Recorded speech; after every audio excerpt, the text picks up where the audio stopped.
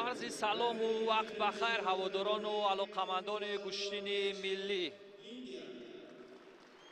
گزارش مستقیم ما از جریان رقابت‌های پنجمین مسابقات بین‌المللی جام رئیس شهر دوشنبه اوید به گشتین ملی منظور شما می‌گردد و ضمن تبریک روز مادر و همچنین آغاز فصل بهار و جشن پرشکوه نوروز بین المللی یا فرارسی جشن پرشکوه نوروز بین المللی، گزارش خش را شروع میکنیم از دسته وزن رقابت های 71 کیلوگرم.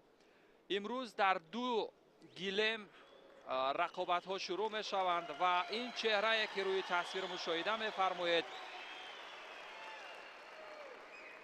ورزشگر تاجیکستان با لباس های سفید و هماورد او با لباس های سبز در گیلم اول رفتند و در گیلم دوم باشد رقابت های دسته وزن 71 کیلوگرم را پیگیری خواهیم کرد. این چهره که روی تصویر نزدیک ملاحظه می‌فرمایید دوستان عزیز، میرزا جمیل رمضانزاده هست که در سال گذشته در چهارمین مسابقه گشتینگیری جام رئیس شهر دوشنبه هم بسیار خوش درخشیده بود و این هم سجاد امیلی بارجی ورزشگر از جمهوری اسلامی ایران هست. دو ورزشکار که در رقابت‌های گذشته هم شرکت فعال داشتند در این مسابقات و همکنون به رقابت خواهند پرداخت.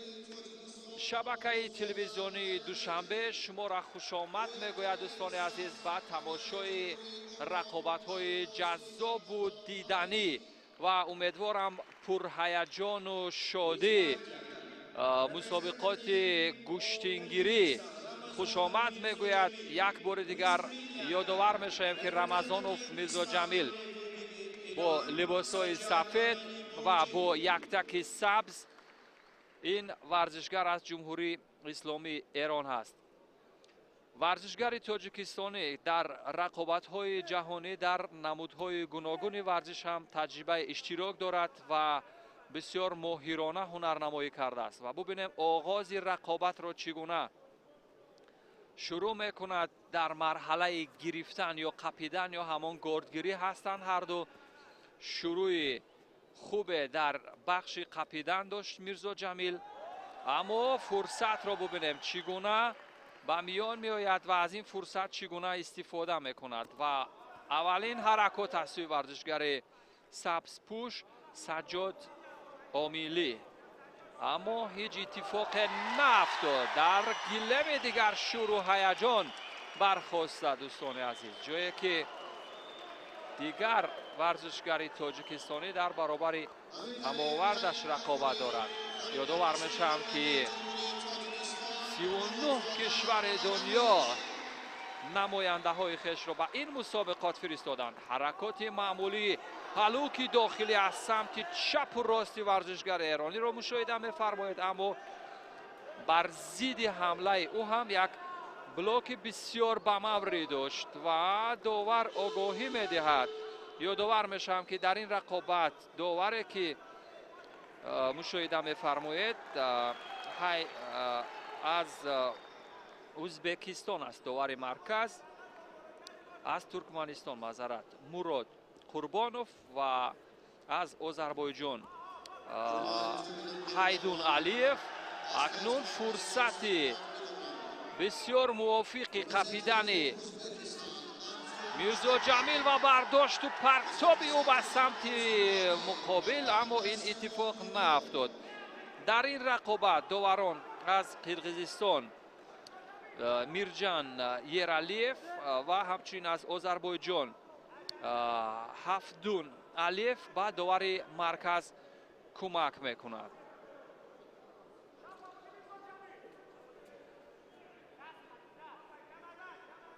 مراد قربانوف داور درجه بین المللی از ازبکستان است که این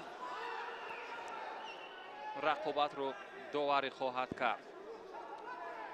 تا این جای رقابت که کمتر از 2 دقیقه سپری شده. فعلا با داشتن یک آگاهی میرزا جمیل رمضانوف رو به تنزل است، ولی 3 دقیقه کامل دیگر فرصت دارد تا از موقعیت ها، از وضعیت یا همان فرصتی که به میان میآید استفاده کند. ولی ورزشگر ایرانی هم ببینید چگونه با داشتن پایهای نسبتا دراز، قامت نسبتا بلندتر، کوشش پرتاب های ماهرانه را میکند.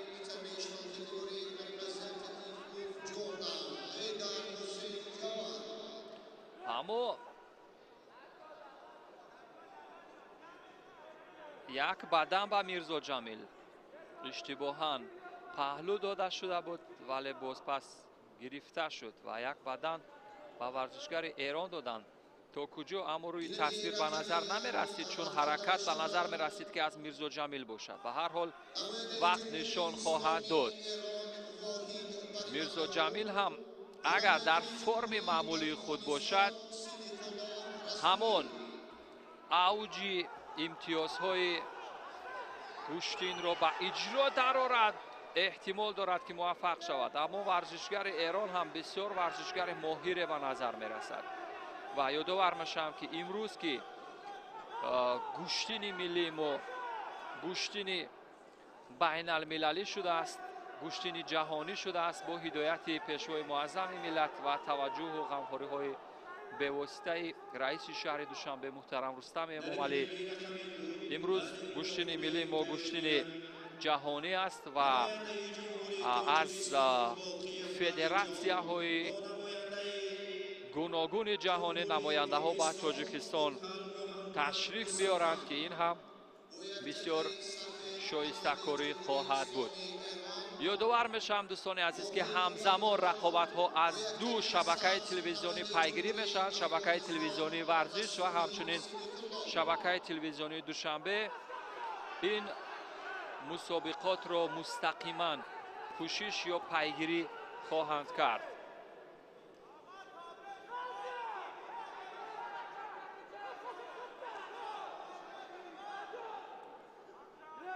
تا اینجا که کمتر از 2 دقیقه دیگر است دوستان عزیز، به نظر می رسد که ورزشگر ایران رو به باختن دارد. بله، با یک بدن و یک آگاهی در اینجا میرزا جمیل پیشتاز است. اگرچه یک آگاهی دارد، ولی بدنی که به اجرا در آورده بود او باعث برنده شدن او خواهد شد. اگر بدن به حریف واگذار نکند یا حد اقل یا امتیاز ناکاملی که بدن گفته می شود، حریف ایرانی به دست نآورد. به هر حال اجرای اصول میکند او هم، ولی در حالی که حرکت میکند ضد حمله و دفاع از حمله حریف میرزا جمیل هم بسیار به مورد بود.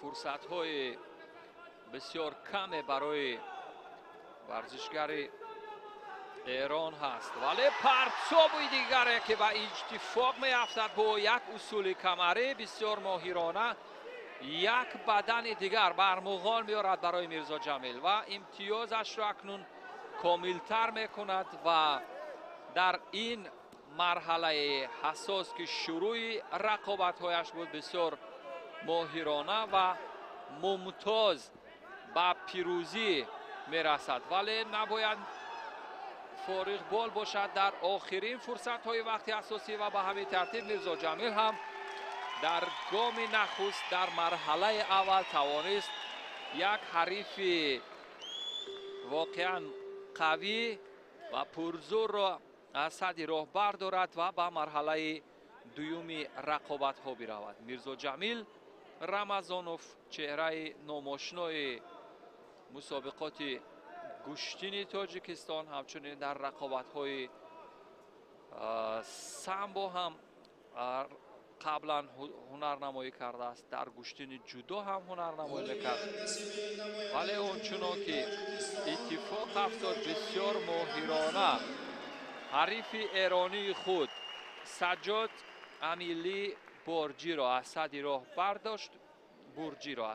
برداشت و به مرحله دومی رقابت ها رفت. اگر تصاویری سوس کرده شده رو منظور ما کنند خواهیم دید که چگونه نکات یا جزئیاتی بله صحنه های تکرار رو یک بار دیگر مشاهده خواهیم کرد و ببینیم که حرکات میرزا جمیل بر ضد حمله بیشتر اتفاق افتادن. با این وسیله میرزا جمیل توانست که حریفش را غافلگیر کند. با دو امتیاز بدن توانست میرزا جمیل در یک حرکات جذاب و دیدنی حریفش را از صدی راه بردارد و به مرحله دومی رقابت ها رود.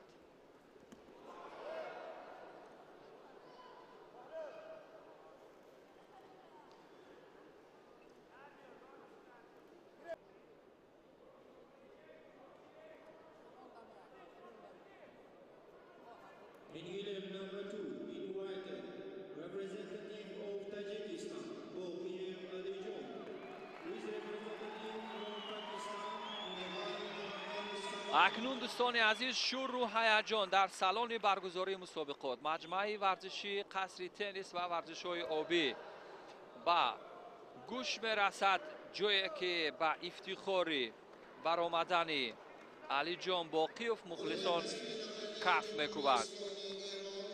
با روی تصویر داور درجه بین المللی از آذربایجان هست هفدون علیف و ورزشگر از پاکستان مقل محمد عثمان با یک تک سبز است و با لباسهای سفید ورزشگر تاجیکستان علی جان باقیوف که از گویم همون سلاله باقیوف ها هست، یعنی پهلوانی و کشتیگیری در ریشه های او هست و ببینیم چی اقتدار چی توانمندی از خود به نمایش خواهد گذاشت. پرتاب سر شانه به این وسیله در همان لحظه اول داد و گرفت علی جان باقیف یک پرتاب جانانه سر شانه را به اجرا درآورد به سمت چپ به سان پدر خود که در لحظه های رقابت با چنین سبک با چنین شیوه اجرای اصول میکرد و در اینجا هم علی جان باقیوف بسیار ماهرانه از این اصول استفاده کرد و مقتدرانه به مرحله بعدی رقابت ها رفت. خیلی عالی، خیلی ماهرانه. اکنون نوارهای سوس کرده شده رو یک بار دیگر مشاهده میکنه. ببینید چگونه احساس کرد باقیوف که حریف او چندان حریف با تجربه نیست. در همان لحظه اولی قپیدن سمت چپ حریف را اختیار کرد، یک ورود بسیار سریع و به موری داشت و به همین ترتیب یک پرتاب زیبای پرتاب بالای شانه اتفاق افتاد و مخلصان هم از این بسیار حلاوت بردند.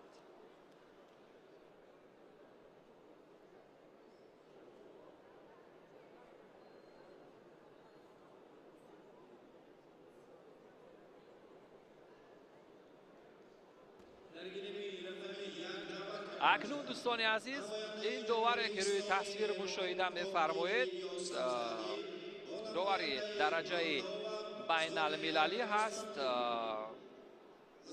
از جمهوری تاجیکستان.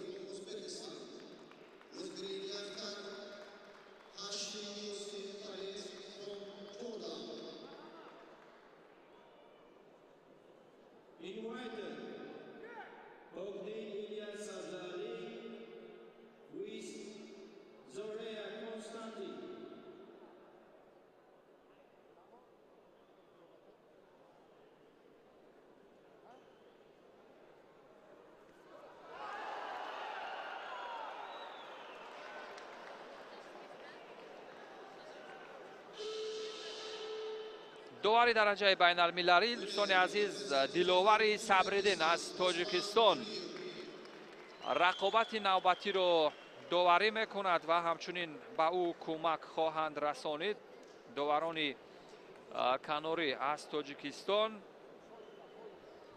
و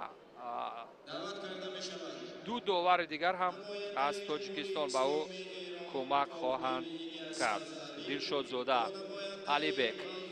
و اکنون رقابت های وزن 71 کیلوگرم رو پیگیری خواهیم کرد، جایی که نماینده جمهوری اسلامی ایران با لباس‌های سفید رویاروی هماوردش از مالداویا قرار میگیرد. دوستان عزیز ببینید امروز شهرت و شان گشتن ملی ما که جهانی شده، ورزشگران از قاره اروپا هم حضور دارند. در مجموع حدود 40 کشور دنیا در این رقابت ها اشتراک دارند.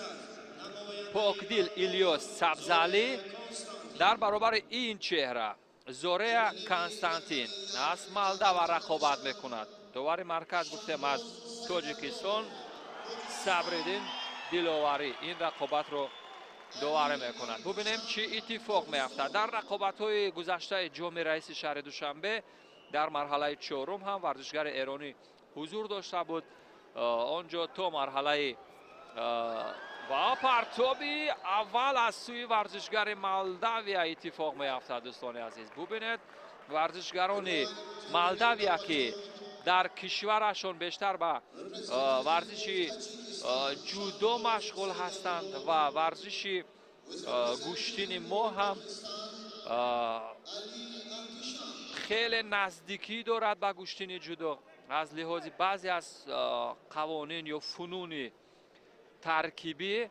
از این لحاظ قریب که هر ورزشگر که ایده‌های پهلوانی دارد میتواند در گشتین ملی ما گشتنگیری هم حضور داشته باشد و همین است که امروز هر ورزشگری که میبراید به صحنه رقابت قریب که ورزشگر ماهر و یعنی تمرین دیده هست و بدن اول رو مشاهده میکنید که ورزشگر مالداویا گرفت یا همون هنوز روی تصویری گرافیکی نشان نداده شده است، ولی به هر نوع به نظر می رسید که داوری مرکز آگاهی داد. آگاهی اول به ورزشگر مالداویا زوریا کانستانتین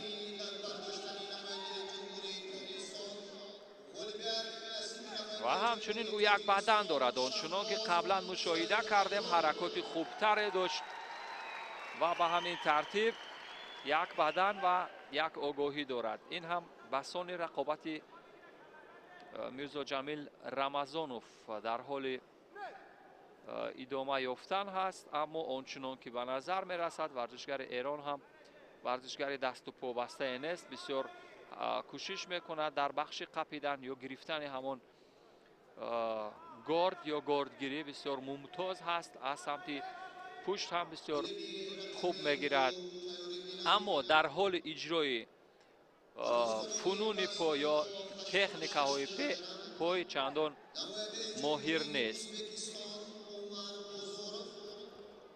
و با این ترتیب ببینید چه حرکات بسیار سریع داشت ورزشگر ایران در حال اجرای اصول سمت راست، ولی موفق نشد.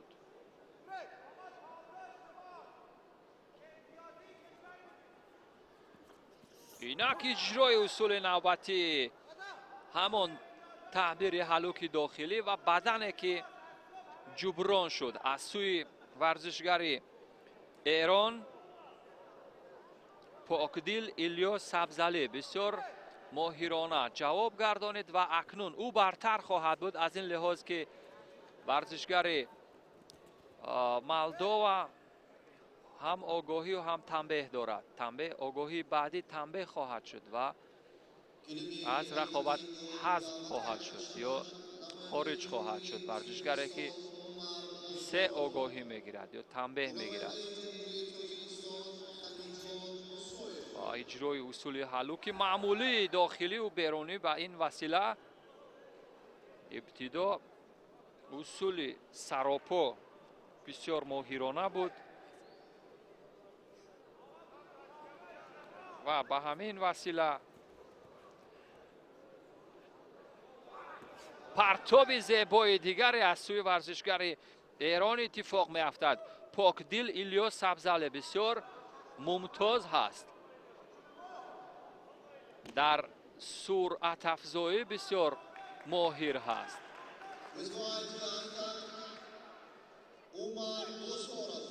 دویونیم دقیقه دیگر فرصت دارد ورزشگر مالداویا تا اجرای اصول کند، اما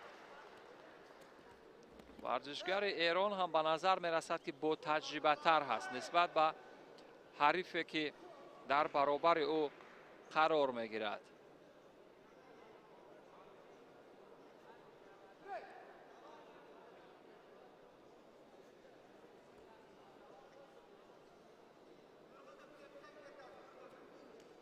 و بالاخره ببینید چی زیدی حمله صورت می گیرد.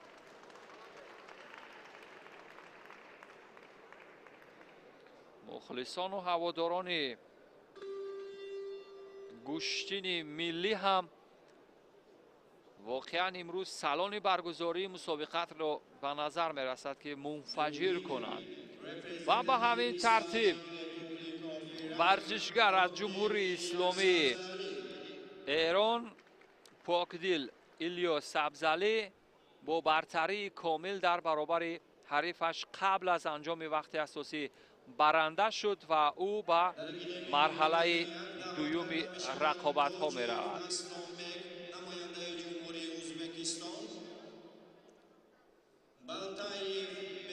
نکات حرکات فنی ورزشگران را یک بار دیگر مشاهده میکنیم که از سوی کارگردان ما منظور می شود دوستان و به همین ترتیب ببینید حرکات معمولی اتفاق می افتند و بسیار جذاب و دیدنی، حرکات جذاب و دیدنی که صورت گرفت. ورزشگر ایران به اجرا درآورد و به همین ترتیب به مرحله دوم رفت.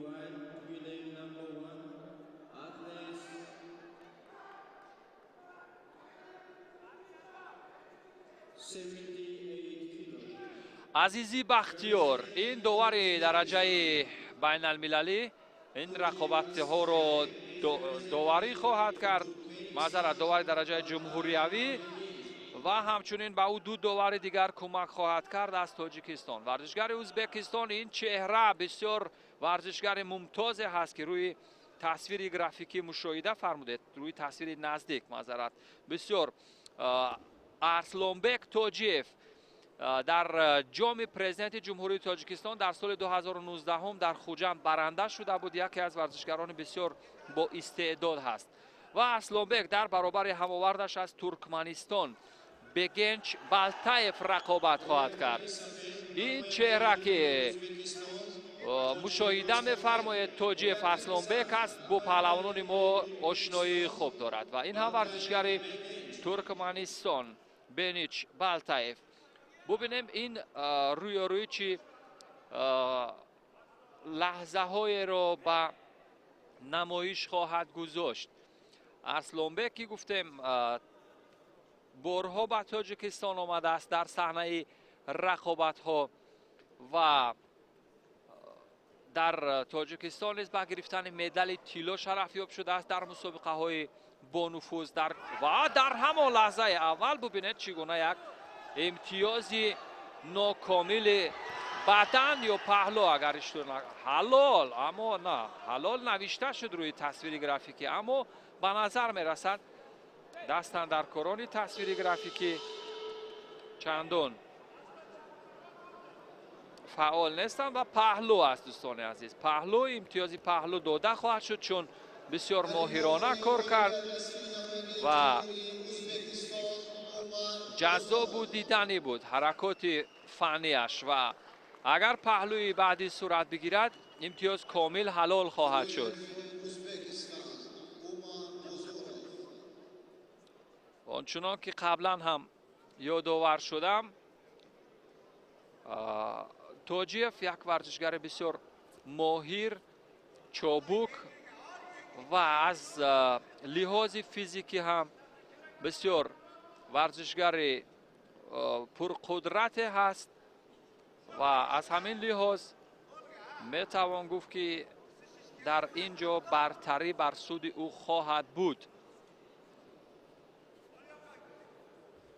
اکنون اجرای اصول حلوک معمولی سراپا در بخش فنون پای را اگر اجرا کند یک بار دیگر اتفاق می افتد یا نه. کمربند را چون چندان موافق نقپیده بود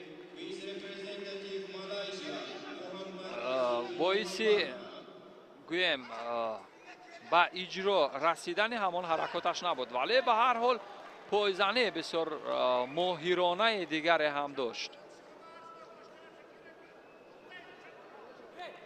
خیلی عالی، خیلی عالی دوستان عزیز. رقابت های مسابقات بین المللی گوشتنگیری میراث طلایی تاجیکان با شور و هیجان در پایتخت تاجیکستان در حال جریان است. یک اجرای اصول زیبای دیگر حلوک داخلی به این ترتیب پهلو امتیازی کامل خواهد شد، دو امتیازی ناکامل امتیازی کامل خواهد شد و به همین ترتیب بختیار عزیزی داور درجه جمهوریوی هم این چیز رو فوراً تصدیق کرد. در مدت کمتر از 2.5 دقیقه ورزشگر ازبکستان این چهره اسلانبک توجیف برنده شد و داور میگوید که نوارهای سوست کرده شده را یک بار دیگر ببینیم. اکنون نوارهای تدریجی رو خواهیم دید دوستان عزیز. صحنه های آهسته رو و داوران چی قضاوت میکنند، آیا اگر پهلو هست یا نه.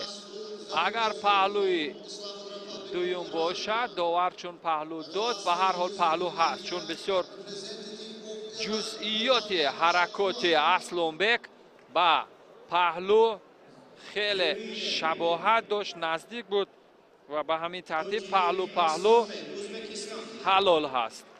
ورزشگر ازبکستان به مرحله دوم رقابت ها می رود و امروز می توان گفت که در دسته وزن 71 کیلوگرم یکی از مدعیان همین چهره هست.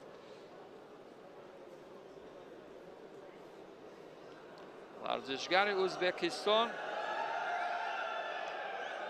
به مرحله بعدی می رود. در مرحله بعدی هم روی ورزشگر ایران خواهد شد، پاکدل الیاس.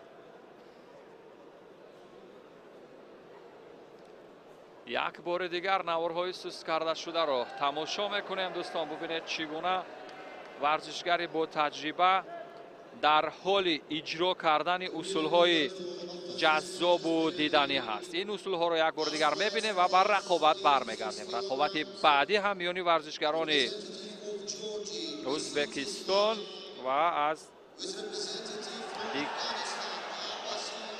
ترکمنستان خواهد بود.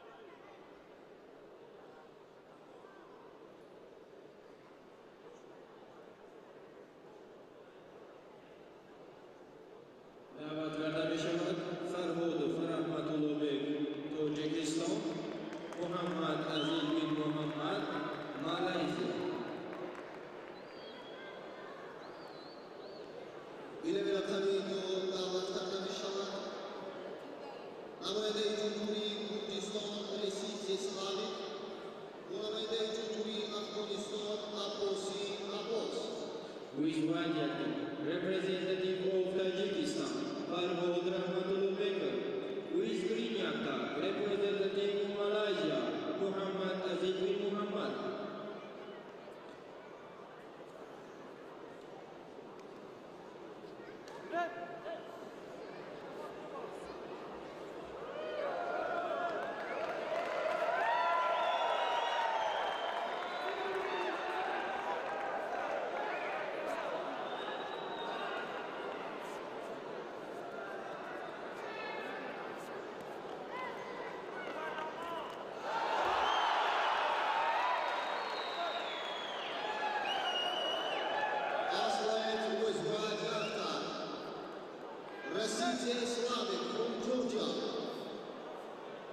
And who's green Yaka, Abasi Abos from Afghanistan.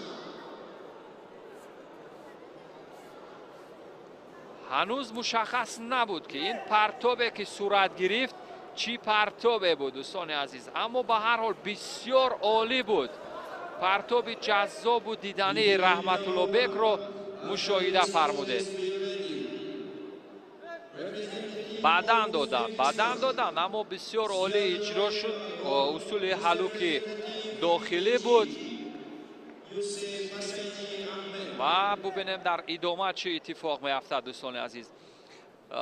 و با دلیل یکم اشکال فنی دوستان عزیز از آغاز گزارش، از آغاز این رقابت، یعنی صدای ما نبود. یادآور میشم که در این رقابت سه داوری که داوری میکنند از هندوستان، ترکمنستان و آذربایجان هستند. داوری مرکز از ترکمنستان مراد قربانوف هست و دو داور دیگر از هندوستان و از آذربایجان. و پرتاب زیبای کمری سر شانه بسیار ماهرانه و حلال دیگر در این فرصت ببینید چگونه با تجربه ها موقعیت را خوب پیخست میکنند و ماهرانه ورود می شوند و اجرای اصول آنها نیز بسیار در سطح بلند اتفاق می افتد. یک بار دیگر نوارهای سوز کرده شده را می بینیم. این پرتاب اول بود. ببینید اینجا بله، اینجا بدن درست بود دوستان، اما بسیار ماهرانه اجرای اصول صورت گرفته بود.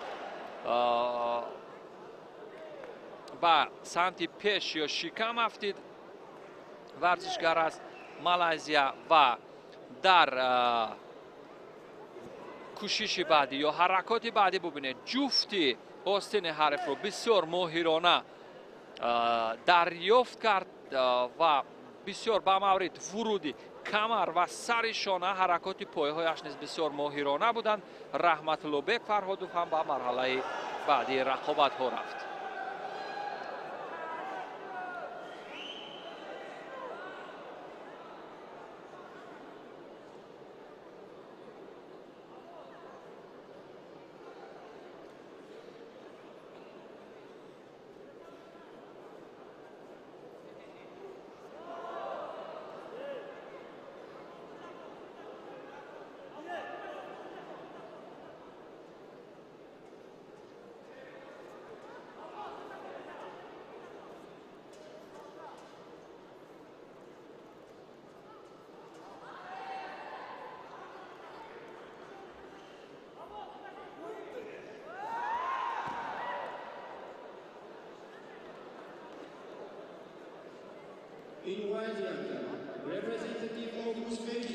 اکنون دوستان عزیز به وزن 78 کیلوگرم میگذاریم، جایی که احرار زیاداللهیف از ازبکستان با لباسهای سفید در برابر هماوردش از جمهوری مصر هست. یوسف حسینین احمد فؤاد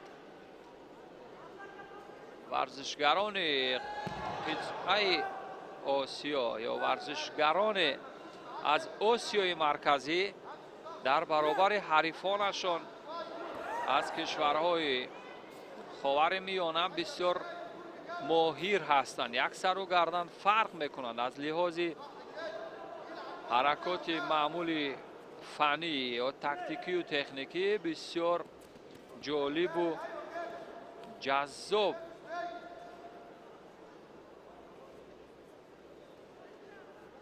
هنر و استعداد خود را به نمایش میگذارند. ولی به این ترتیب ببینید چی یک پایگذاری داشت و همون مربی که با زبان عربی حرف میزد در مورد همون مرحله قپیدن که به جودو کومیکاتا میگویند، همون کومیکاتا گفت. یعنی در آگاه شاید به او هشدار میداد که در بخش قپیدن باید زیرک باشد. در بخش قپیدن باید از همون نکات معمولی یا عنصرهای خوب که هست خوب و زیبا استفاده کند.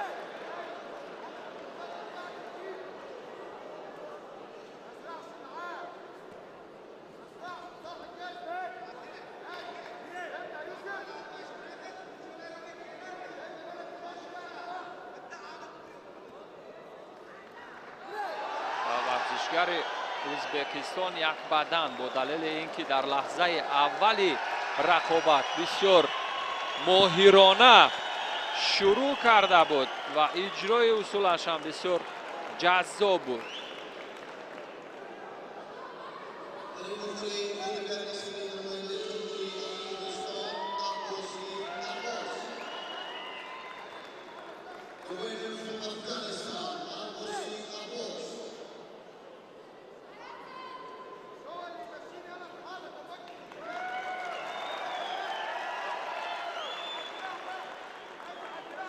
امروز از لحاظ ثبت و پخش این مسابقات واقعا به نظر می رسد که کارگردان و تصویربردارهای ما هم بسیار خوب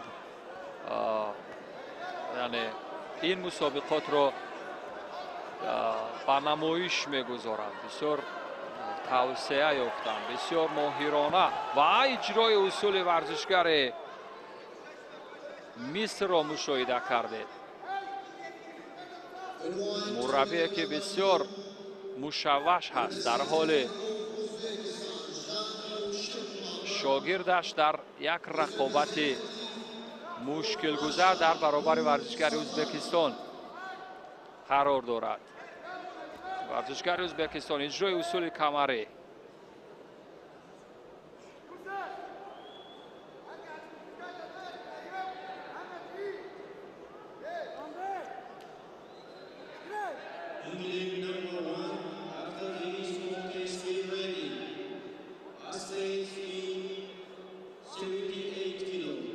اکنون ورزشگر مصر به سمت چپ فرصت قپیدنش خوب، اما اجرای اصولش چندان خوب نبود. از مربع خارج شد ورزشگر ازبکستان احرار زیاداللهیف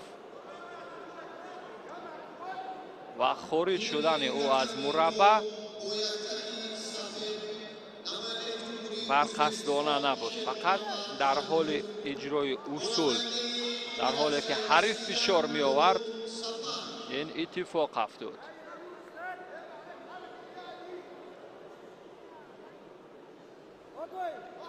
و آگاهی به ورزشگر ازبکستان با دلیل گرفتن غلط یا نادرست از آستین حریف و ورزشگر با برداشت و پرتاب ولی زیدی حمله به این ترتیب حلال. ببینید چگونه در حالی که ورزشگر مصر میخواست زیدی حمله کند ولی احرار زیاداللهیف بسیار بسیار خوب پای برد که موازنت یا تعادل حریفش برهم زده شده و اجرای اصول را هم بسیار خوب کرد. به همین ترتیب ورزشگر ازبکستان احرار زیاداللهیف برنده شد و به مرحله بعدی رقابت ها می رود. یک بار دیگر صحنه‌های تکرار رو مشاهده می‌فرمایید دوستان عزیز از زاویه‌های گوناگون و خواهیم دید که چه اتفاق می‌افتد. ببینید در همان لحظه اولی گرفتن مبارزه کردن ورزشگر ازبکستان از لحاظ داشتن تجربه فرق میکرد. حتی با او امکان میداد حریفش که ببینید از همان موقعیت ها استفاده کند.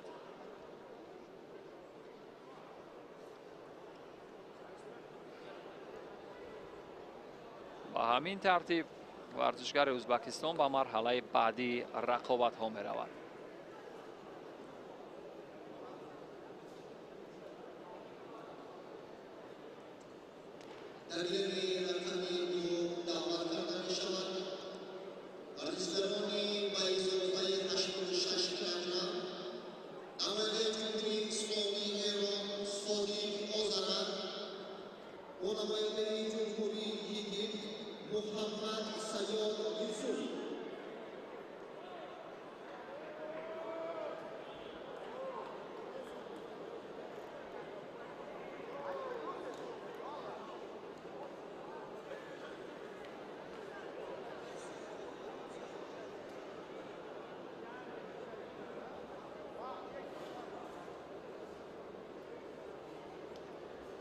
Luis Guagliata, representative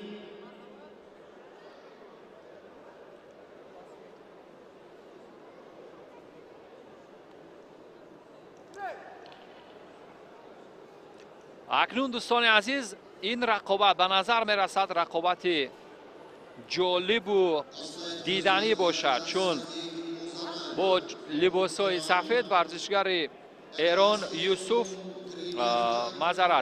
احمدزاده رامین سبزعلی در برابر هماوردش از شویتساریا است.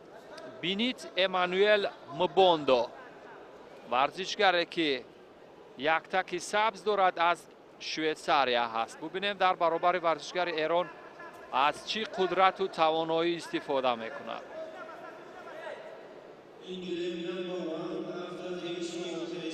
در همان لحظه اول داوری درجه بین المللی از تاجیکستان به او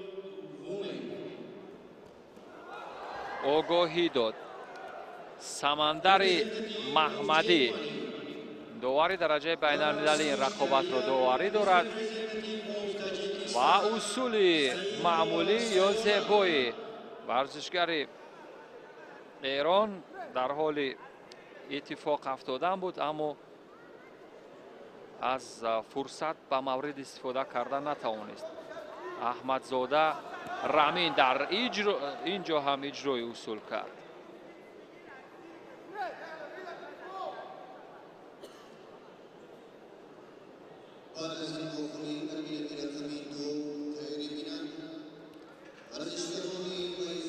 و بالاخره فرصتی که با ایداش توانست از آن استفاده کند، اینجا داور هم فورا دست خود را بالا برداشت و به همین ترتیب بسیار ماهرانه اجرای اصول ورزشگر ایران که یکی از اصولهای زیبای پرتابی کمری بود اتفاق افتاد.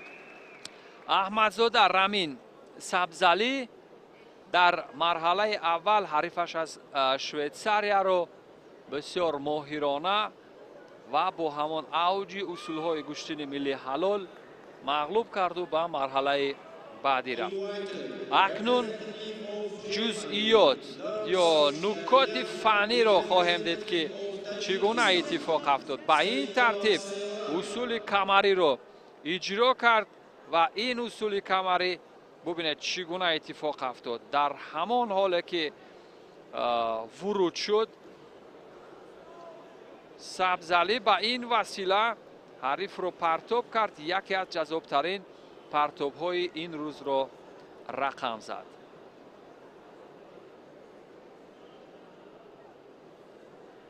در گیلمی رقمی دو دعوت کرده می شود اولوغبک رحیمov نماینده جمهوری تاجیکستان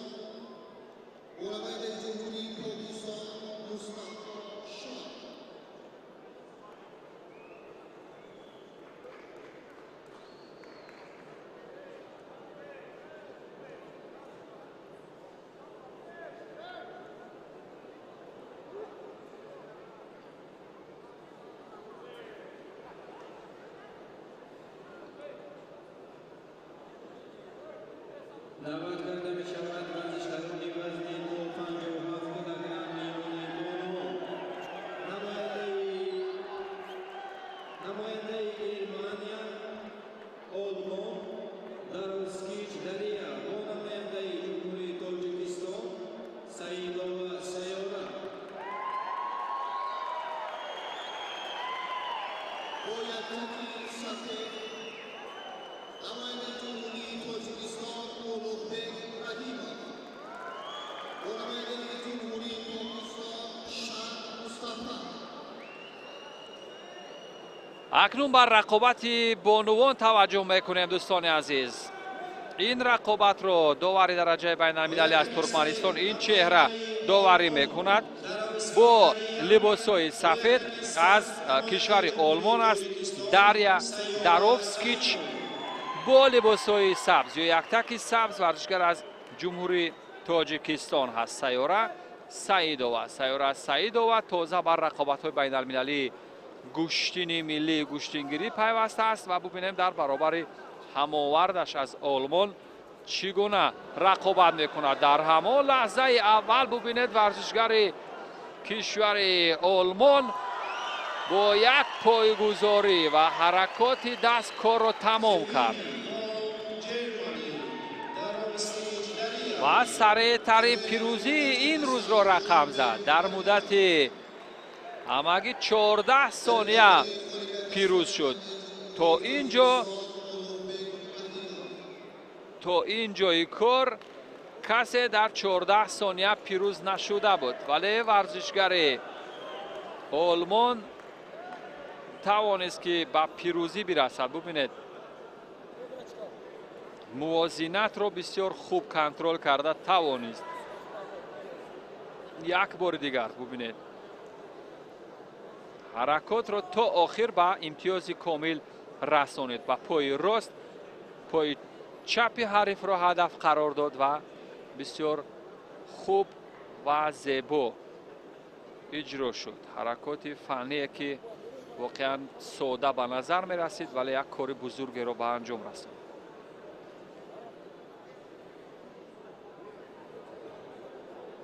در گیرینی رقمی دو دعوت کرده می شود نماینده جمهوری قرقیزستان بکبولات توکتوگانوف و نماینده جمهوری تاجیکستان زفر ولیمشویف.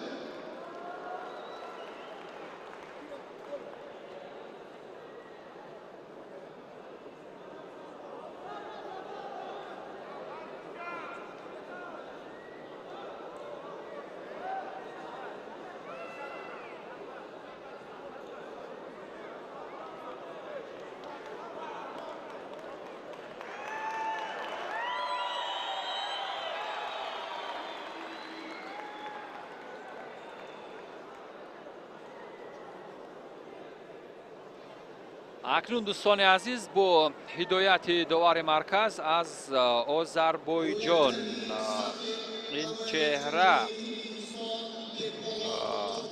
هفتون الف رقابت نوبتی رو داوری خواهد کرد و میرزا جمیل رمضانوف رو مشاهده میکنید که به صحنه رقابت حاضر می شود. با یک تک سفید یا لباسای سفید است ورزشگر ترکمنستان کاکاگلوی یگانبیف در برابر این چهره میرزا جمیل رمضانوف. بله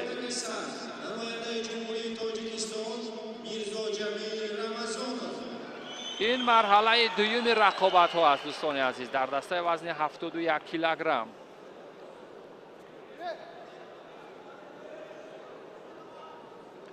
ببینیم در دومین رقابتش میرزا جمیل در برابر یک حریف تازه نفس چگونه هنرنمایی میکند. چون در رقابت اول هم چندان مشکل نداشت در برابر حریفش از جمهوری اسلامی ایران بود سجاد برجی. و حریف نوبتیش از ترکمنستان است. اکنون ببینیم چی فنون را به کار خواهد برد میرزا جمیل تو به پیروزی دوم برسد. مرحله دوم هست. یک دور استراحت داشت یگمبایف کاکاگلوی و اجرای اصول میکند کاکاگلوی. ببینید چگونه یک ورودی خوبی داشت. به نظر میرسد در این رقابت ها کسی از ورزشگران را نباید نادیده گرفت. همه آنها نیز برای به صحنه رقابت برآمدن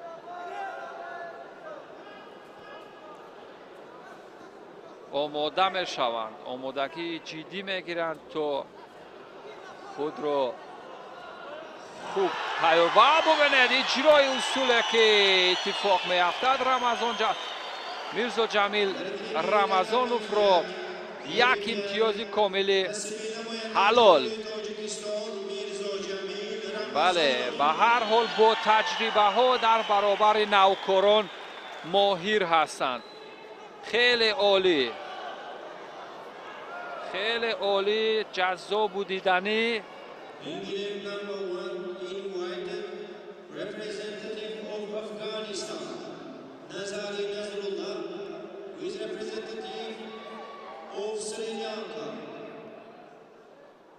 Have a scourge known. اکنون نوارهای سوس کرده شده را میبینیم. ببینید چگونه موقعیت از سمت پشت و کمربند حریف بسیار خوب گرفت. ورودی خوبی داشت در حالی که پیخست کرد که حریفش واقعا میتواند دستش رها شود. در حالی که بلاک میگذاشت یا زید بود دست چپ حریف. ببینید چگونه توانست سریعیت رو با مورد به کار برد. یک ورودی بسیار فوری میرزا جمیل در اینجا نقش بسیار بارزی گذاشت و او در دور دوم هم برنده شد. به مرحله سوم می رود میرزا جمیل.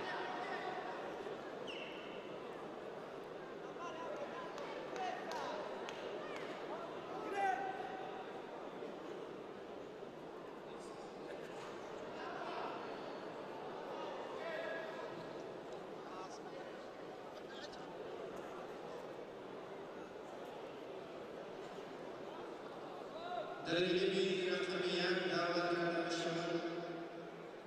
نماینده جمهوری افغانستان نظری نظرالله با نماینده سریلانکا دون جمیلا حسن. اکنون دوستان عزیز مرحله دومی رقابت ها در دسته وزن 71 کیلوگرم رو پیگیری خواهیم کرد. جایی که باز یک داوری تازه‌کار درجه بین المللی رقابت رو داوری میکند. هواداران و مخلصان و این چهره هم از جمهوری اسلامی ایران امیر عباس داوری درجه بین المللی که این رقابت رو اداره و قضاوت خواهد کرد از نگاه داوری. و ببینیم چی اتفاق میافتد در رقابتی که اکنون ورزشگر از افغانستان در برابر حریفش از شریلانکا قرار است که به صحنه رقابت حاضر شوند. و تا زمانی که دوستان عزیز یکم در برآمدن ورزشگران به بالای گلیم تنفس دیده می شود یا دور می شوم که شما گزارش مستقیم شبکه تلویزیونی دوشنبه و ورزش را از جریان رقابت های پنجمین مسابقه گوشتینگیری بین المللی برای دریافت جام رئیس شهر دوشنبه تماشا دارید. و گوشتین ملی تاجیکی میراث طلایی نیاگان ما که امروز نفوذ و موقع بین المللی دارد واقعا برای ما مایه افتخار و سرفرازی است. اکنون ورزشگر افغانستان با لباس‌های سفید و هماوردی و از شریلانکا با لباس‌های سبز یا همان یک تک سبز به صحنه رقابت حاضر می شوند. و دستاندرکاران فدراسیون جهانی گوشتنگیری هم برای رشد و توسعه این رشته بسیار شایسته کاری کردند. اکنون ورزشگران به صحنه رقابت خوانده می شوند. با لباس‌های سفید از افغانستان نظری نصرالله و با یک تکی سبز از شریلانکا پیوستران دون چمیلا حسنزا نامی پورای همین ورزشگری که یک تکی سبز دارد. اکنون مشاهده میکنه. ببینید ورزشگری افغانستان چگونه کشتی میگیرد یا گوشتین میگیرد. در همان لحظه اول داوری مرکز امیر عباس رنجکوش در لحظه اول یک امتیاز داد به ورزشگر افغانستان و به نظر می رسد ورزشگر شریلانکا چندان ورزشگر با تجربه نیست. از این رو ورزشگر افغانستان بسیار هوشمندانه ببینید با حرکاتی اگرچه حرکات فنیش چندان سری نیست ولی اجرای زیبایی کمری و شانه رو با اجرا در آورد. ببینید واقعا ماهرانه بود همان اصولی که اجرا کرد ورزشگر سفید پوش نصرالله نظری. بسیار ماهرانه بود اگرچه یکم با هیجان این عمل رو با اجرا رسانید. این اصول رو اجرا کرد با هیجان ولی بسیار ماهرانه بود. دوستان عزیز جزئیاتش را در صحنه های آهسته در نوارهای سوس کرده شده خواهیم دید. لحظه احترام گذاشتن به حریف یا همان سلام و بعداً ببینید در لحظه اول فرار بسیار بی‌موری داشت از جفتی دستی حریف بسیار ماهرانه گرفت. ببینید با این وسیله خیلی جذاب و دیدنی اجرای اصول کرد. یکی از پرتوفت‌های زیبا رو با اجرا در آورد خیلی ماهرانه و با این ترتیب دستانش رو بالا کرد ورزشگر افغانستان. یکی از پرتوب‌ها یا اصول‌های جذاب و دیدنی گوشتین ملی صورت گرفت.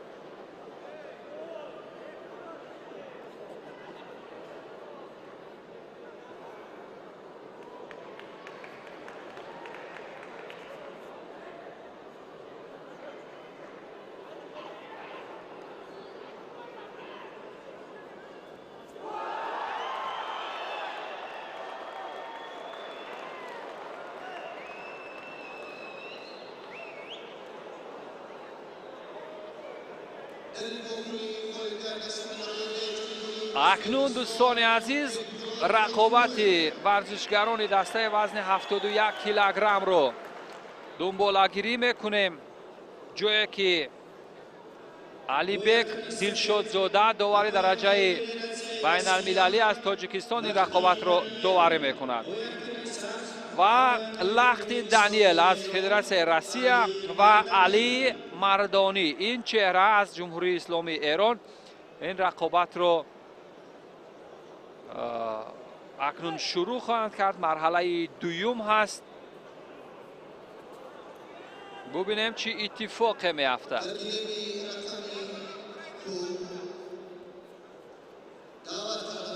ورزشگران فدراسیون روسیه که تجربه شرکت در گوشتین سمبو در همان لحظه اول ببینید چگونه لحظه افتیشی بسیار نامساعد بود از سوی ورزشگری ایران علی مردانی ولی با بدن داده می شود به ورزشگری روس لختین دانیل.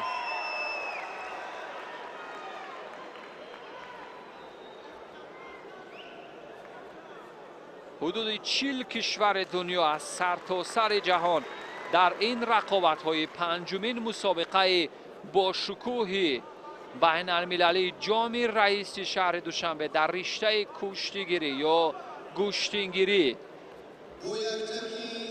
که در آستانه تجلیل جشن با شکوه نوروز جهانی صورت میگیرد.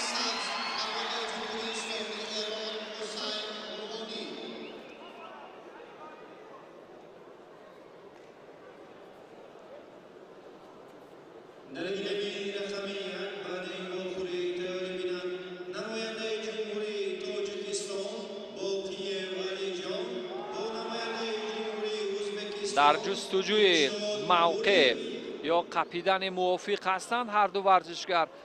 از این برمی آید که ورزشگری که همان موقع مساعد یا خوب رو فراهم نمی کند برای حریف یا راه گریز بیشتر دارد در حال گرفتن، به نظر می رسد که هر دو هم ورزشگر با تجربه باشند. یعنی اگرچه قبلا هم گوشتینگیری تمرین نکرده باشند ولی سامبو یا دیگر نوعهای پهلوانی تمرین کردند.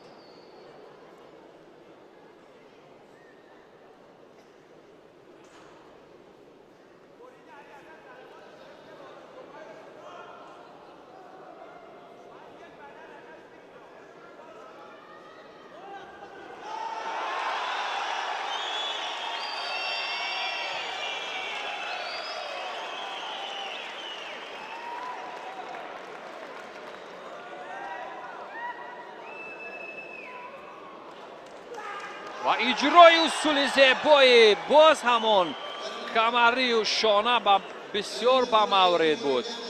پرتاب سر شانه بسیار عالی، واقعا احسن.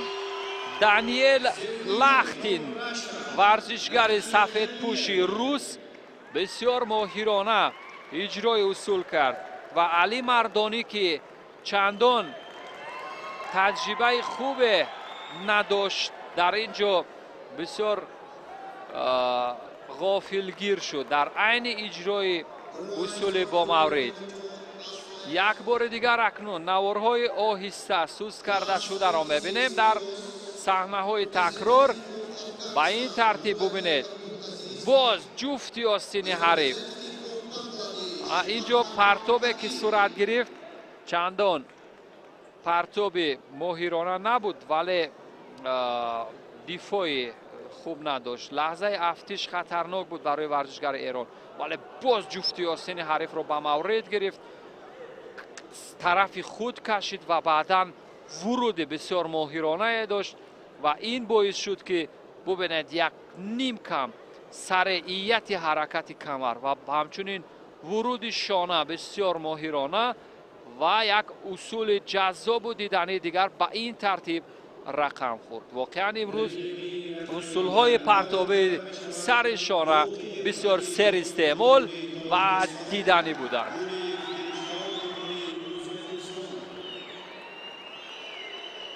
باز داوران درجه بین المللی رقابت ها رو قضاوت میکنند.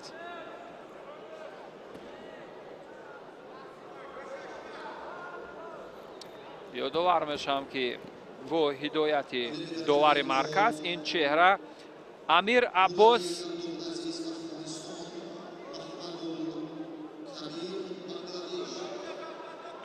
و اکنون پهلوان ناماشنای تاجیک و صحنه رقابت حاضر می شود. دوستان عزیز، چهره که بسیار ماهرانه رقابت کرده بود در مرحله اول، علی جان باقیوف در برابر دلشاد بوریوف می ایستد. دوستان عزیز، خیلی ماهرانه همدیگر رو به آغوش میکشند، ادای احترام میگذارند، یک سلام تاجیکانه میکنند و بعدا به رقابت میپردازند. آنها در میدان با هم رقیبند اما بیرون از میدان بسیار با هم دوست و صمیمیت دارند که این از پهلوانی به آنها به میراث رفته است.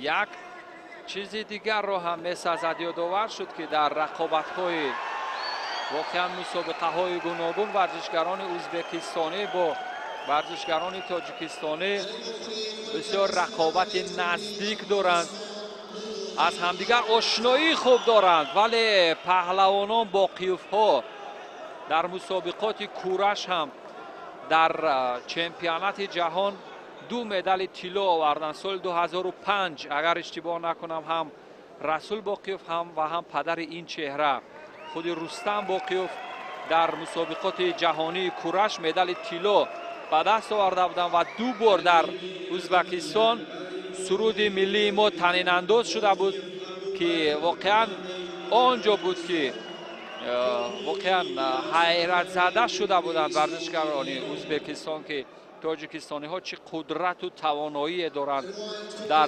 رقابت های گوشتینگیری و پهلوانی و از این که گوشتین ملی ما هم قدم ملت هست، یعنی یکی از سنت های بسیار قدیمی مردم ما هست. از این رو پهلوانان ما پهلوانان ماهری هستند در هر نوع ورزش های پهلوانی در رقابت های جهانی با هماوردانشان مشکل ایجاد میکنند. اکنون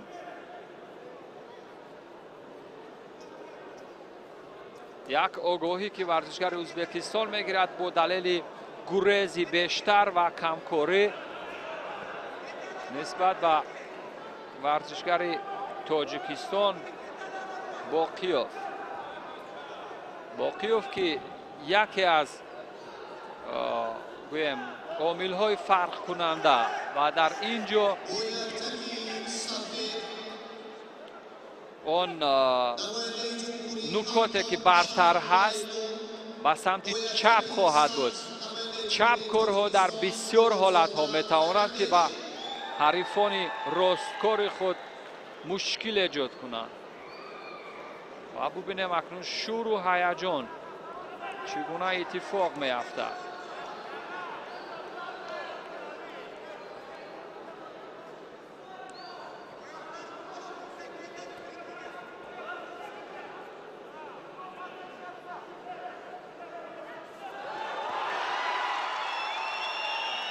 هیجان مخلصان در گلیم دیگر بود.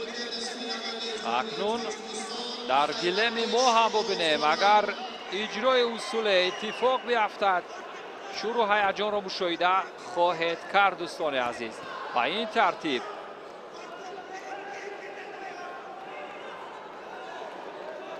هواداران و علاقمندان گوشتین سنتی تاجیک گوشتینگیری امروز در سالن برگزاری مسابقات خیلی زیاد شدن، قریب جای نشست نمانده و زیدی حمله که صورت میگیرد. ببینید به سمت راست هم بسیار خوب کار کرد علی جان باقیوف.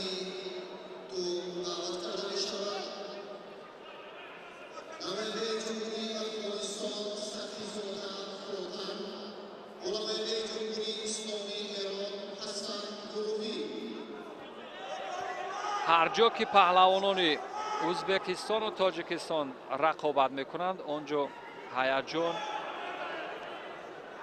و جذابیت همیشه هست، چون از قدیم الایام هم واقعا گذشتگان ما هم میان خود یک سنت داشتند که پهلوانی ها رو برگزار میکردند و بارها هم دیدیم در زمان شوروی هم بسیار ماهرانه بود. و اکنون یک آگاهی دیگر به ورزشگر تاجیکستان، نتیجه آگاهی ها برابر می شود و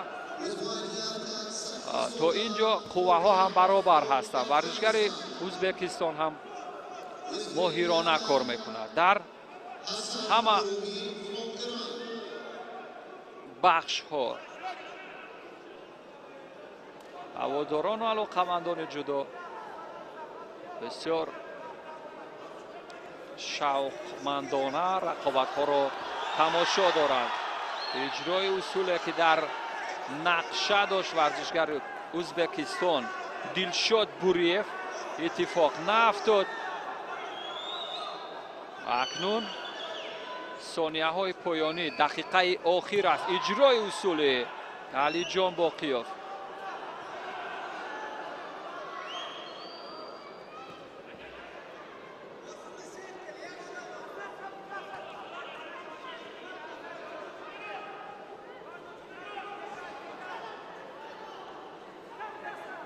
رقابت‌های این مسابقات خیلی پرشور و هیجان هستند دوستان. ببینید در دو گلم همزمان ورزشگران تاجیکستان و ازبکستانی در حال رقابت هستند و اجرای اصول علی جان باقیوف به نتیجه مربیان نگران هستند بیا همین حرکت باید بعدم باشد. 7 ثانیه دیگر فرصت هست. 7 ثانیه دیگر فرصت هست. داور میگوید نوارهای تدریجی و سوس کرده شده را ببینیم.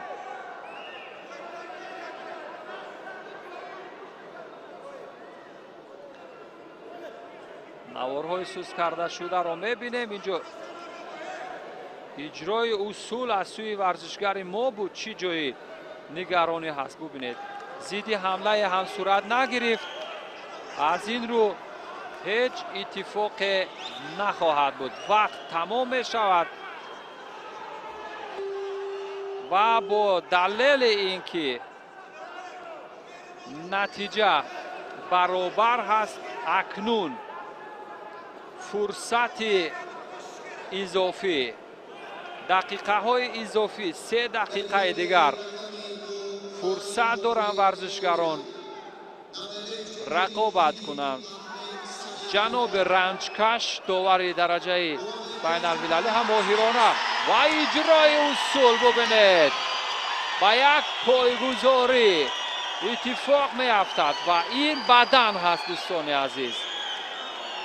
در دقیقه های اضافی اگر اجرای اصول می شود دوستان آنجا حلال خواهد بود.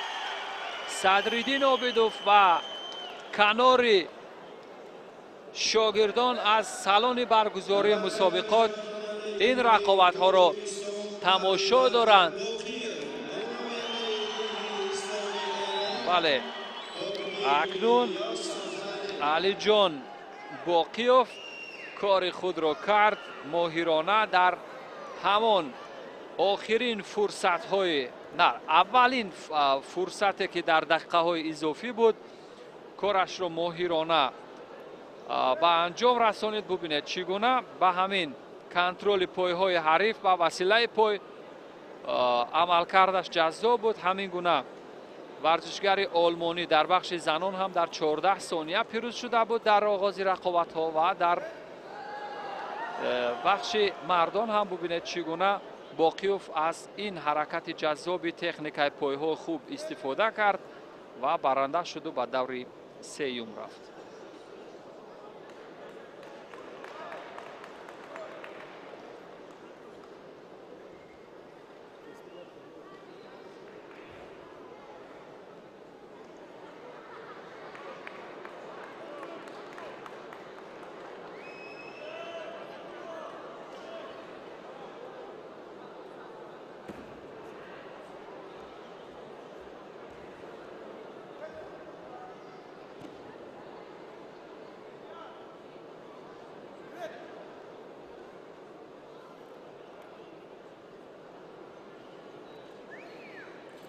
گوینده سفید نماینده جمهوری تاجیکستان باقیوف ابوبکر. اکنون دوستان عزیز یک دیگر از رقابت های هیجان انگیز را خواهیم دید. جایی که الیاس پاکدل در برابر ابوبکر باقیوف قرار می گیرد.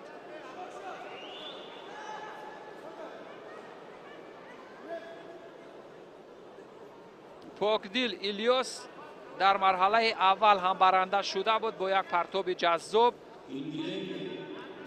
و ببینیم در برابر ورزشگر با تجربه ابوبکر باقیوف یک دیگر از پهلوانان با استعداد سلاله پهلوانی های باقیوفا چی کار خواهد کرد.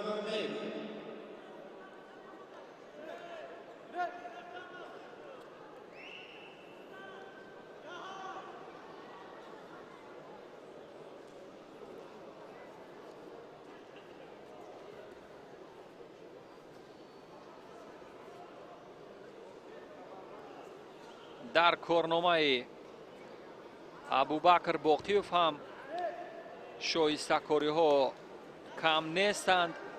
در قریب اکثریت رقابت های داخل کشوری بسیار ماهرانه و ممتاز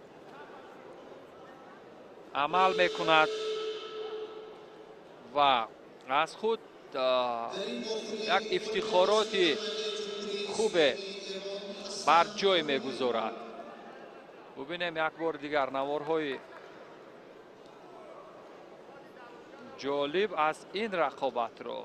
در همان لحظه اول بدنی که به ابوبکر داده شد، بسیار ورزشکاران سریع هستند در حال اجرای اصول کردن یا ممتاز و اجرای اصول پاکدل. الیاس به نتیجه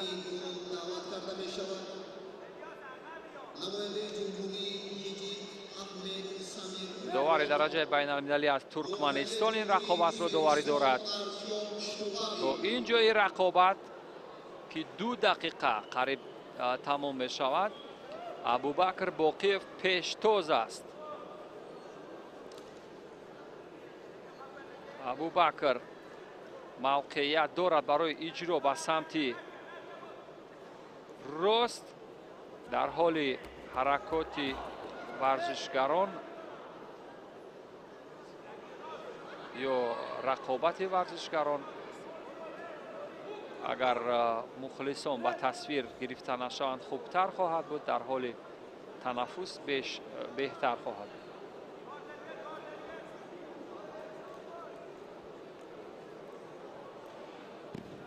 اکنون فرصت رو به سمت راست اجرا میکند ابوبکر، اما فرصتی که به میان آمد و اجرا به سمت راست چندان به مورد نبود. یک بار دیگر این بار به سمت چپ به نظر می رسد اجرای اصول کند.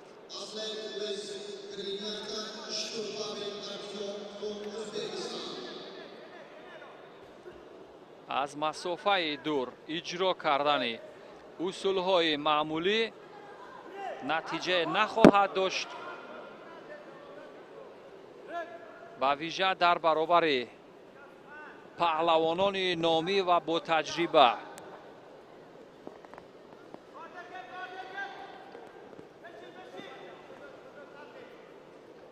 واقعا مخلصان و هواداران گوشتنگری از ابوبکر این گونه حرکات سره و با ثمر را انتظار هستند، اما اینجا بدن میگوید داور بدن دویم شاید داده باشد، اما داور تقاضا میکند که نوارهای سوس کرده شده رو ببینه. نوارهای سوس کرده شده رو یک بار دیگر مشاهده میکنه و خواهیم دید که آیا حرکات سودمند هست یا نه برای دادن یک بدن.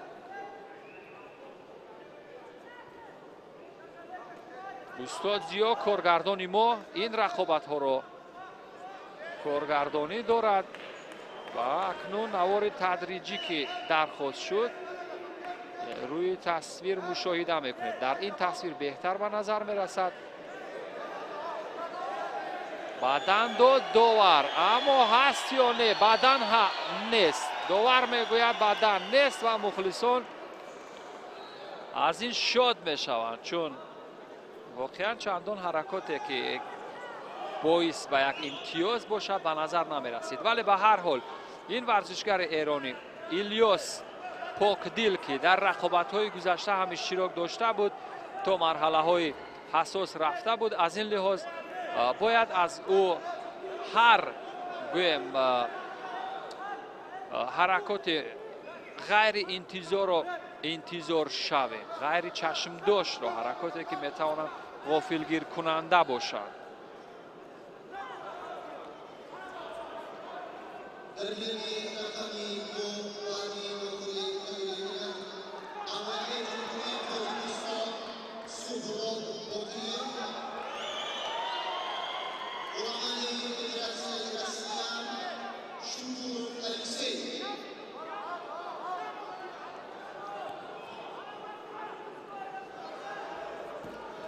اجرای اصوله که باز به نتیجه 50 ثانیه دیگر فرصت برای پاکدیل هست. الیاس پاکدیل اگر این فرصت رو تواند که با ثمر استفاده کند، احتمال دارد که جواب گفته تواند. اما در صورت غیر با همین امتیازی که دارد ابوبکر میتواند برنده شود در اینجا و به مرحله سیوم رقابت ها برود.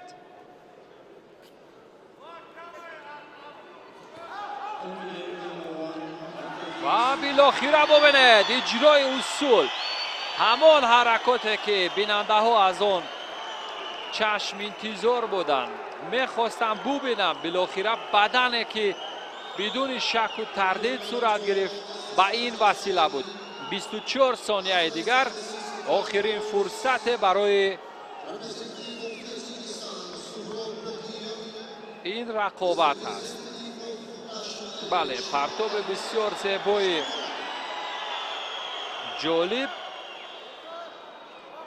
پهلو، بله پهلو بوده، این بدن نه بلکه پهلو بود. داور اول بدن گفت و بعدن نوارهای آهسته رو دیدند و پهلو بها گذاری شد.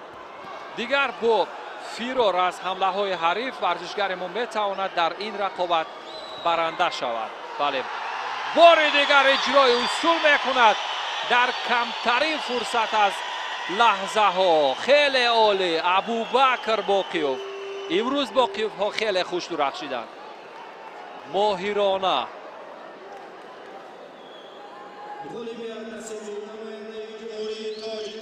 اگرچه خیلی جهد و تلاش کرد پاکدل، ولی در برابر ابوبکر باقیوف کار کردن نتوانست.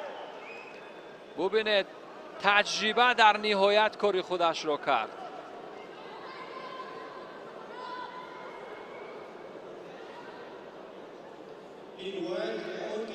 یک بار دیگر مشاهده میکنیم نکات هیجان انگیز، نکات مهمی این رقابت را. خیلی عالی بود دوستان عزیز، کار بسیار خوبی کرد در لحظه اول. و این وسیله ببینید کاری که ورزشگر ایران الیاس پاکدیل داشت، چندان امتیاز نآورد و بعداً حرکات ابوبکر بود که با این وسیله امتیاز پهلو و بعد از امتیاز پهلو در آخرین فرصت از دقیقه های معمولی یک حرکت جذاب دیگری او باعث به گرفتن یک امتیاز کامل حلال شد. به همین ترتیب دو باقیوف، هم علی جان و هم ابوبکر به مرحله سیوم رقابت ها رفتند.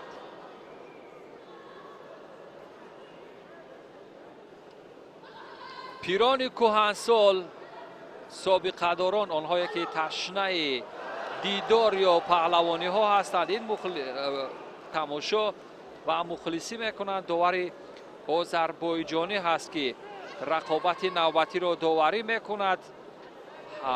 هفدون علیف، این چهره با هدایت داوران از امارات متحده عرب و همچنین از تاجیکستان.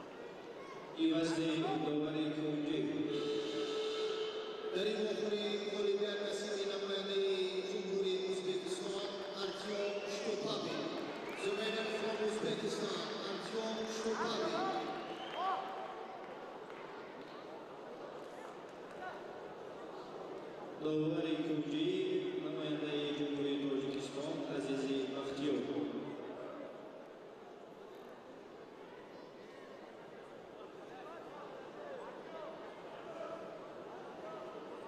Vishwanyaka, representative of Russia, Tursunov Ali, Vishwanyaka, representative of Egypt, Omar Mohammed. اکنون دوستان عزیز باز یک رقابت دیگر از پهلوانان روس رو خواهیم دید. علی تورسونوف با یک تکی سفید است و علی در برابر حریفش از جمهوری عربی مصر است. باسیل ولی الدین عمر محمد با یک تکی سبز است و ببینیم اینجا چه اتفاق میافتد. ورزشگری روس از همون مرحله آمادگی یا گرفتن به نظر می رسد که یک ورزشگری با تجربه هست، اما ورزشگری مصر هم تمرین کرده به نظر می رسد. ورزشگری ماهر به نظر می رسند هر دو ورزشگر، اما این گونه پرتاب های جذاب کمری و بالای شانه اگر حلال باشد کار ورزشگر مصر تمام هست و ورزشگر روس به مرحله سوم خواهد رفت. اما داوران اینجا پهلو دادن. پهلو هم امتیاز اگرچه ناکامل باشد ولی ورزشگر روس احتمال دارد که تواند یک بار دیگر چنین پرتاب های جذاب و دیدنی رو با اجرا درآورد و امتیازش رو کامل کند. یک بار دیگر ببینید سریعیت پرتاب زیبای بالای شانه ورزشگر روس و او به مرحله سوم می رود. خیلی ماهرانه و عالی به نظر می رسد که علی تورسونوف بسیار ماهرانه تمرین کرده است و با اینجا با آمادگی کامل آمده است. علی تورسونوف ورزشگر ماهره که واقعا استعداد فوق‌العاده از خود به نمایش گذاشت. نوارهای سوس کرده شده رو هم اکنون استاد زیا منظور ما خواهد کرد و میبینیم که چگونه این حرکات جذاب و دیدنی صورت گرفت. عالی، خیلی جذاب و هر دو پرتابه که اتفاق افتیدن. ببینید جفتی آستین قپیدن، کمر حریف و این وسیله وارد شدن با وسیله کمر و اجرا کردن اصول پرتابی سر شانه. با زانو هم زد، با جفتی زانو بالای گلم نشست، بعدا اجرای اصول کمری را ماهرانه با اجرا در آورد. خیلی عالی. اکثرا اصول های پرتابی سر شانه خوب بودن امروز.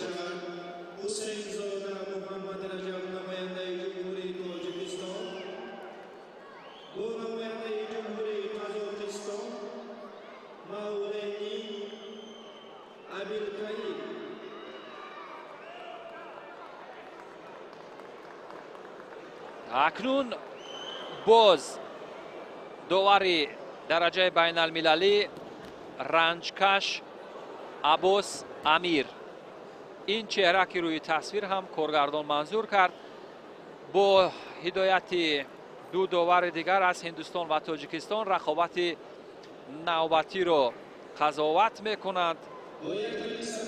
با لباس های سفید از تاجیکستان این حسین زاده محمد رجب و هماوردی او از قزاقستان مولنین ابیلکایر.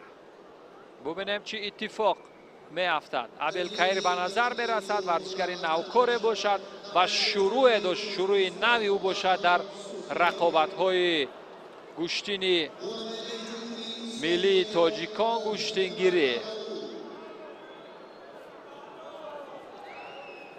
اکنون در همان لحظه اول نخستین شده به رقابت پرداخت یا به اجرای اصول پرداخت ورزشگر تاجیکستانی.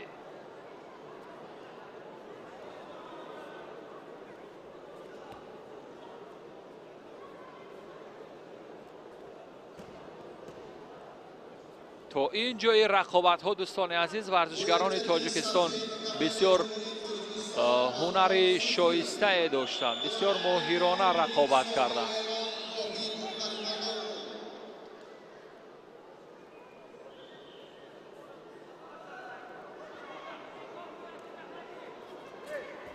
و یک پایزنی سریع رو ببینید چگونه است. سوی ورزشگر قزاقستان یک بدن به ارمغان میارند. تکنیکای پای ها هم امروز واقعا کاری خوب و شایسته داشتند. به وسیله پای ها بسیار ماهرانه عمل کردند.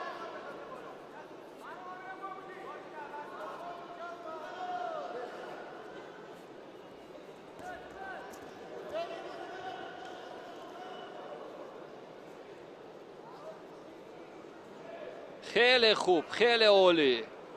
سالن برگزاری مسابقات یا نشستگاه مجمع ورزشی این مسابقه علاقه ملامال از ورزشگران، از مخلصان هست، هواداران هست.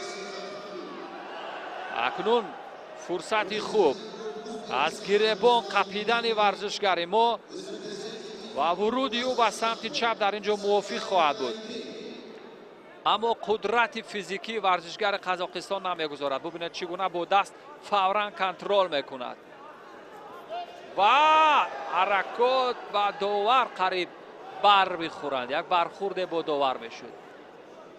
صدرالدین عابدو و دیگر شخصیت های محبوب و تاثیرگذار در رشد گوشتین ملی، گوشتین سامبو و گوشتین جودو در تاجیکستان از سالن برگزاری مسابقات را تماشا دارند. خیلی مسابقات عالی و واقعا جهانی را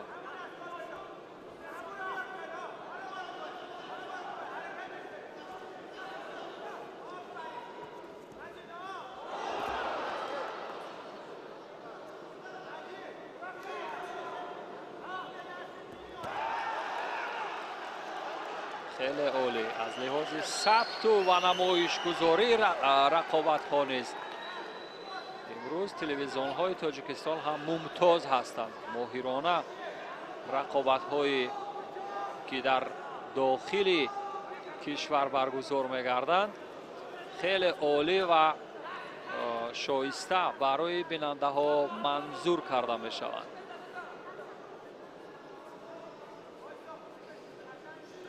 بسیار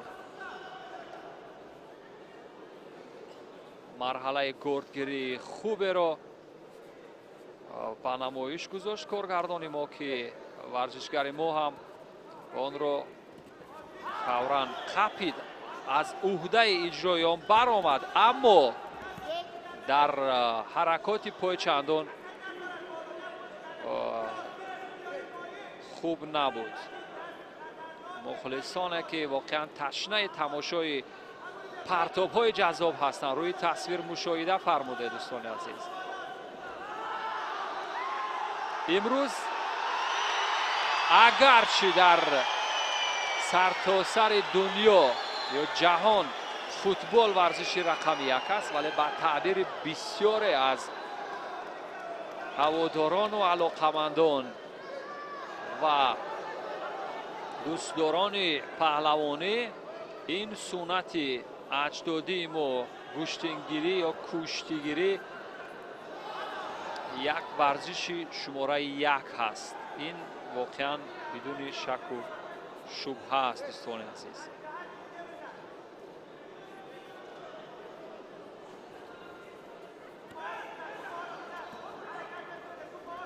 یک دقیقه دیگر تا پایان وقت اساسی هر دو پهلوان با داشتن یک بدن از خود درک دادند تا اینجای رقابت ها.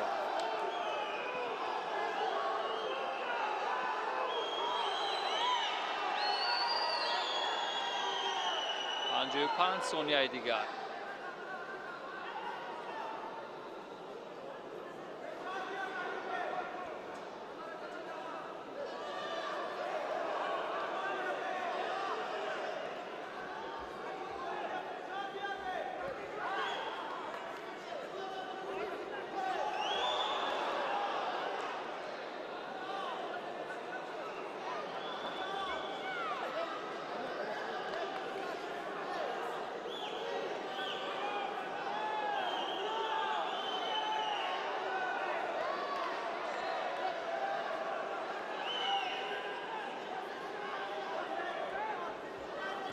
سلوک معمولی بیرونی ورزشگر ازبکستان، ولی حرکات بسیار خطرناکی داشت که به سلامت ورزشگر بتوانست آسیب رساند.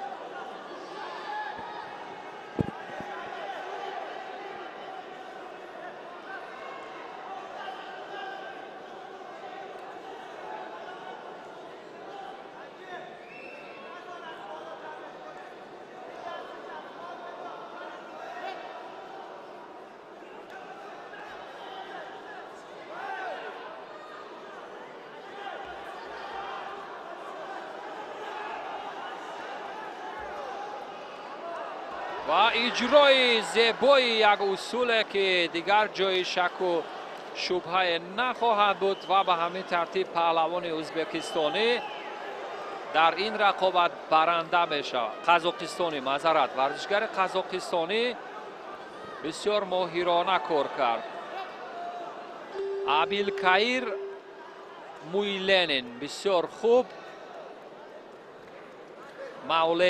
مولنین بسیار خوب کار کرد، در دقیقه های اضافی کار را تمام کرد و از اینکه ورزشگران کشورهای آسیای مرکزی هم بسیار ممتاز هستند در رشته های پهلوانی، از این خاطر برای ورزشگر ما مشکل بود. ورزشگر ما هم یک ورزشگر تازه کار بود در صحنه رقابت های بین المللی.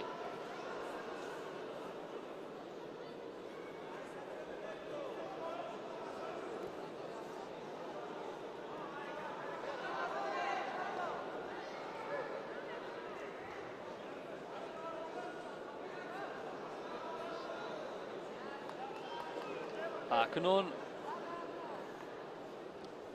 لحظات یا فرصت هایی که نوارهای جالب سوس کرده شده رو منظوری شما میکنیم دوستان. ببینید چگونه به وسیله پای بیشتر ورزشگر قزاقستان کاری خوبی داشت. ورزشگر ما هم توانسته بود که با یک بدن نتیجه رو برابر کند، ولی در دقیقه های اضافی یک امتیاز کامل خوبه داشت و به همین ترتیب در آخرین فرصت از وقت معمولی ورزشگر قزاقستان برنده شد به مرحله سیوم رقابت ها می رود.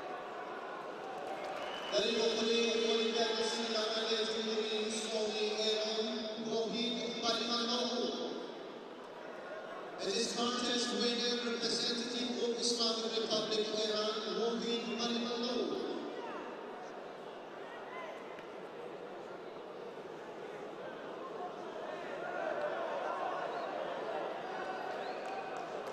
سمندر محمدی داوری درجه بین المللی از جمهوری تاجیکستان این رقابت ها رو داوری میکند. این چهره که روی تصویر مشاهده میکنید واقعا از زمانی نفوذ بین المللی گرفتن فدراسیون جهانی گوشتنگیری یا گوشتنگیری ما شخصیت هایی که واقعا زحمت کشیدن برای رشد گوشتنی ملی ما. اکنون امرالله حمیدی از افغانستان در برابر هماوردش از ازبکستان قرار میگیرد. ورزشگر ازبکستان نیز مرحله اول آزاد بود. اکنون ببینیم اینجا چی اتفاقی خواهد افتاد.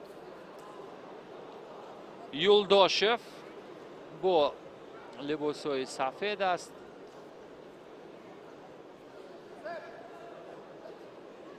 دلشادبک یولداشف.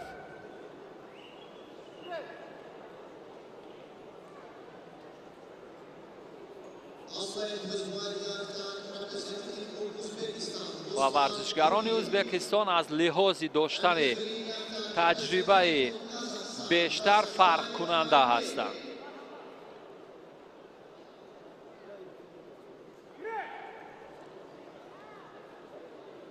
حرکات جذاب را ببینیم کدامه نخستین شده به اجرا در میارد. پرتاب سر شانه.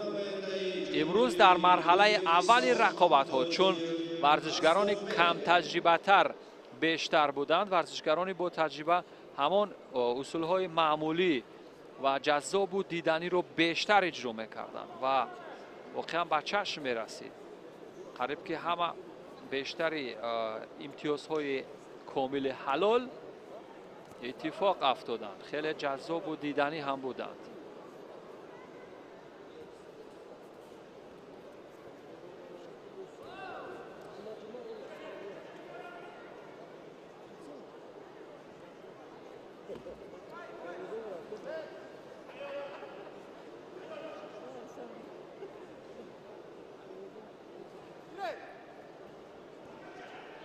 بیشتر از کمتر از 2 دقیقه وقتی معمولی پشت سر شده، اما تا اینجا کسی از ورزشگران اجرای اصول و بالاخره ببینه در حالی که انتقاد میشد از ورزشگران فوراً امتیاز کامل حلال اتفاق افتاد از سوی ورزشگر ازبکستان یولداشوف. خیلی ماهرانه دلشادبک یولداشوف یکی از جذابترین اصولهای دیگر گوشتین رو رقم زد و به مرحله بعدی رقابت ها می رود. خیلی عالی بود حرکاتی ورزشگر ازبکستان.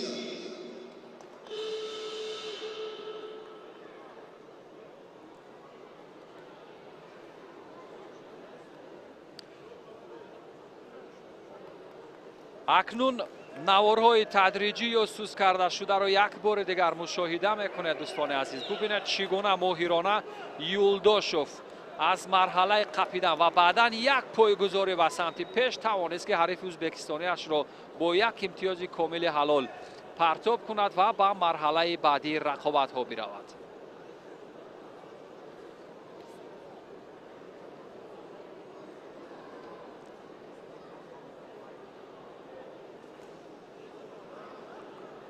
The right to deliver control last night on 65 kilo.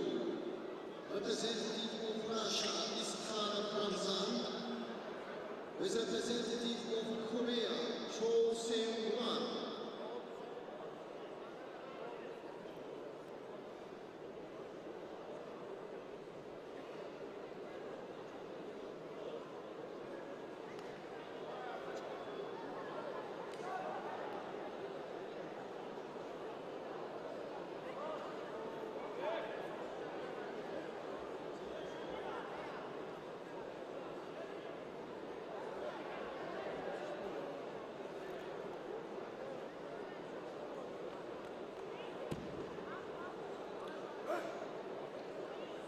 With white jumper, representative of Russia, Gurjev Uyalin.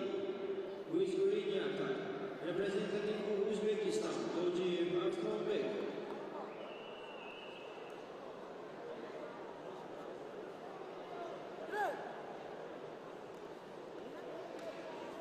یک دیگر از رقابت‌های جذاب و دیدنی جایی که اسلانبک در برابر هماوردش از فدراسیای روسیه رقابت میکند. ولی کورژیف ورزشگر فدراسیای روسیه در برابر هماوردش از ازبکستان. اسلانبک در مرحله اول هم بسیار جذاب و دیدنی با حرکات فنی حریفش را اسدی را برداشته بود. و ببینیم اکنون اینجا که در برابر ورزشگر با تجربه هست چی اتفاقی خواهد افتاد. شور و هیجان مخلصان هم خیلی زیاد هست.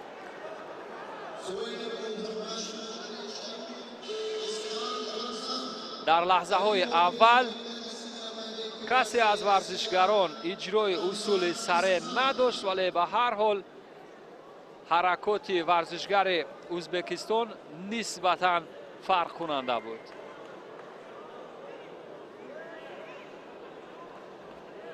و یک بار دیگر همان اصول معمولی حلوک داخلی را دیدیم که به اجرا در آمد، ولی چندان ثمرناک نبود.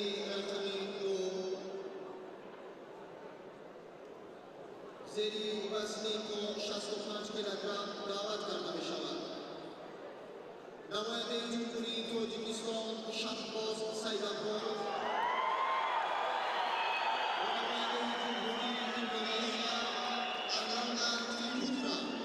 یکی از ورزشگرانه که از رقابت‌های داخل جمهوری ما تجربه بایی دارد. ورزشگر ازبکستان ارسلانوف در سال 2019 هم از جام پرزیدنت جمهوری تاجیکستان مدال طلا گرفته بود و در سال گذشته هم در مسابقات بین المللی بسیار ماهرانه اشتراک کرد در همین مسابقات جام رئیس شهر دوشنبه و اکنون در برابر حریف روس هم بسیار ماهرانه عمل میکند. کارش تا اینجا خوب هست.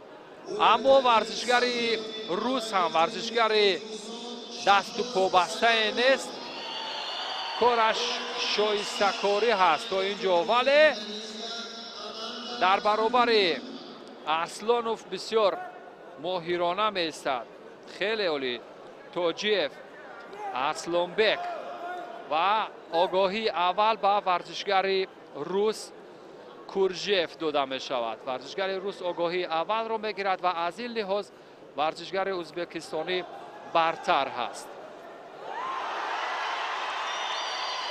شور و هیجان مخلصان همان در صحنه رقابت ها زیاد است و اجرای اصول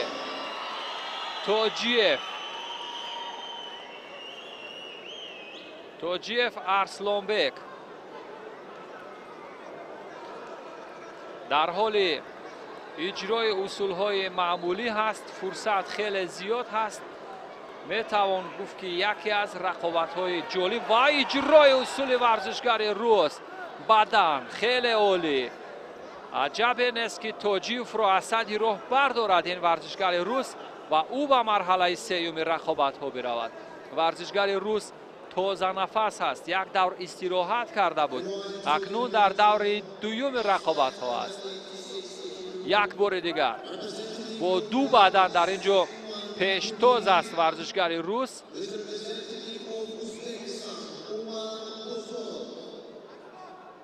ولی کورژیف اکنون با جابجا گذاری کمربند یک نوع استراحت خواهند کرد، یک نفس تازه هم خواهند گرفت و آیا ارسلانوف توانی بازگشتن بر رقابت رو دارد یا نه؟ اگر توانی بازگشت بر رقابت رو داشته باشد پس باید نتیجه رو برابر کند، حداقل بدن یا دو بدن رو جبران کند. اما از ارسلانوف میتوان پرتاب های جذابتر از بدن، پهلو یا امتیاز کامل حلال را انتظار شد. به این ترتیب یک بار دیگر اجرای اصول از سوی ورزشگر روس را مشاهده فرمودید. اما اتفاقی چندان خوب نیفتاد.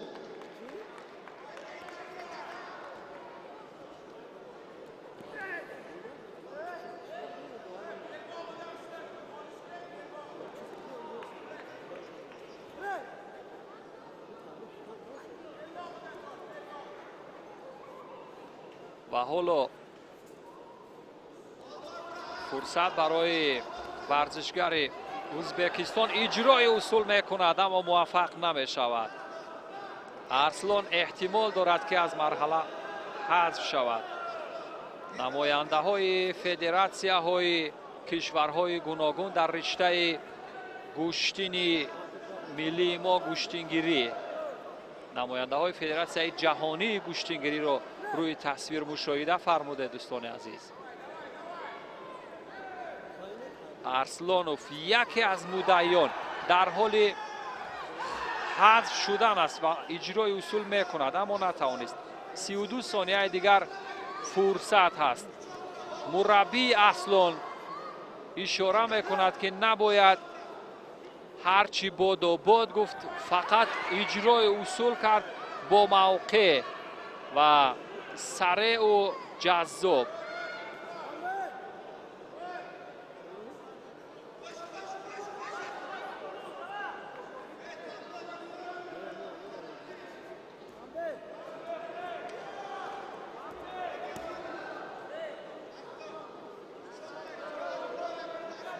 نماینده های فدراسیه روسیه که در مسابقات گوشتینگیری ما حضور دارند، بسیار مخلصی و تشویق دارند هم تیم خود رو یا هم وطن خود رو. ثانیه های بشمار. ارسلان توجیف چندان شانس و یک پایزنی جذاب ورزشگر روس باعث باز یک بدن دیگر میشه. با دو بدن یک آگاهی در اینجا ورزشگر روس پیشتاز هست. ولی کورژف اکنون ببینید فرار میکند. 3 ثانیه 2 ثانیه یک بار دیگر هم حرکت میکند. یک و از 144 ثانیه فرصتی که برای توجیف هست این بسندگی نخواهد کرد. به همین طریق یک دیگر از مدعیان برای رسیدن به نشان یا مدال در این مسابقات همین توجیف ارسلان قول بود که نتوانست از صد حریف روسی خود بگذرد و ورزشگر روس ولی کورژف در این مرحله برنده می شود و او به مرحله سومی رقابت ها می رود. ورزشگر ماهر با استعداد که واقعا یکی از حریفان سرسخت رو از صدی رو برداشت.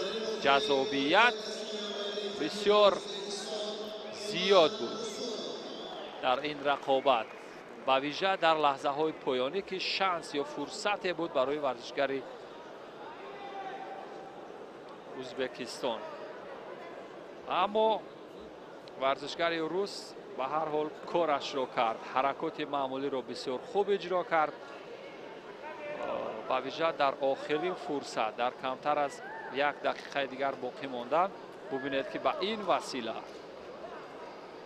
اجرای اصول کرد. به همین ترتیب دوستان عزیز مرحله دوم رقابت ها نیز در حال تمام شدن هست و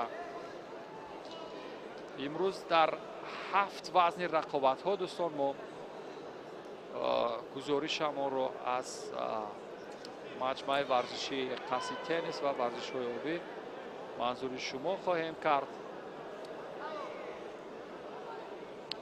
و اینک باز نماینده های فدراسیون جهانی گشتنگیری از فدراسیون روسیه یا از روسیه در سالن برگزاری مسابقات حضور دارند یا رقابت ها را از نزدیک تماشا دارند. داوران هم عوض میشند یا تغییر داوران هست و داور مرکز از آذربایجان رقابت ها رو قضاوت میکنند و سعیدجان حیدر از تاجیکستان در برابر حریفش از رومانیا.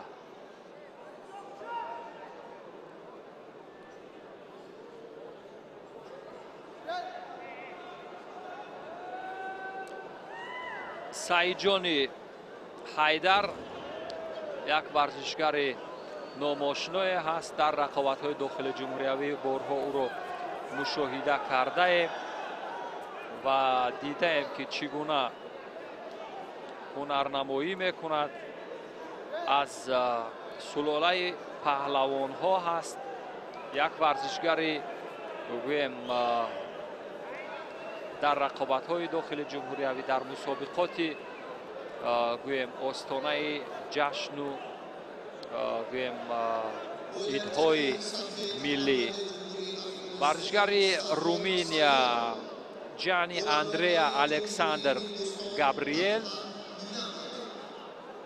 چندان در برابر ورزشگر ما از مرحله های آغاز قپیدن خوب وانمود نمیشد ولی در رومانیا همین تا چند سال آخر گشتین جودو خیلی توسعه یافته است، خیلی رشد کرده است.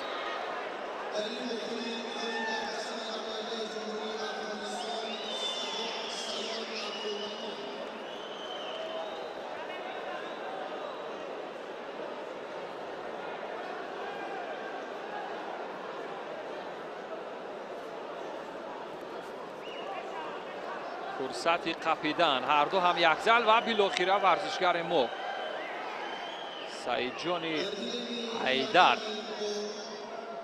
موهیرانا اجرای اصول کرد فوراً.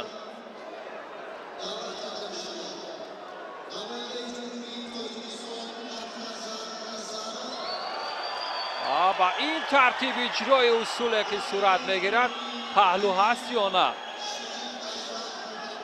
داور پهلو داد. بله، موهیرانا ورزشگر ما سعید جان حیدر در یک رقابت نفسگیر توانست که اجرای اصول کند و تا رسیدن به یک حرکات جذاب و دیدنی.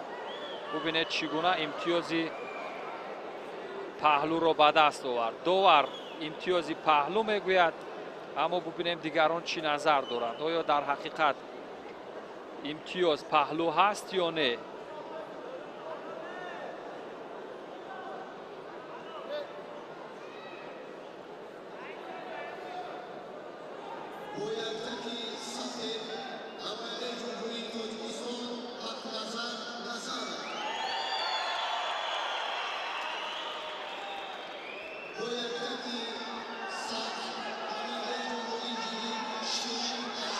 یک پرتاب جانانه دیگر و باز هم کمر و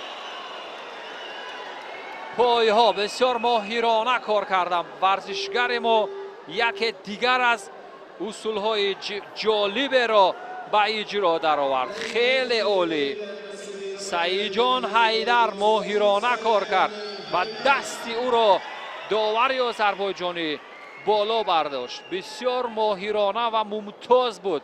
در یک رقابت نفسگیر خوب کار کرد. در مدت 2 دقیقه حریفش را از صد راه برداشت و اکنون نوارهای سوست کرده شده را یک بار دیگر میبینیم چگونه همین لحظه پرتاب جالب و دیدنی بود. به این وسیله خیلی عملکرد خوب و یکی از پرتاب های خاطرمان این رقابت ها را حکاکی کرد. واقعا ببینید چی اصول زیبای کمری، هم از کمر حریف بسیار به مورد وارد شد و هم اصول کمری را بسیار خوب اجرا کرد. به همین ترتیب یکی از عملکردهای واقعا جالب این مسابقات اتفاق افتاد. خیلی عالی، ماهرانه، عجب شاهکار کرد.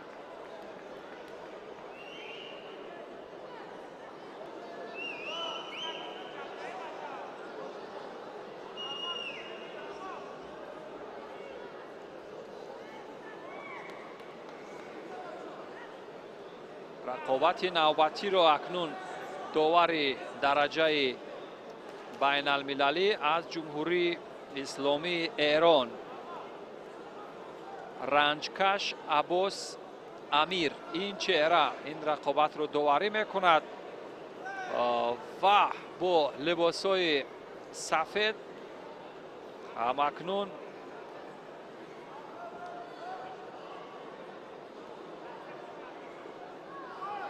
ورزشگر تاجیکستانی خواهد ایستاد. ورزشگر آلمان ولاد پالاماسکوس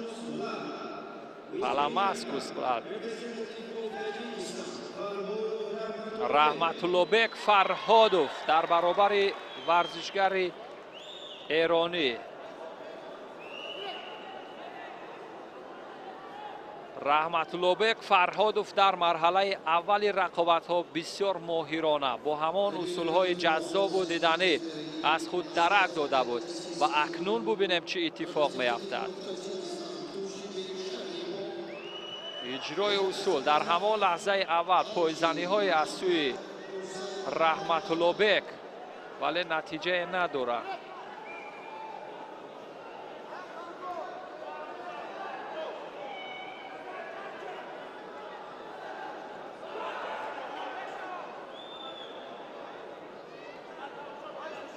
ورزشگران آلمان هم در رشته های گوناگون پهلوانی توسعه یافتند ولی ببینیم در گوشین ملی تاجیکی کشتیگیری چگونه هنرنمایی میکنند. چگونه هنری از خود به نمایش میگذارد. یک دور استراحت کرده بود و اجرای اصول جذاب بار دیگر یک پهلو به نمایش میگذارد. یا کامل امتیاز حلال است. رحمت الله بیگ چی باشد؟ رحمت الله بیگ میگوید باید مشاهده کرد که نوارهای تدریجی را، بله، از کارگردان ما خواهش میشد یک بار دیگر همان لحظه های تکرار نوارهای سوس کرده شده رو ببینیم. از همین پرتاب جذاب رحمت الله بیگ از یک دست این اتفاق افتاد. از این حلال بهتر نخواهد بود. بله، داور اولا غلط کرد و بعدا با دیدن نوارهای سوس کرده شده امتیاز کامل ایپان را رقم زد. خیلی ماهرانه و خیلی جذاب و دیدنی بود. عجب استعداد از خود به نمایش گذاشت رحمت الله بیگ فرهادوف. این چهره ورزشگر تاجیکستان در دسته وزن 78 کیلوگرم. این نوارهای تدریجی، صحنه های سوس کرده شده رو باید دید از زاویه های گوناگون. ببینید چگونه همین زاویه خوب بود که از نواربردار، از تصویر نواربردار کشتیگیر نگریخت. بعضا بسیار حالت ها میشد که در تصویر نزدیک میگریزد اجرای اصول. و به همین ترتیب دوستان عزیز یک دیگر از جذابیت گوشتین ملی به همین وسیله از پرتاب رحمت الله بیگ به اجرا در آمد و رحمت الله بیگ به مرحله سیوم رقابت ها می رود.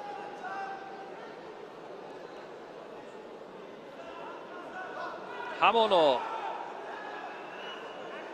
در سالن برگزاری مسابقات دوستان عزیز هواداران و علاقمندان خیلی زیاد هستند و ببینیم در مرحله بعدی رقابت ها چی اتفاق می افتد.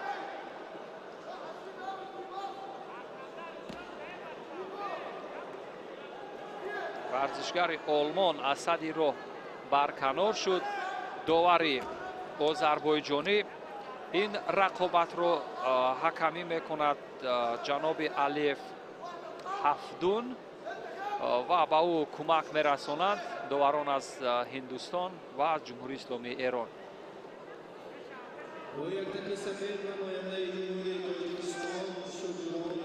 و شکرانوف قایم یک دیگر از دستپروران کلوب ورزشی وستن در برابر هماوردش از ازبکستان قرار میگیرد. ورزشگر ازبکستان یکی از ورزشگران ماهر هست. شکران قایموف هم ورزشگر با تجربه هست، ولی ورزشگر ازبکستان که ورزشگر ماهر هست ببینیم چی اتفاقی میافتد در اینجا.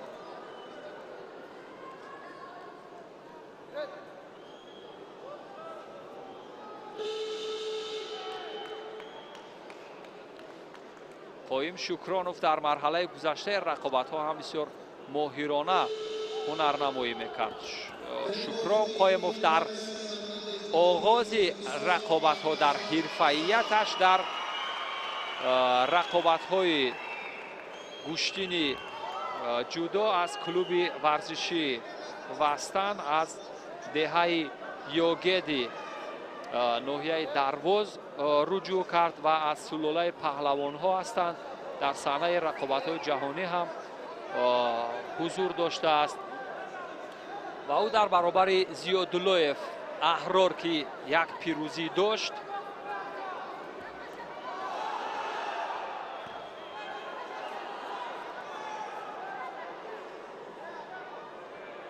و به همین ترتیب زیاداللهف که ماهرانه عملکرد شایسته داشت در رقابت‌های گذشته ببینیم چی اتفاق میافتد.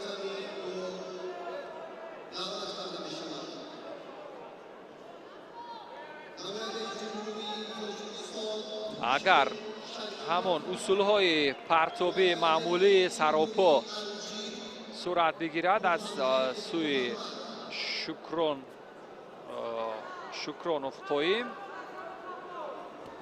جالبتر و جذابتر خواهد شد رقابت. اما ورزشگران ازبکستان در بهترین شرایطی ممکن تمرین میکنند. آنها هم ورزشگران دست و پا بسته نیستند.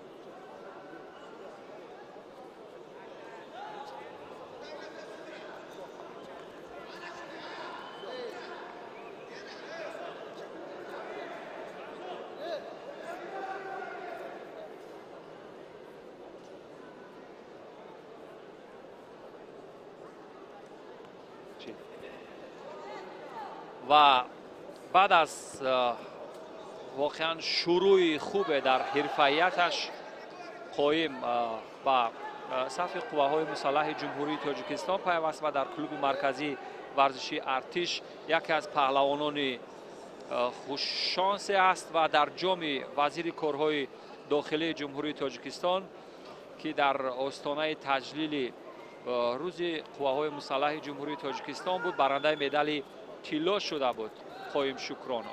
و امروز اکنون ببینیم در مسابقه جام شهرداری چگونه هنرنمایی میکند. به نظر میرسد که جفت پهلوان هنر و استعداد خوب دارند. یک آگاهی به ورزشگر تاجیکستان با دلیل کمکاری، اما ما کمکاری او را مشاهده نکردیم. خیلی خوب عمل میکرد. عملکردش ماهرانه بود.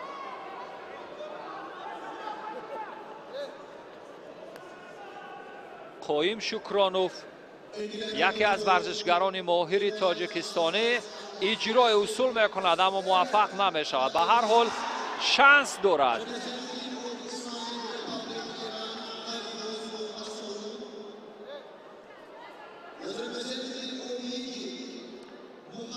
رقابت‌های پنجمین مسابقات جهانی یا بین المللی جام رئیس شهر دوشنبه با مرام در پایتخت تاجیکستان در حال پیگیری هستند یا در جریان هستند و ورزشگران تاجیک هم در حال درخشندگی در این رقابت‌ها هستند.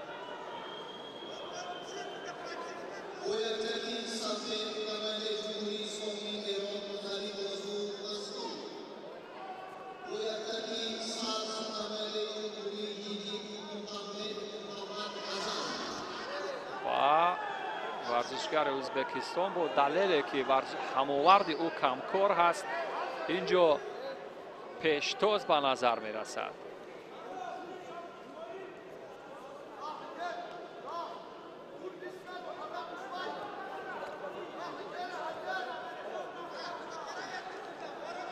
فرصت هست برای پرتاب کردن یا اجرای اصول، اما از همان فرصت یا موقعیت ها چندان استفاده کردن نمیتوانند.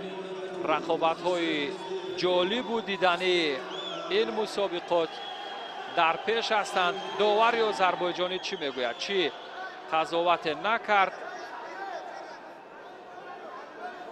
و به همین ترتیب در یک رقابتی مشکل گذر قایم شکرانوف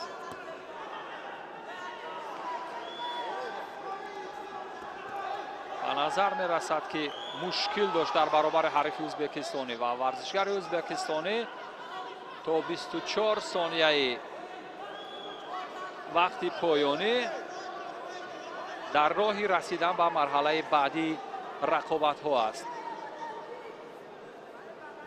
فرصت خیلی کم مانده، فرصت خیلی کم مانده برای قایم شکرانوف.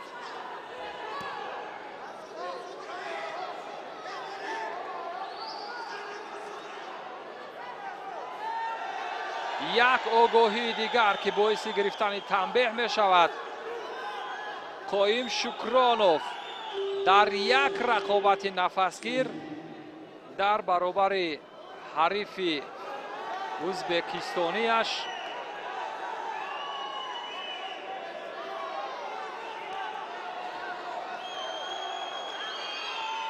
بله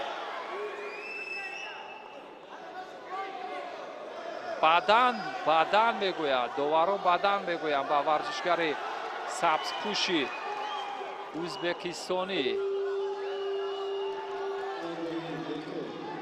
نه اوگوهی دیگر 3 دقیقه زمان اضافه برای ورزشگرانی که فعلا رقابت میکنند.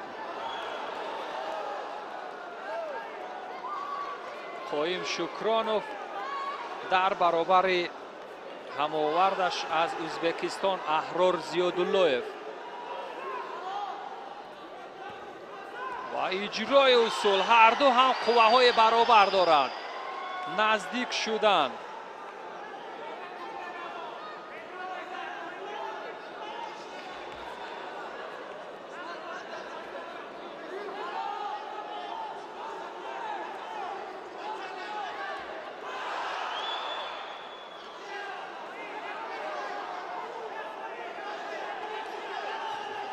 و مربیانی که در حال مشوش هستند، ورزشگرانی که بسیار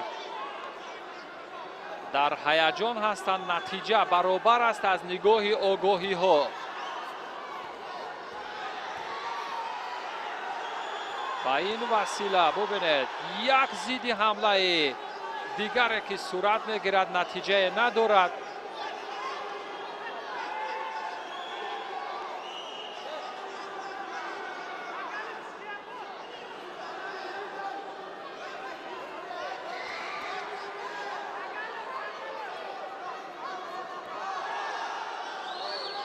و به نظر می رسد که در برابر ورزشگر ازبکستان قایم شکرانوف هم کار کردن نمیتواند. به هر حال فرصت هست، فرصت ها رو باید خوب استفاده بود.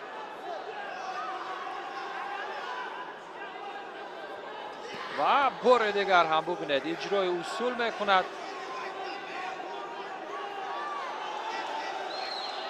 ورزشگران در حال با اجرا در آوردن اصولها با مشکل دچار می شوند.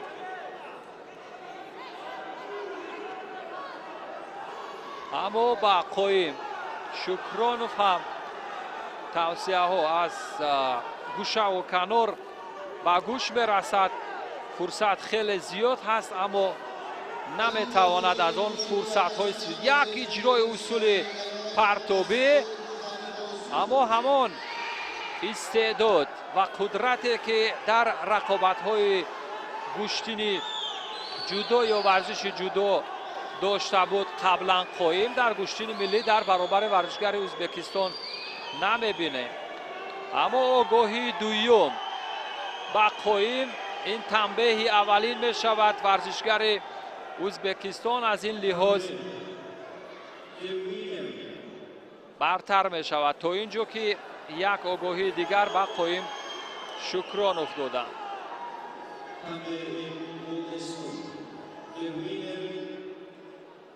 بله، ورزشگر ازبکستان با دلیل اینکه هماوردش قایم شکرانوف بازنده می شود در این مرحله از رقابت پیروز می شود و او به مرحله سیومی رقابت ها می رود. و حالا ورزشگران از کشور قزاقستان و تایلند به صحنه رقابت حاضر خواهند شد.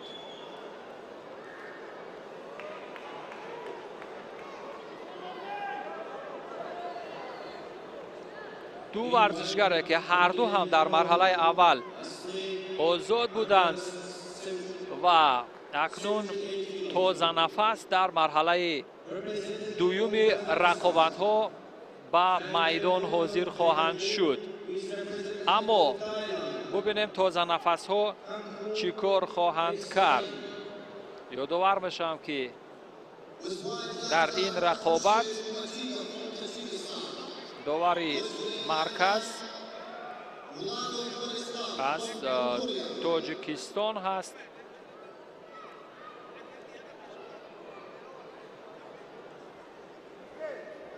و دو داوری که به او کمک میکنند، یکی از هندوستان و دیگری باز از تاجیکستان. و اکنون دوستان عزیز یادآور میشم که با لباس‌های سفید که همکنون داوری تاجیکستانی با دست اشاره میکند از کشور قزاقستان، این بکادیل شایمردینوف است و با یک تک سبز باشد از تایلند اکسکارین کامخون هست. خامخون ورزشگری که تازه کار هست و ببینیم نتیجه چی خواهد شد. از کشورهای آسیای شرقی واقعا کمتر ورزشگران رو مشاهده کرده ایم که در صحنه رقابت‌های حتی همان کشتی جودو هم ماهر ظاهر شده باشند. و یک پایزنی در همان لحظه اول ورزشگر قزاقستان رو غالب میکند و او واقعا در مدت 24 ثانیه این امتیاز کامل حلال رو رقم میزند و به مرحله بعدی می رود. واقعا جذاب و دیدنی بود. نوارهای سوس کرده شده رو ببینیم. بعد دوستان عزیز و ادامه رقابت هم خواهیم پرداخت. ببینید چگونه این بکادیل شایمردینوف عادی ترین حرکات رو استفاده کرد در بخش پایزنی. با پای راست اول خواست به سمت چپ حریف را حمله دهد ولی به سمت راست ضربه زد و یکی از اصولهای جذاب و دیدنی ساده ولی در نوبت خود بسیار مرکب اجرا درآمد و ورزشگر قزاقستان پیروز شد و به مرحله سوم رقابت ها می رود. در همین جا بیننده های عزیز گزارش مستقیم ما از شبکه تلویزیونی دوشنبه و همچنین ورزش جریان دارد. اینجا کریم خان بگمت به شما خیر خوش میکنند و نوبت رو به همکارم سربان میدهم.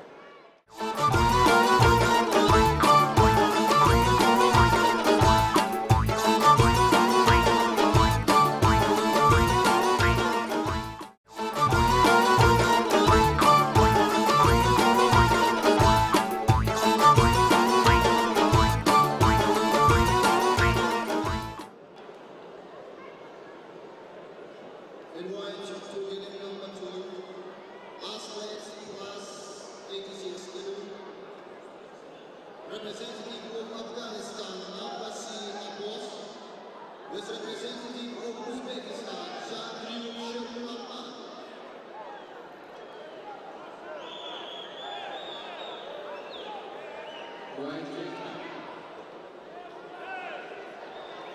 بار دیگر با شما درود میگوییم تماشابینان گرامی.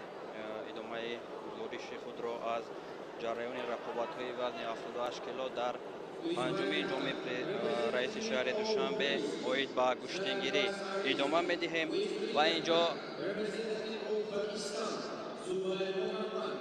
رقابت محمد زبیر از پاکستان با زرکاس آریس از کشور گریتسیا آغاز می شود. داور مرکز در اینجا داور تاجیکستانی است و اینجا یک پرتافت از جانب ورزشگر گریتسیا بود که در اولین عملکردش بدن بهاگذاری کرده شد و رقابت باز یک پرتافت زیبای دیگر بود که با همین پرتافت توانست زرکاس آریس از کشور گریتسیا در دقیقه اول رقابت پیروزی را مال خود نماید و همینطور او راه میگیرد به مرحله بعدی و در رقابت بعدی با ورزشگر جفتی ورزشگران از کشور ایران و تاجیکستان میان بگیجان ایبرانی یا احمدزاده رامین صورت میگیرد که غالب این جفت با ورزشکار گریتسیا در سبقت بعدی رقابت میکنند.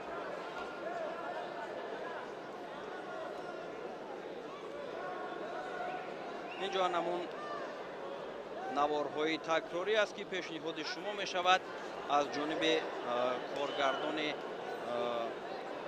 ما زیا سفرов و اینجا طوری که هم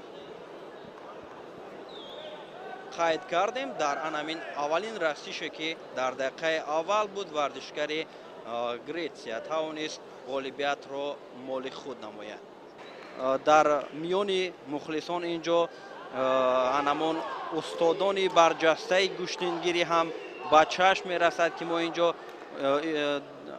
در روی اکران دیدیم که یکی از مربیان شناخته ما براتف روی اکران بود و رقابت بعدی در وزن 78 کیلو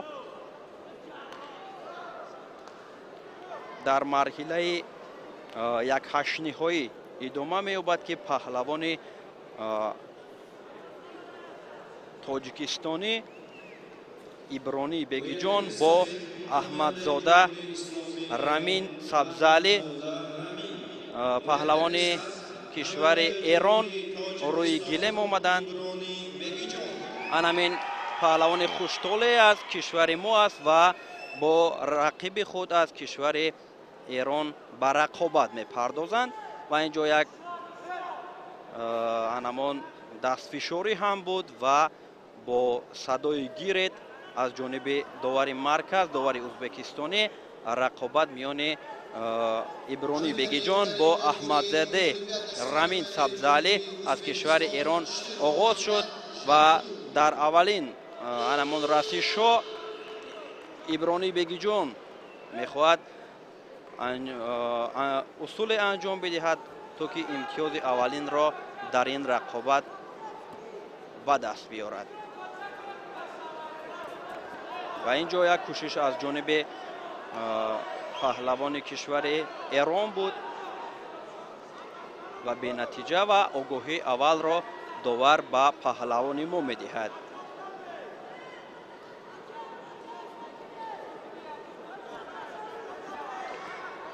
دقیقه اول رقابت هم آهسته آهسته پشت سر می شود و اینجا یک کوشش از جانب بگیجان هم به چشم رسید. باز کوشش میکند در اینجا بگیجان که انجام اصول نماید.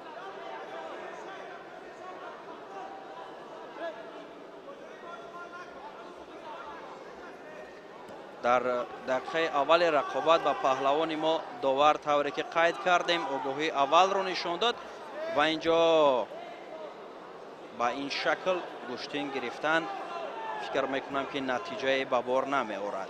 به همین خاطر باید همان اصول را تا به آخر انجام داد.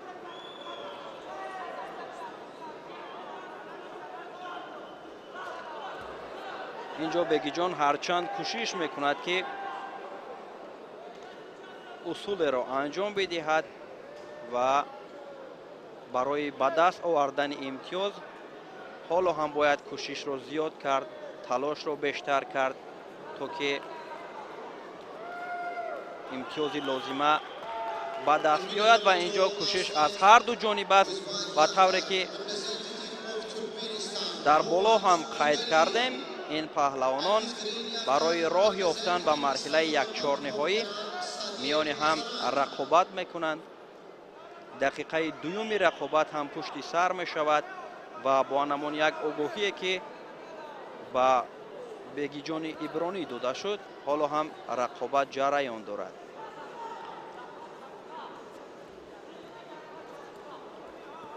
اینجا کوشش کرده ایستاده است که پهلوان ما که امتیاز به دست بیارد ولی که در اینجا با چنین شکل امتیاز آوردن بسیار مشکل می شود چون که باید عملکرد رو تا به آخر انجام داد. کمکاری در پهلوان ایرانی به چشم می رسد و کوشش هم زیاد است از جانب پهلوان و اینجا یک پرتافت بود که از جانب داور مرکز امتیازی بدن بهاگذاری شد.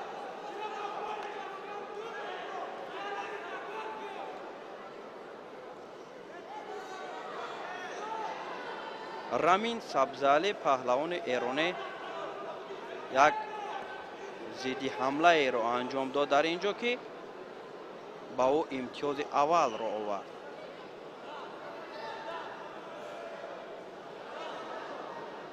همین پرتافت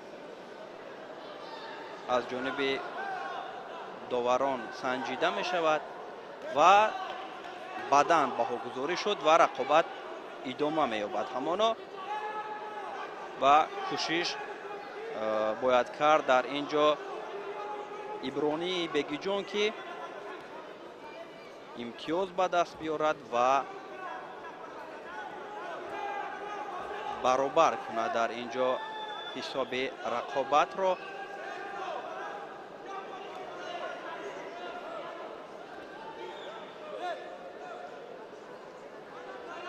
داور گیرت صدا میکند. دقیقه سیومی رقابت، دقیقه سیومی نیروسنجی میان این دو پهلوانان جریان دارد و با یک بدن و یک آگاهی هر دوی پهلوانان تلاش بهر پیروزی کرده ایستادند و غالب این جفت در رقابت بعدی با پهلوان گریتسیا رقابت میکند و اینجا یک پرتافت دیگر را پهلوان ایرانی باز انجام داد که از جانب داور بدن بهاگذاری شد و با دو بدن پیشرفت می شود پهلوان ایران.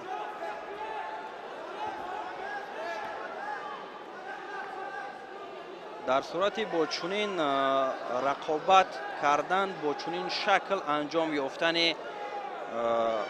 همین دیدار، غالبیت نصیب پهلوان مهمان می شود و اینجا باید کوشش های زیاد را به خرج بدهد پهلوان ما.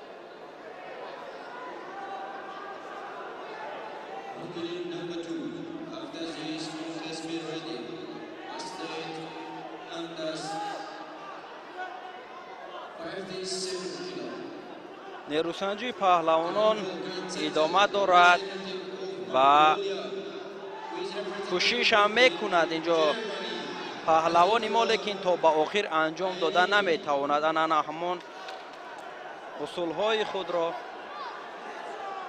و اینجا نشان داده می شود که پیران روزگار دیده ما نیز با تماشای پنجمین جام رئیس شهر دوشنبه تشریف آوردند و میخواهند که رقابت های جالبی کشتینگیری را از نزدیک ببینند.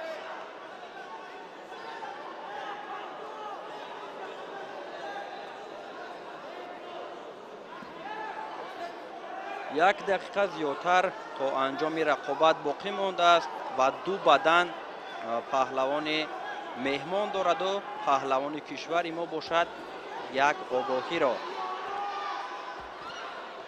در اختیار دارد و کوشش هم اینجا به خرج می دهد پهلوان ایرانی که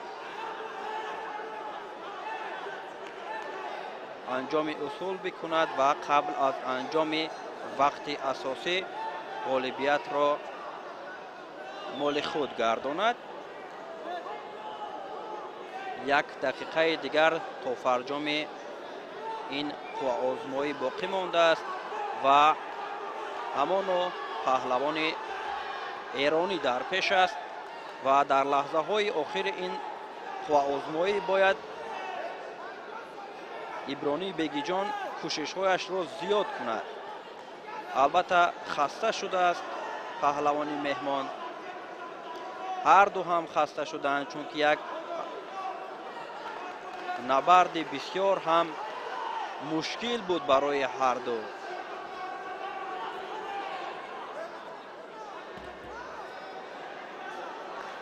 اینجا ابرانی بگیجان کوشش میکند و وقت هم کم شدن میگیرد. به همین خاطر در 30 ثانیه در اختیار داشته او باید هرچی باد و باد عملی را انجام داد.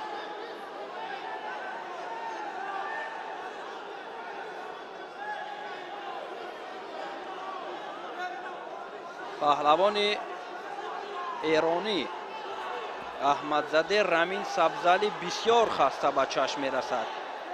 حتی از آن مرکز میدان هم بیرون می شود.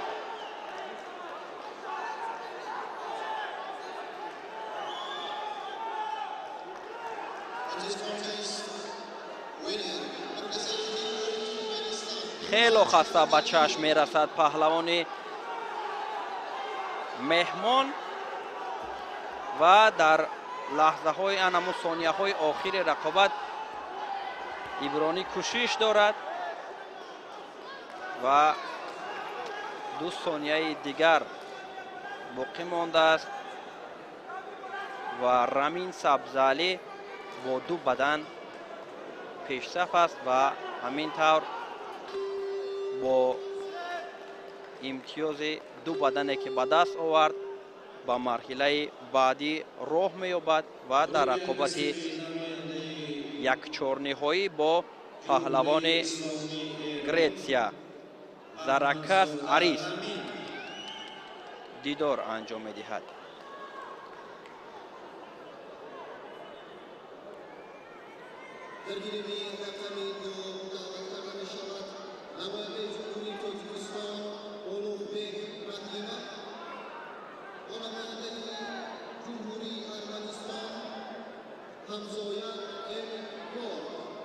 Invited representative of Mongolia, Ranbol Gansetsen, who is representative of Germany, Dorowski Daria.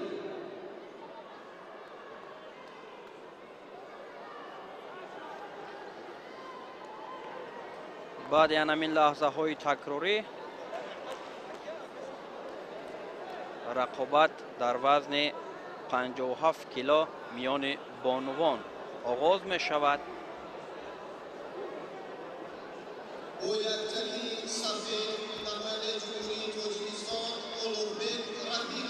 و ما رقابت بانوان را پیگیری خواهیم کرد. در وزن 57 کیلو نورسان هم به تماشای رقابت آمدند و اینجا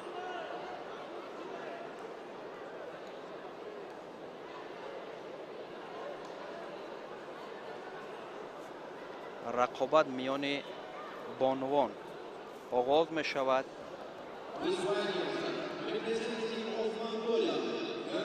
سمندر محمدی داور مرکز از تاجیکستان است و اینجا رقابت میان گامبولد گانسنسک از کشور مغولستان با دوروسکیچ داریا از گرمانیا رقابت را آغاز کردند و باید قید نماییم که گامبولد گانسنسک ورزشکار مغولستانی در سال 2023 در چمپیونات آسیا آید به گشتنگیری در همین میدان رقابت جالب نشان داده بود و سزاوار مدال طلا هم گشته بود و باید قید نماییم که این بانو تجربه بسیار هم کامل دارد در مسابقه های سطحی بین المللی و درخششی که سال گذشته در چمپیونات آسیا آید به گشتنگیری هم داشت. این گفته های ما را تصدیق میکند و اینجا رقابتی با پهلوان آلمانی داریا بسیار با شدت جریان گرفته ایستاده است و هر دوی پهلوانان تلاش دارند که در همین رقابتی که دایر کرده ایستادند غالب شوند و به مرحله بعدی راه بیابند. اینجا گامبولد یک کوشش انجام داد و از جانب داور مرکز سمندر محمدی امتیازی بدن بها گذاری شد و همینطور پیش صف می شود گامبول گنسنسک. In white, two-wheeler number 2, Aslan, class 86 kilo. Anton Rajov from Russia ادامه می یابد رقابت هر دو این with Safar Olim Shtoyer. ورزشکاران و کمی آسیب هم می بیند گامبولد و همه خوب است اشاره می کند و رقابت را ادامه می دهد.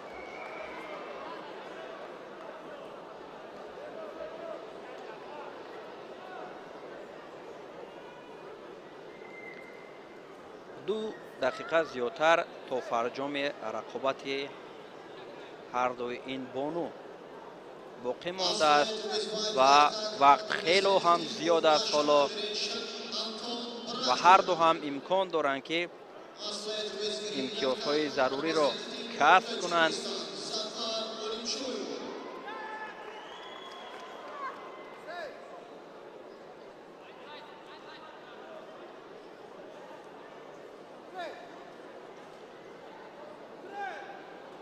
داور اشاره میکند گیرید و رقابت هم با مرام ادامه یافته ایستاده است.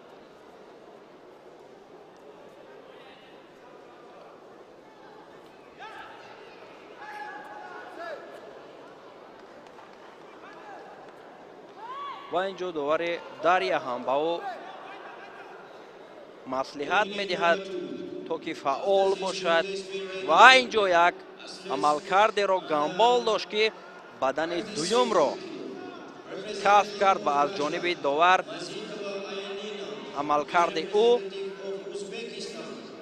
باز بدن بها گذاری شد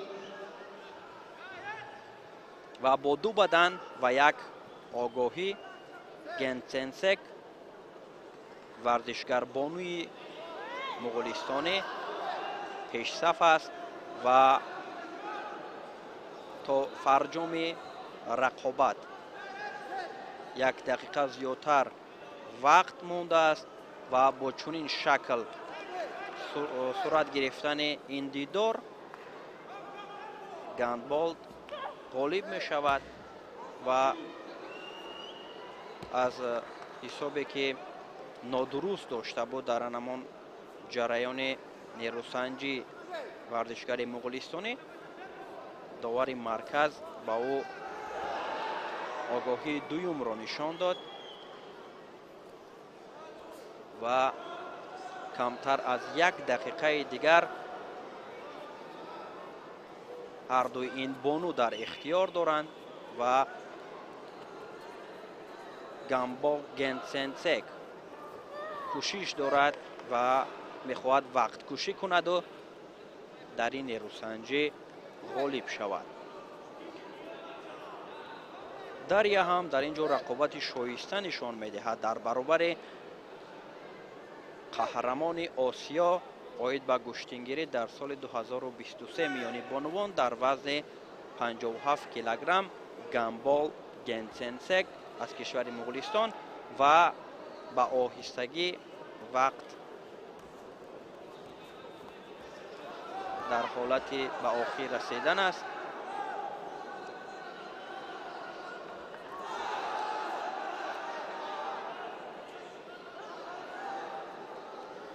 در یک کوشش میکند چون که وقت به آخر و اینجا یک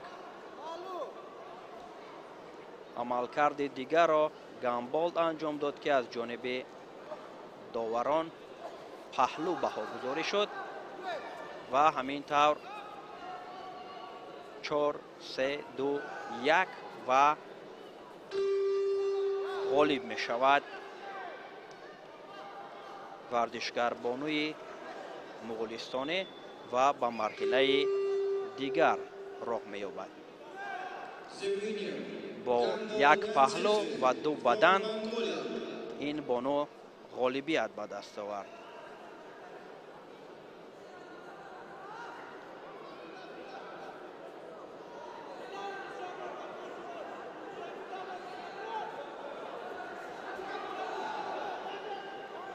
اینجا همان لحظه های رقابت از جریان رقابت گندبال گنسنسک با دریا از جانب کارگردان ما ضیاءالدین سفرов پیشنهاد می‌گردد و بعد از نوارهای تکراری ما به رقابت دیگر توجه خواهیم کرد.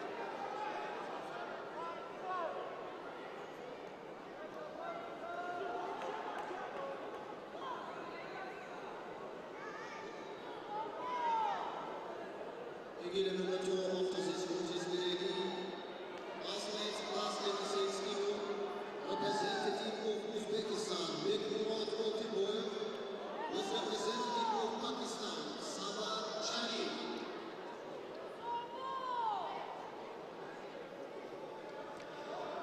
тамошобинони гиромӣ, рақобати навбатӣ миёни варзишгари кишвари Русия Мазитова Айлина бо Ортиқова Ҳилола дар вазни 57 кило миёни бонувон оғоз мешавад ва ғолиби ин ҷуфт ба марҳилаи баъдӣ роҳ мегиранд ва дар сабқати дигар бо гандбол нерӯсанҷӣ хоҳад кард.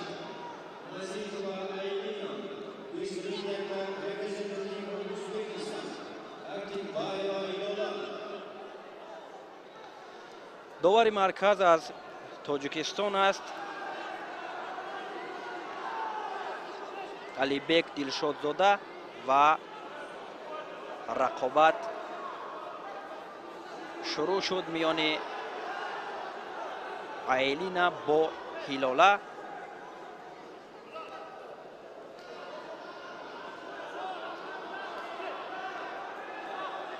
бояд қайд намоем ки дар чемпионати Осиё оид ба гӯштингирӣ Ҳилола иштироки фаъолона дошт.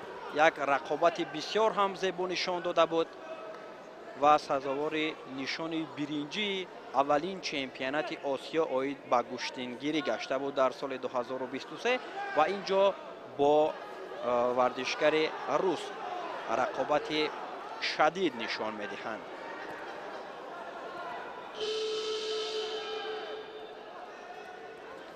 кӯшишҳо аз ҷониби Айлина ба чашм мерасад ва ӯ кӯшиш мекунад ки дар дақиқаҳои аввали нерӯсанҷӣ соҳиби имтиёз шавад.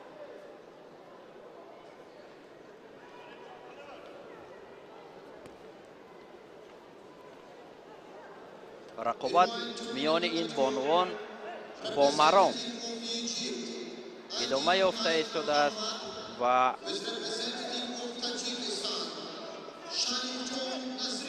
ин ду гулдухтарони хуштолаи вазни 57 кило барои роҳ ёфтан ба сабқатҳои баъдӣ талош карда истоданд.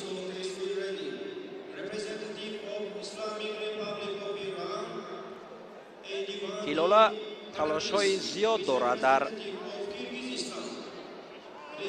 қувваозмоӣ айни ҳол доштааш ва имкон барояш даст намедиҳад ки соҳиби имтиёз шавад ва ин ҷо Мазитова ҳам мехост ки як партофтеро анҷом бидиҳад ва соҳиби имтиёз бигардад. аз ҳисоби камфаъолӣ Алибек Дилшодзода ба Ҳилола варзишгари ӯзбекистонӣ огоҳии аввалро нишон дод ва бо як огоҳие ки Ҳилола дар баробари Айлина дорад рақобати онҳо ва ин ҷо як амалкардеро Айлина дар баробари Ҳилола нишон дод ки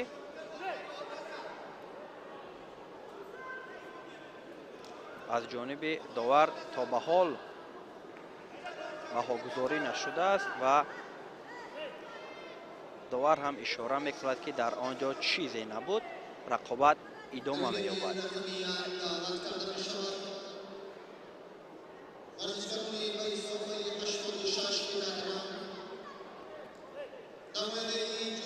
هر دوی این بانوان کوشش دارند، اصول هم انجام میدهند، لیکن و اینجا مزید و یک عملکرد بسیار زیبایی را در برابر هیلاله نشان داد و به نوارهای تکراری توجه میکنند داوران و میبینند که در اینجا پهلو بود یا اینکه حلال. در اینجا همین عملکردی رو که عائلی نداشت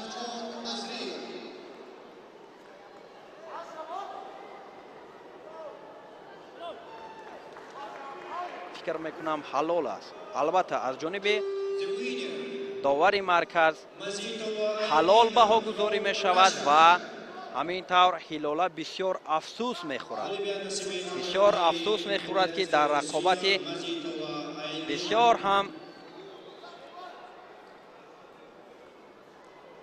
لازمه داشتهش برایش ناکام می شود.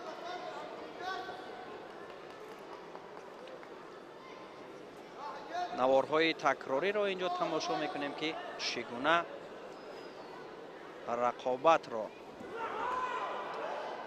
نشان دادن در اینجا هیلاله با مزیتوه.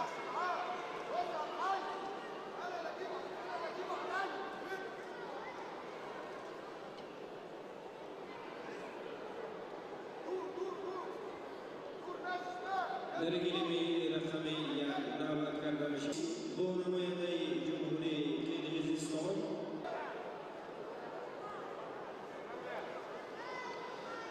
خوب رقابت دیگر در وزن 57 کیلوگرم میان بانوان آغاز می شود و ورزشگر کشور ایران ایدیواندی پاردیس با راسکولبک و آینا از کرگیزستان رقابت را آغاز میکنند.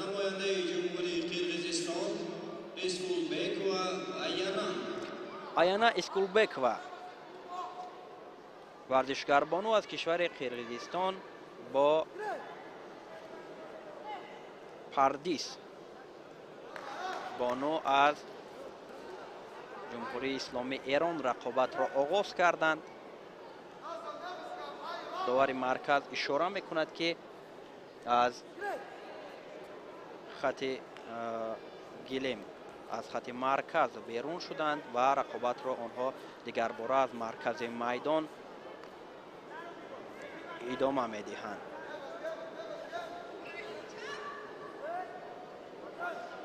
از جانب داور مرکز با همین عمل کرده که ایدیواندی پاردیس داشت بدن بها گذاری شد و ورزشگر کرگیزستانی هم تلاش دارد که امتیازی از دست دادهش را جبران کند.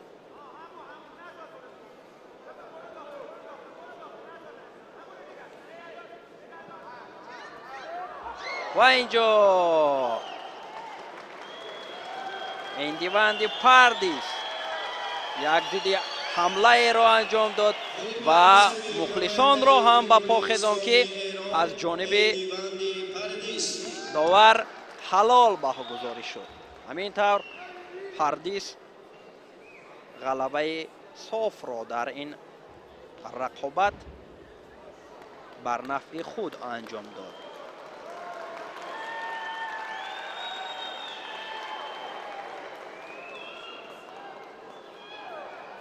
دعوت کرده می شود نماینده ایجیپت لمیه محمد حسن با نماینده از جانب تاجیکستان همکاران ما در اینجا لحظه های تکراری میان رقابت ایدیواندی پاردیس با رسکولبک و айна нишон дода мешавад ки чӣ гуна як рақобати зеборо ҳам паҳлавони эронӣ нишон дод дар ин ҷо ки ана ҳамин лаҳзае ки зидди ҳамларо дар ин ҷо нишон дод ӯро ғолиб гардонид.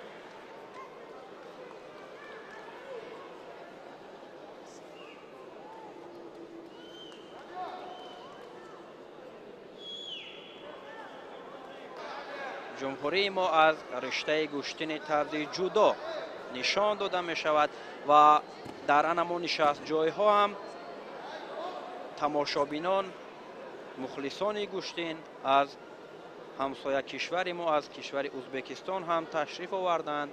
намояндагони федератсияи гӯштингирӣ аз русия, аз дигар кишварҳое ки дар ин ҷо варзишгаронашон иштирок карда истоданд, онҳо ҳузур доранд дар ин ҷо ва ин ҷо рақобати навбатӣ миёни бонувон идома меёбад ки ин ҷо паҳлавони тоҷикистонӣ рӯзафзун бекназарова бо ламия муҳаммед ҳасан иброҳим аз кишвари арабии миср рақобатро оғоз мекунанд. довари марказаш аз кишвари ӯзбекистон бо садои гирет садо мекунад ки рақобатро оғоз кунанд ва ин ҷо рӯзафзун бояд кӯшиши зиёд кунад дар баробари рақибаш ва ин ҷо паҳлавони мисрӣ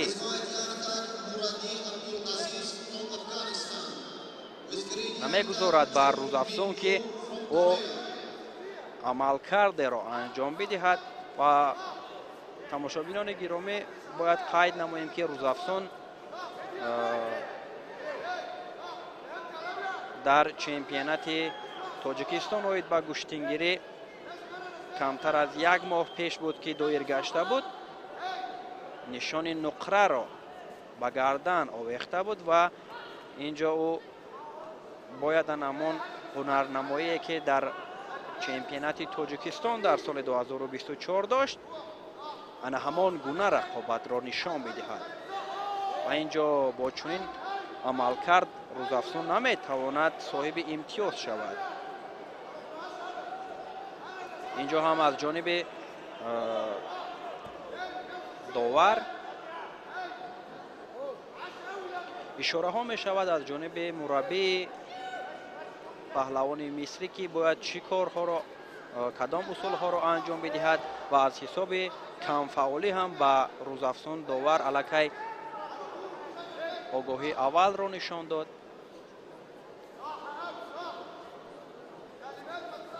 дақиқаи дуюми рақобат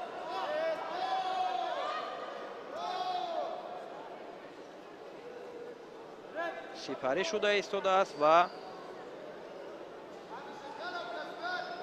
ҳеҷ натиҷаи назаррасеро ҳарду ин паҳлавонон то ба ҳол ба даст наоварданд.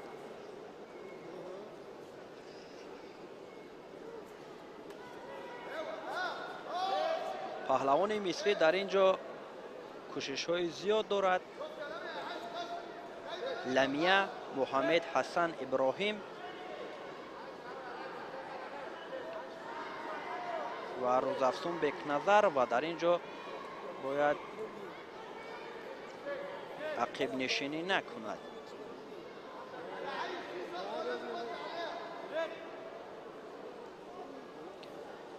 ду дақиқа сипарӣ шуд аз рақобати ҳарду ин варзишгарбонувон ва то ба ҳол аз ҳарду касе соҳиби имтиёз нашудааст ва ин ҷо дар наворҳо нишон дода мешавад ки барои ҳаводории ана ҳамин бонувон ҳамватанонаш шояд аз наздиконаш ба тамошо барои дастгирии ӯ омада бошанд.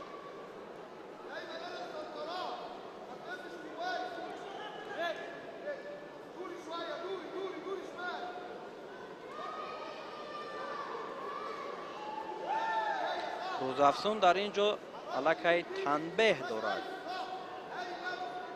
бо чунин шакл гирифтан, бо чунин шакл гӯштин гирифтан аниқтараш барои ӯ бисёр мушкил меояд, чунки дар сурати бо анамин танбеҳи доштааш рақобат анҷом ёбад, ӯ мувоҷиҳи шикаст мешавад.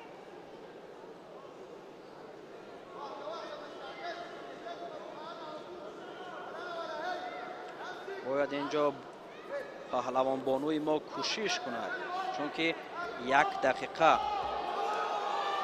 ва ин ҷо як амалкардеро ки рӯзафзун мехост анҷом бидиҳад, паҳлавони мисрӣ ӯро бо аксуламале бар нафъи худ анҷом дод ва ғолиб шуд. ва дар лаҳзаҳои такрорӣ мо мушоҳида мекунем ки чӣ гуна ламия муҳаммед ҳасан иброҳим ғолиб омад. ин ҷо лаҳзаҳои такрорӣ аз ҷараёни рақобати бекназар ва бо ламия нишон дода мешавад аз ҷониби коргардони мо зиёвиддин сафаров. анам ин ҷо бубинед ки чӣ гуна хушҳол мешавад. дар гирифи рақами 1 даъват карда мешавад намояндаи тайпей Ли Ван Тин бо намояндаи ҷумҳурии Афғонистон.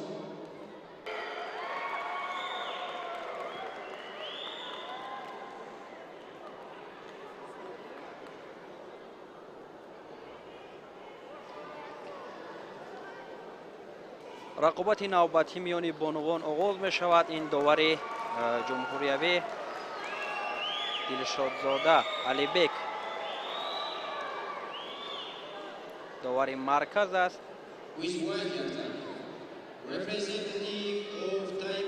бо либосҳои сафед дар ин ҷо паҳлавони тайпейчин Ли Ван Тин бо вардишгарбонуи Афғонистон Саадат Малалай нерӯсанҷиро оғоз карданд ва ин ҷо дар кӯтоҳтарин фурсат дар 7 сония Ли Ван Тин аз кишвари Тайпейчин ғалабаи софро ба даст овард ва дар 7 сонияе ки барои ӯ лозим омад, ӯ амалкарде кард ва ғолиб шуд.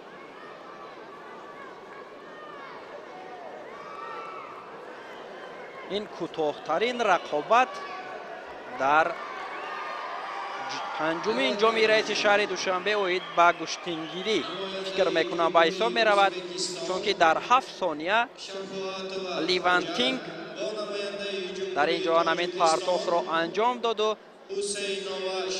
пирӯз шуд.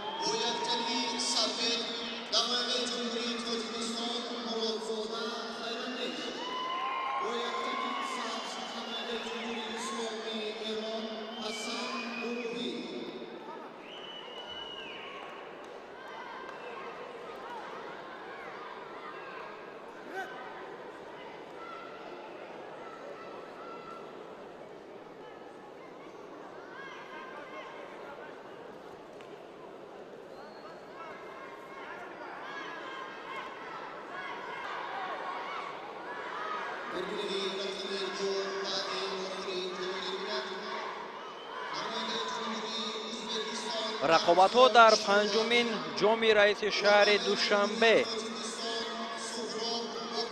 бо маром идома меёбад. ин ҷо довари марказ аз кишвари Озарбойҷон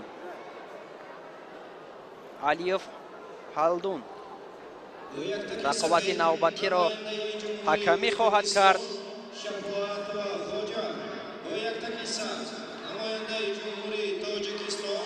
Hüseyin яхтаки сафед шароат ва хоҷар аз кишвари ӯзбекистон бо варзишгарбонуи тоҷик ҳусейнова шамсия рақобатро шурӯъ карданд.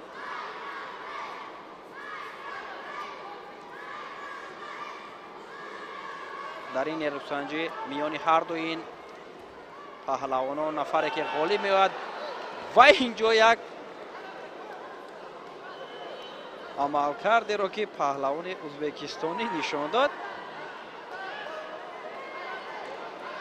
ӯро ғолиб гардонид ва ин дуюмин рақобате мешавад ки ҳатто камтар аз 1 дақиқа барои варзишгарон лозим меояд ки ғалаба ба даст биёранд ва инҷо шамсия натавонист дар ин рақобате ки дар баробари хоҷар дошт ҳадди ақал то ба охир рақобати арзанда нишон бидиҳад. бубинед ки чӣ гуна дар аввалин дақиқаи нерӯсанҷӣ имтиёзи ҳалолро касб кард хоҷар ва шамсияро аз идомаи нерӯсанҷиҳо маҳрум намуд. Representative of Yeki, Nada Ashraf, who is representative of Tajikistan, Ruziguli Hassan.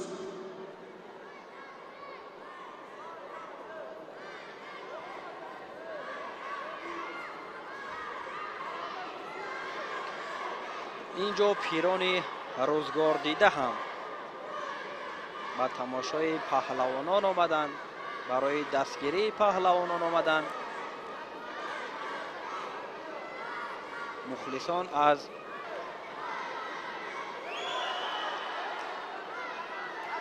рақобат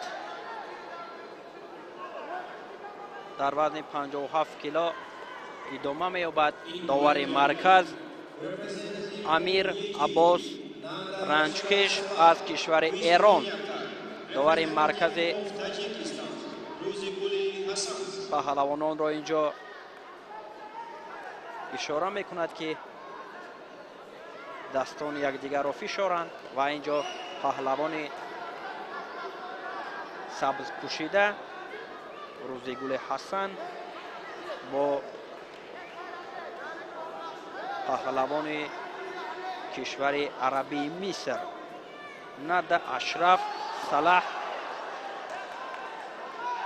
рақобатро оғоз карданд ва дар аввалин расишҳое ки Рӯзигул дар инҷо дошт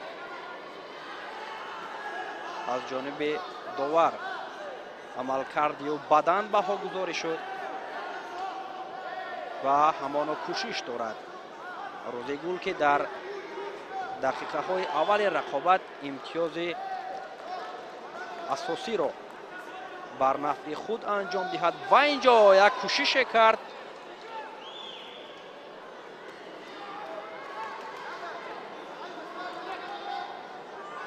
инҷо бисёр фаъол ба чашм мерасад паҳлавонбонуи тоҷикистонӣ ва инҷо боз ӯ метавонад ки дар инҷо то ба охир агар ин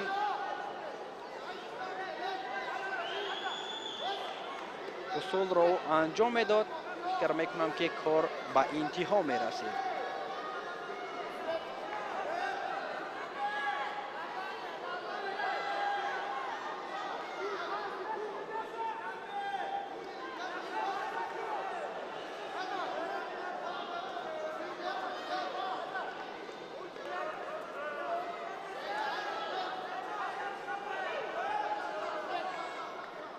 рақобат идома меёбад ва бо ан ҳамон як бадане ки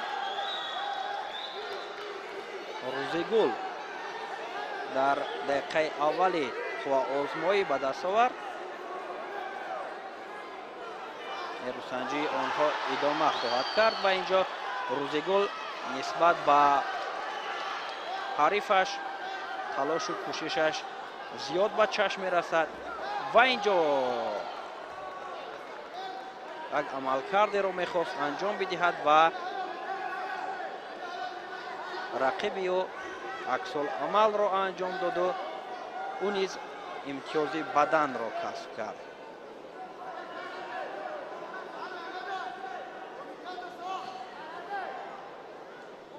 و اینجا داور مرکز اشاره میکند که روزگل دو بدن دارد. روزگل دو بدن دارد و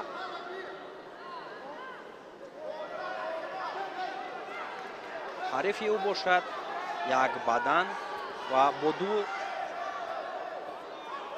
امتیاز بدنی که روزگل به دست آورده است او پیشرفت است و اینجا او میخواهد یک پرتافت را انجام بدهد ولی صد افسوس که رقیب او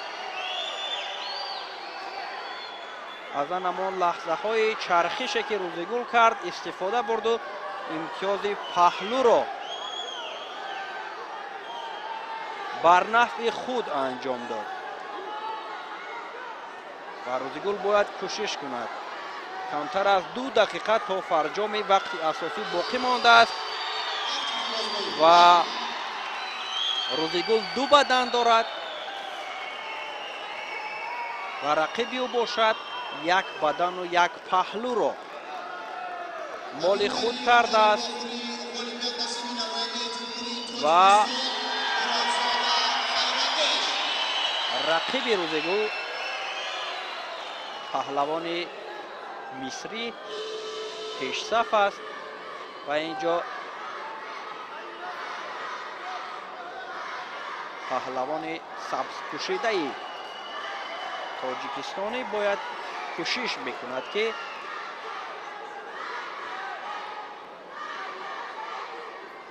امتیاز به دست بیارد و پیشصف شود.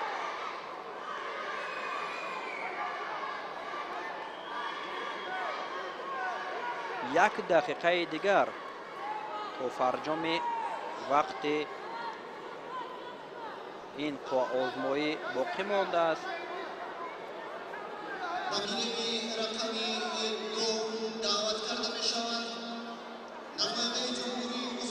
روزگل باید کوشش کند چون که وقت کم مانده ایستاده است، وقت کم می شود.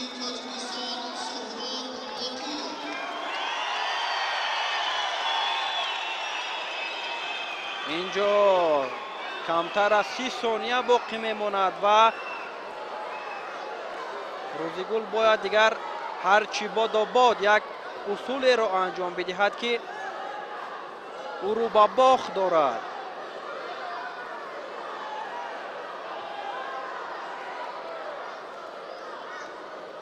هر دو از مرکز میدان بیرون می شوند.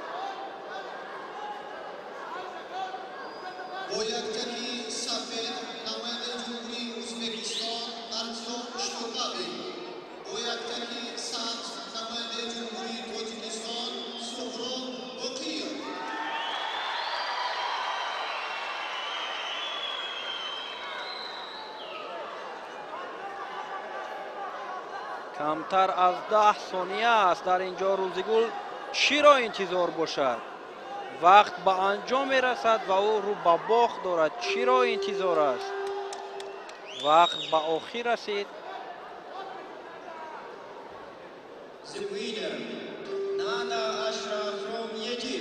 با نمان یک پهلو و یک بدن ورزشگر مصری ندا اشرف صلاح غالبیت را به دست آورد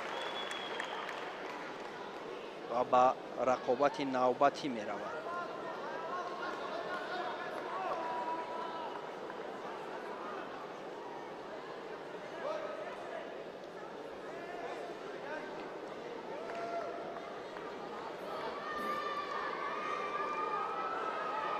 روزگل از آغاز رقابت بسیار فعال بود و با 2 بدن هم در پیش بود ولیکن به آخر نتوانست همان فعالی خود را ادامه دهد و اینجا شما مشاهده کرده ایستاده اید که همان партофтҳоеро, усулҳоеро ин бонувон анҷом доданд ва аз як чархише ки рӯзигул дошт рақибаш истифода карду имтиёзи паҳлӯро моли худ кард ва олимпиадро бар нафъи худ анҷом дод.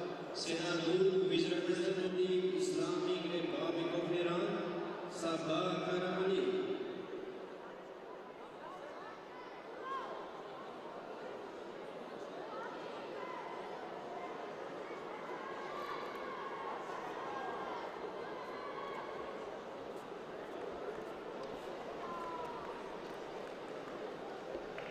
озмоии дигар дар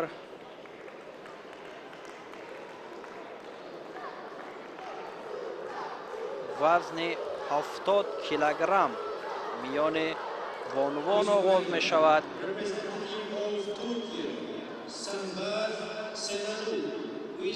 то ин дам мо рақобатҳоро дар вазни 57 килограмм пайгирӣ кардем ва рақобати навбатӣ дар вазни 70 кило миёни бонувон миёни паҳлавони Туркия Саҳбаз Сенанур бо паҳлавони эронӣ Саба Карамалӣ оғоз мешавад.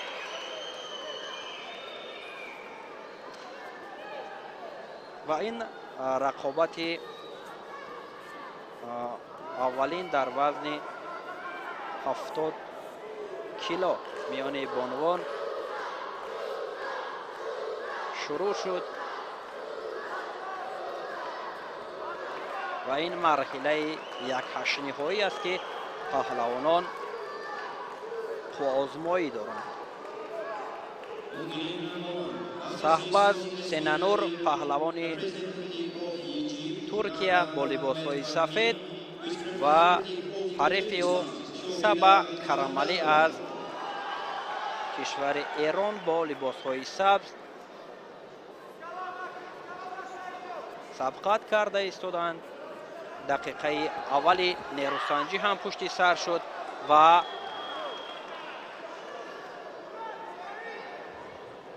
Саба Карамалӣ инҷо имтиёзи паҳлӯро касб кард ва дар баробари рақибаш пешсаф шуд.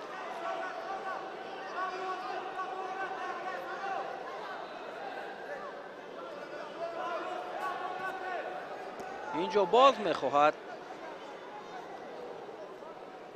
Саба усулеро анҷом бидиҳад ва то ба охир усули анҷом додаашро наметавонад иҷро кунад, лекин бо як паҳлӯ ӯ пешсаф аст.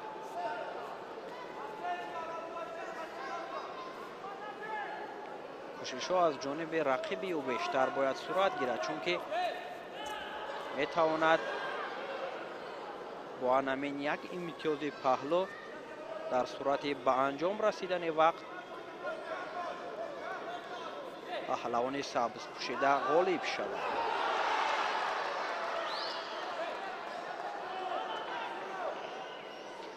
инҷо довари марказ ишора мекунад ки анамон лаҳзаи партофте ки дар лаҳзаи охир доштанд ин паҳлавонон нишон дода шавад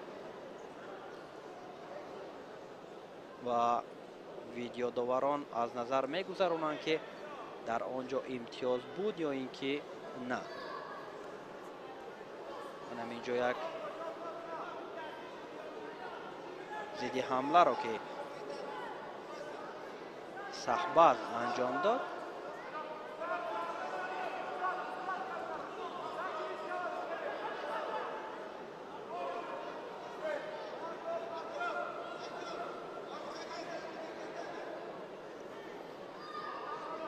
интизор мешавем ки чӣ хулоса мекунанд доварон.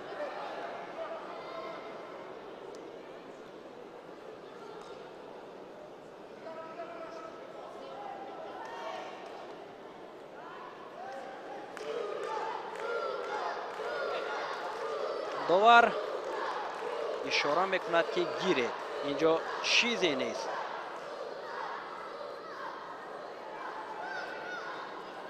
رقابت ادامه می‌یابد و یک پایزنی که صحباز سینانور پهلوان کشور ترکیه داشت و اینجا یک اصول را انجام داد که بعد از امر داور اینجا به چشم رسید.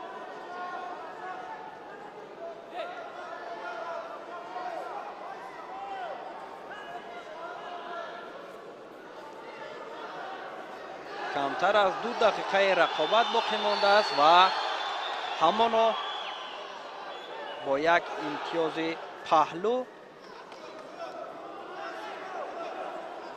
پهلوان ایرانی پیش صف است و اینجا بدن بهاگذاری می شود و سبا کرمالی و او پیشرفت خود را ادامه می دهد با یک پهلو و یک بدن. ورزشگر بانوی سبز پوشیده پیش صف است و اینجا رقیب او کوشش میکند که امتیاز به دست بیارد و شاید در اینجا لط برداشته باشد.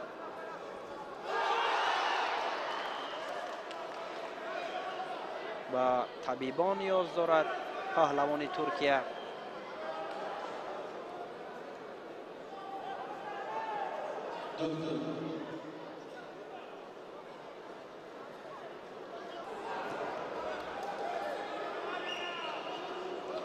و اشاره کرده می شود که پهلوان دیگر نمی تواند رقابت را ادامه بدهد، به همین خاطر حریف او غالب می شود. همین طور غلبه نصیب سبا کرمالی پهلوان بانوی ایرانی می شود.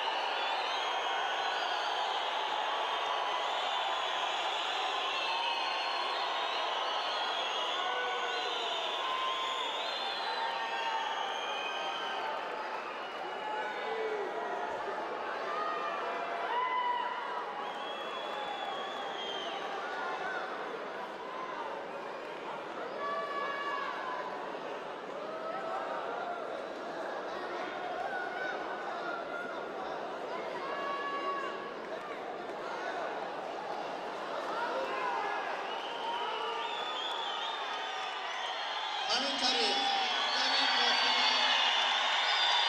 والیبال مسئول نماینده جمهوری تاجیکستان وکیل.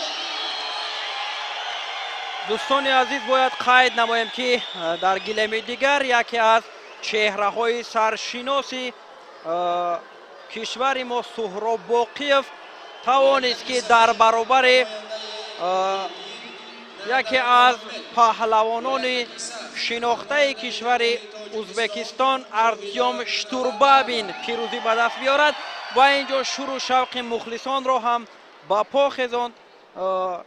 انمان پرتافته که سهراب باقیف انجام داد و اینجا ما گزارش خود را از رقابت ورزشگر دیگر کشور خودمان شاهد قلندر و با ورزشگر مصری ندم محمد فهمی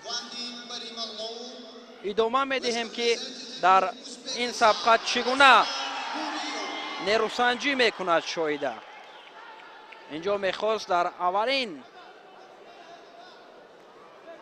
رسیشی که این پهلوانان داشتن شاهده امتیاز به دست بیارد.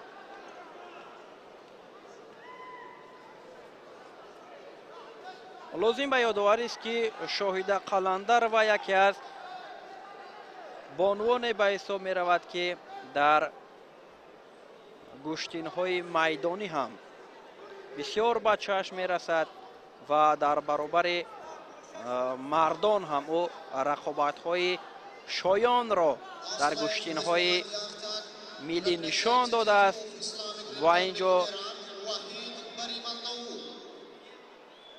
бо паҳлавони арабии миср Надам Муҳаммед Фаҳмӣ ӯ рақобат карда истодааст.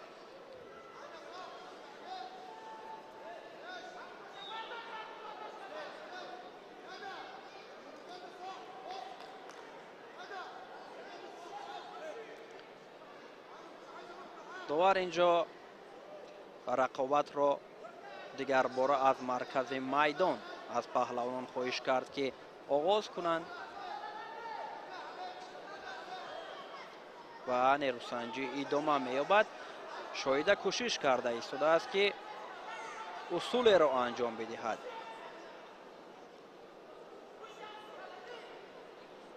бо либосҳои сабз қаландарва ва ҳарифи ӯ бошад бо либосҳои сафед рӯи экранҳои мову шумо аст. шоҳида кӯшиш карда истодааст ки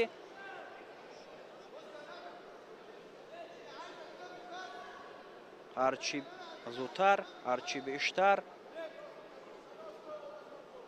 имтиёзро ба даст биёрад.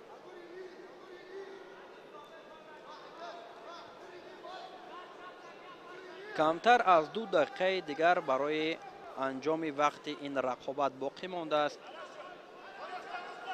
ва фаъолнокӣ дар шоҳида қаландар ва паҳлавони мо дида ба чашм мерасад ва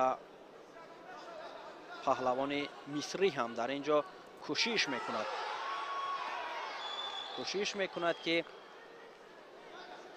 усулеро дар баробари шоҳида анҷом бидиҳад.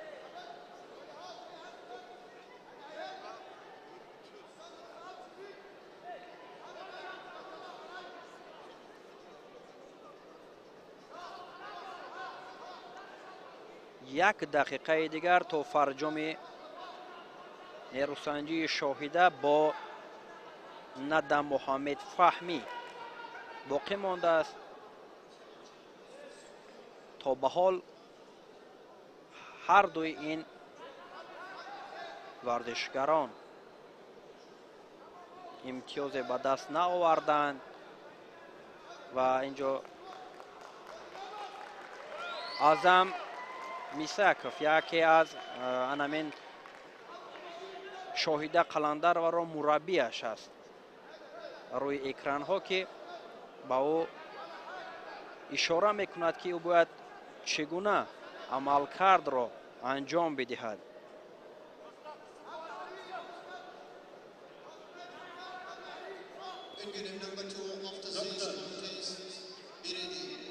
ин ҷо довар ишора мекунад ки ҳарифи шоҳида осеб бардоштааст ва ба табиб ниёз дорад.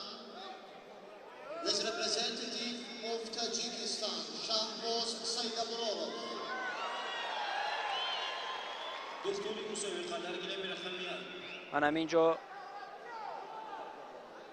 баъди анҷоми ана ҳамин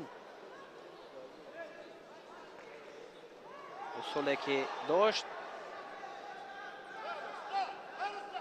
ишора гардид аз ҷониби довар ки осеб бардоштааст ва ӯ метавонад рақобатро идома бидиҳад ва рақобати онҳо ҷараён мегирад.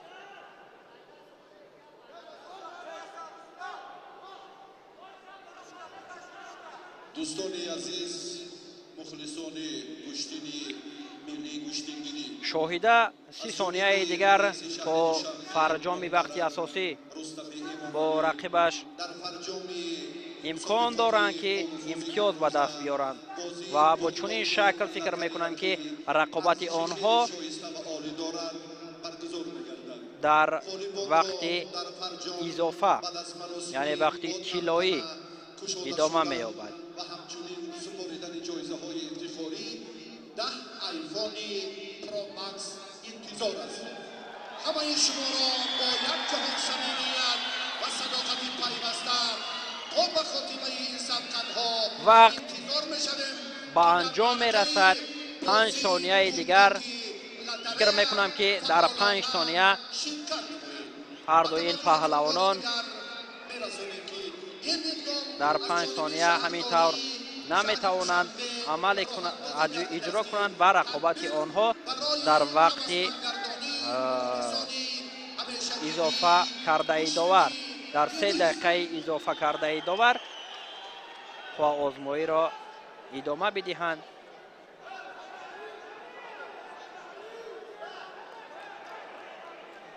باز اینجا نمان دستور مسابقه اینجا نمان حریف شاهده قلندر و به طبیب نیاز دارد و نمیتواند تا به آخر نیروسنجی را ادامه بدهد و بعد از نمان کمک داوران کمک معذرت طبیبان ما انتظار میشویم که آیا میتواند همینطور غالبیت نصیب شاهده قلندر و میشود از سببی که رقیب او تا به آخر نتوانست نیروسنجی را انجام بدهد.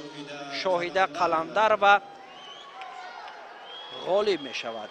همین چهره ای که غالبیت را در این مرحله به دست آورد.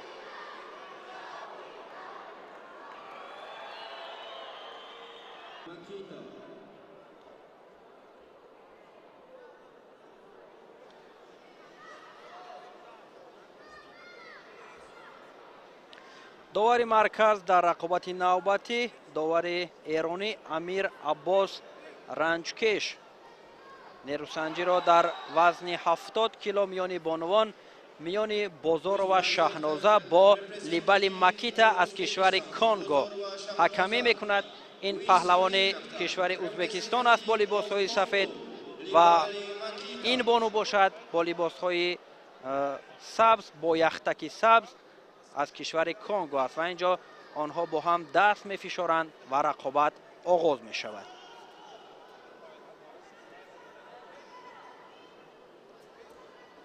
اینجا در اولین رسیشی که شهنازه بازار و داشت غالب آمد.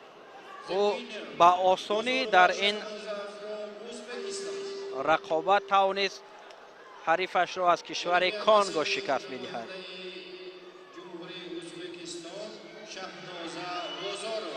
چهره موفقی که در 13 ثانیه رقیبش را شکست داد.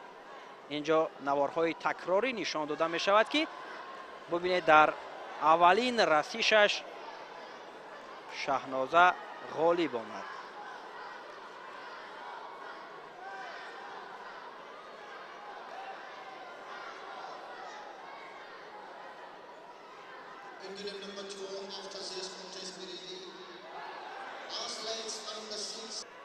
هواداران زیاد از کشور ازبکستان هم تشریف دارند. اینجا نمایندگان از فدراسیون روسیه است، از فدراسیون بین المللی، از فدراسیون های بین المللی گشتنگیری از کشور مصر، از روسیه، اینجا از قزاقستان اشتراک دارند، از ازبکستان اشتراک دارند. در عموم نمایندگان از 39 کشوری که در مسابقه پهلوانان شرکت می نمایند نمایندگان فدراسیون بین المللی حضور دارند و در پنجمین جام رئیس شهر دوشنبه تشریف آوردند. رقابت نوبتی با یک تکی سفید نماینده فدراسیون روسیه پروکوپنکو الینا намояндаи федератсияи Русия Прокопенко Алена бо Халимова Қурбонгул аз Тоҷикистон рӯи гилем омаданд. Рақобат дар вазни 70 килограмм миёни бонувон идома меёбад. довари марказ аз кишвари Эрон довари дараҷаи байналмилалӣ аст ва инҷо Қурбонгул кӯшиш мекунад, талош дорад ки соҳиби имтиёз шавад ва интизор мешавем ки чӣ гуна рақобатро ҳардуи ин варзишгар-бонувон пешниҳоди мухлисон мекунанд ва Қурбонгул кӯшиш мекунад, талош дорад дар баробари ҳарифаш аз кишвари Русия. ва инҷо як амалкардеро анҷом дод ки аз ҷониби варзишгари Русия Прокопенко Алена ӯ зидди ҳамла анҷом дод ва ғолибияти софро Алена ба даст овард ва Қурбонгул бошад шикаст мехӯрад.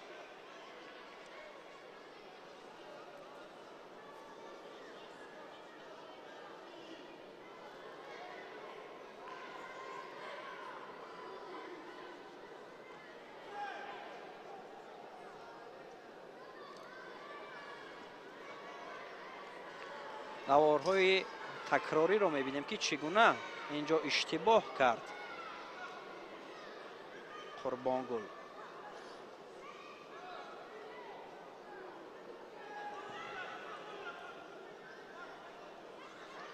баъд аз лаҳзаҳои такрорӣ мо ба рақобатҳои навбатӣ дар вазни 71 кило миёни мардон таваҷҷӯҳ хоҳем кард ки рақобатҳои ҷолиб шуморо интизор аст.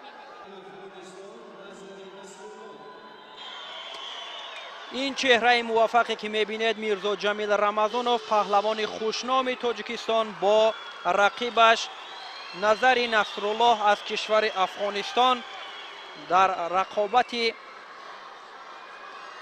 якчорниҳоӣ бо ҳам қувваозмоӣ мекунанд ва дар рақобатҳои қаблие ки Мирзо Ҷамил дошт дурахшиши хуберо ҳам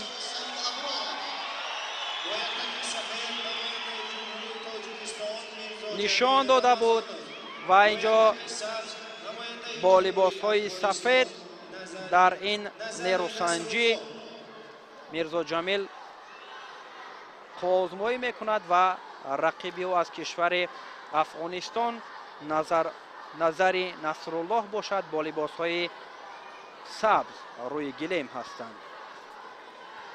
довари марказ аз кишвари Узбекистон гирет садо кард ва онҳо рақобатро оғоз карданд.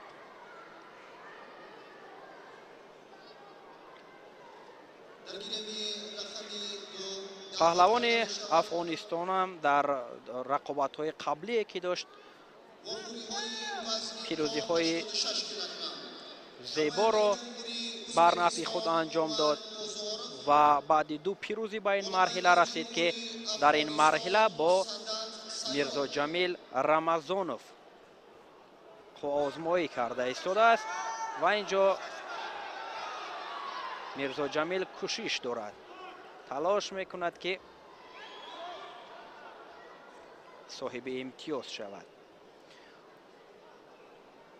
инҷо шурӯъ шавқи ҳаводорон ҳам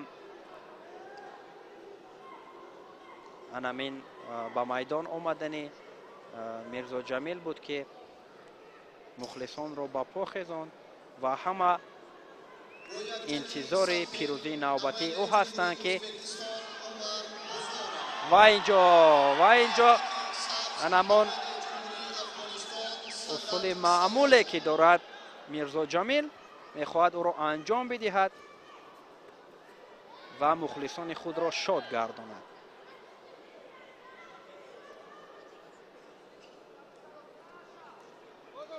аз ҳисоби аз маркази майдон аз анамон гилем берун баромадан ба паҳлавони афғонистонӣ назари насруллоҳ огоҳии аввал нишон дода мешавад ва аз ҷониби мухлисон ҳам садо карда мешавад ки Мирзо Ҷамил ба пеш ҳаракат кун ва инҷо довар ишора мекунад ки чизе набуд.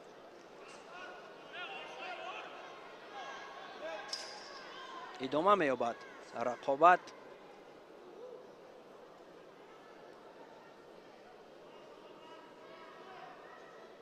ҳар дуи паҳлавонҳо барои якдигар ҳарифи сарсахт ба ҳисоб мераванд, чунки ҳар ду ҳам дар рақобатҳои қаблие ки доштанд. инҷо боз аз маркази майдон берун мешавад паҳлавони меҳмон ва огоҳии дуюм ба ӯ танбеҳ дода мешавад.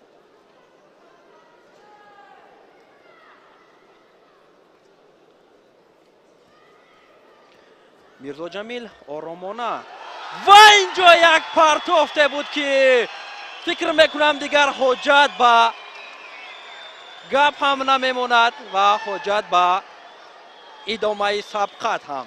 Як партофте ки мухлисонро ба похезонд ва Мирзо Ҷамил Рамазонов бо як партофти тиллоӣ гӯем ҳам хато намекунем ғолибияти софро бар нафъи худ анҷом дод ва ба марҳилаи ниманиҳоиро хат мегирад. бубинед дар наворҳои такрорӣ ки чӣ гуна як партофте буд.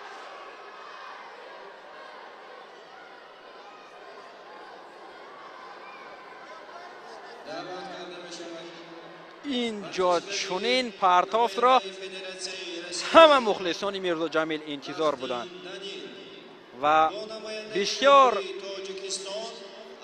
ба мухлисони гӯштини миллӣ ба мусобиқоти имрӯза як шукӯҳи зебо бахшид ана ҳамин партофте ки Мирзо Ҷамил анҷом дод. ғолиб мешавад ва ба марҳилаи ниманиҳоӣ рохат мегирад.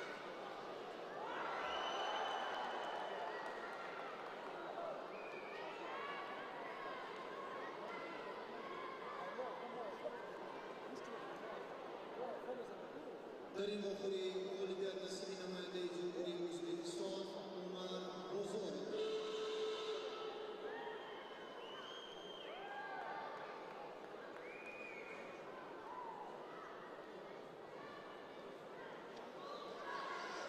тамошобинони гиромӣ ёдрас мешавем ки ин панҷумин ҷоми раиси шаҳри душанбе оид ба гӯштингирӣ аст ки дар соли 2024 айни ҳол бо маром бо як шукӯҳи бисёр ҳам баланд дар ин ҷо бо шукӯҳу шаҳомати хоса баргузор гардида истодааст. маротибаи панҷум аст ва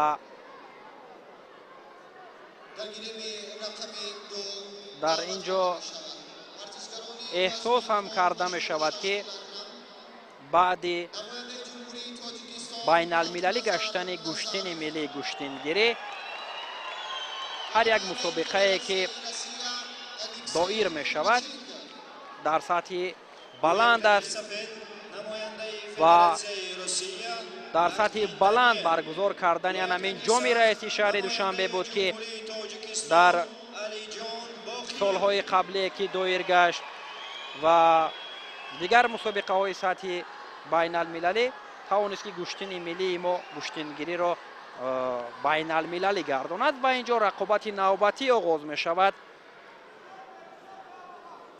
тамошобинони гиромӣ паҳлавони хушноми тоҷикистони Алиҷон Боқиев бо Лактин Данил аз кишвари Русия рақобатро оғоз карданд ва این هم یک رقابت بسیار هم جالب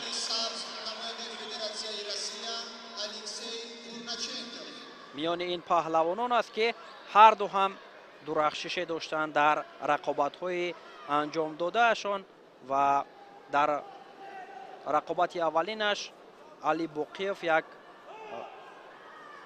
هنر زیبایی داشت و پرتافتی بسیار هم پرجلو را نشان داده بود و غالب این جفت به مرحله نیمه نهایی می رود و در رقابت نیمه نهایی با میرزا جمیل رمضانوف آزمایی می کند.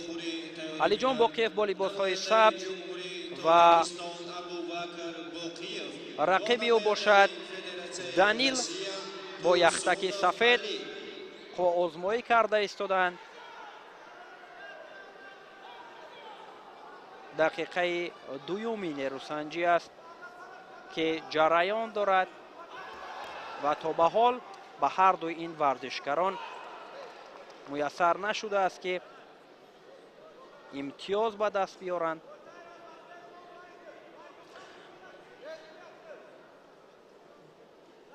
رقابت ادامه می‌یابد. داور مرکز از کشور آذربایجان است، علیف هالدون.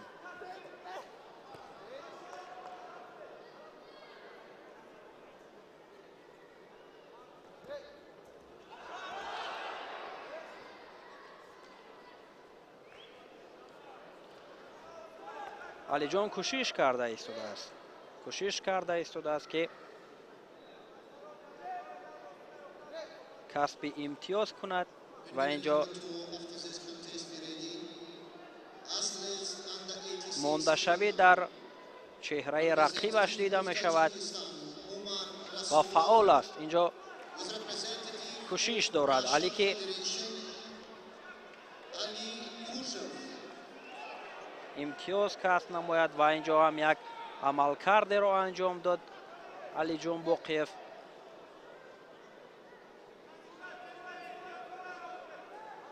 دقیقه سیوم نیروسنجی است و احساس می شود که هر دو هم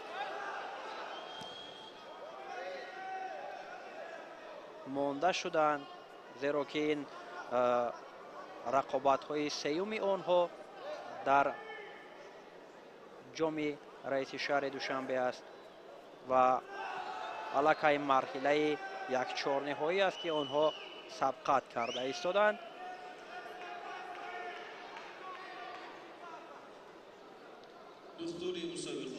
اینجا آسیب می بردارد پهلوان روسیه.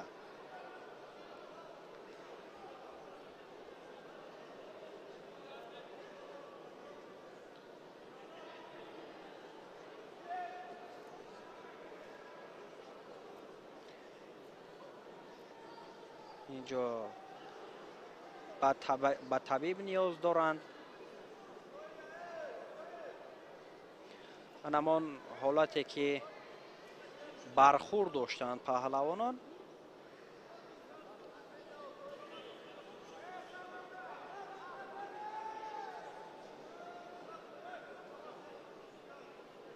همین لحظه ای که یک برخورد بود علی بوقیف کمی آسیب برداشته بود و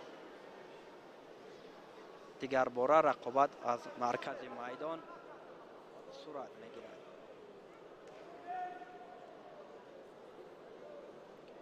از حساب نادرست کشتین گرفتن با دانیل آگاهی اول نشان داده شد از جانب علیف.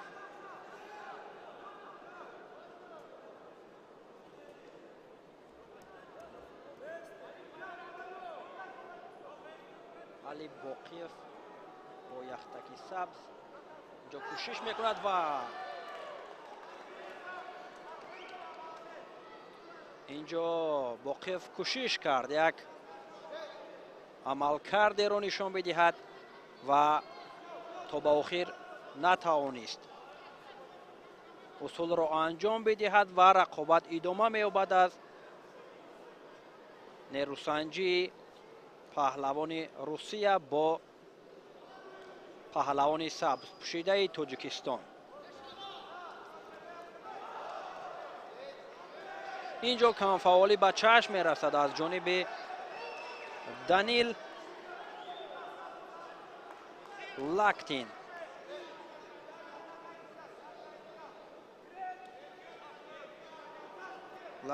انیقترش و 1 دقیقه زیادتر تا فرجام وقتی اساسی باقی مانده است و هر دوی پهلوانان مانده شوی احساس می شود در چهره هر دوی آنها، ولیکن نوبسته از یک رقابت سنگینی که هر دوی اینها داشتند. علی بسیار فعال نوکی نشان می دهد و کوشش می کند اصول انجام می دهد و می خواهد که در همین وقت اساسی رقابت غالب شود و نمی خواهد که به وقت اضافه رقابت آنها رود و همینطور آگاهی دوم به رقیبی او داده شد و با تنبیهی که دانیل دارد علی جان باقیف پیش صف می شود. کمتر از 30 ثانیه دیگر برای انجام این نیروسنجی باقی مانده است و در صورت با همین یک تنبیهی که دانیل دارد وقت به انجام رسد علی باقیف غالب می گردد.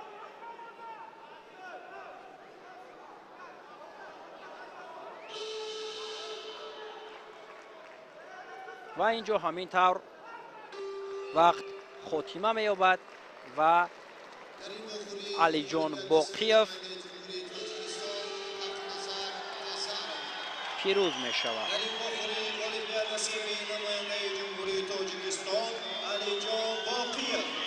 علی جان باقیف غالبیت را به دست آورد و به مرحله نیمه نهایی رفت که در مرحله بعدی با پهلوان دیگری تاجیکستان میرزا جمیل رمضانوف نیروسنجی خواهد کرد. اینجا شروع شوق مخلصان هم به چشم می رسد.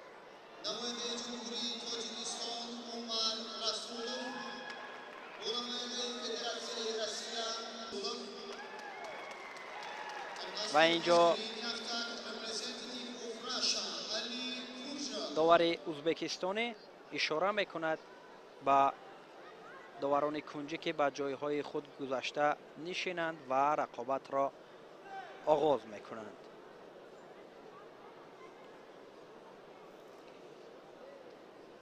با یک تک سفید نماینده جمهوری تاجیکستان باقیف ابوبکر با یک تک صفحه ابوبکر باقیف انمی چهره که روی اکران های ما و شما است و با رقیب خود با یک تک سبز علی تورسونوف رقابت را شروع کردند.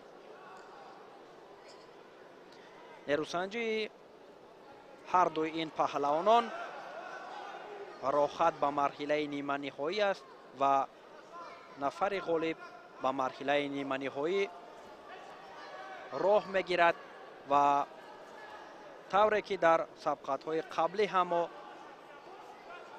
شاهد گشتیم ابوبکر اینچنین حریف او هم علی تورسونوف توانستند که رقیبان خود را شکست داده به مرحله 1/4 نهایی رسند و در این مرحله با هم روبرو شدند که کوشش از هر دو جانب است و هر دو هم تلاش دارند که غالب گردند.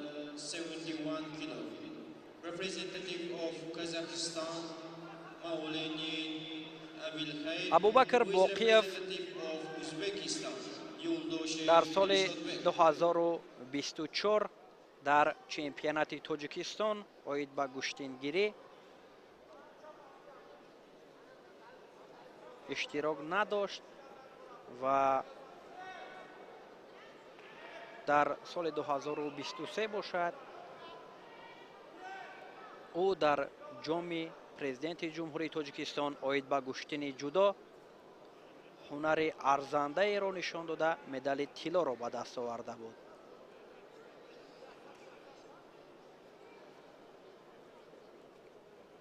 از رقابت هر دو این پهلوانان 2 دقیقه پشت سر شد و تا به حال از جانب کسی امتیاز به دست نآمده است.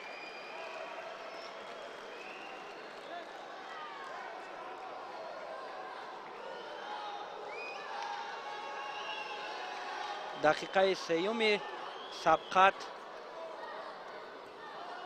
جریان دارد و هر دو هم با یک آمادگی جدی با یک تیاری پخته انیقترش به این مسابقه آمدند و هر دو هم نمیتوانند تا به دقیقه سیوم رقابت ها امتیاز کسب کنند، چون که هر دو هم خیلی و خیلی آمادگی دارند.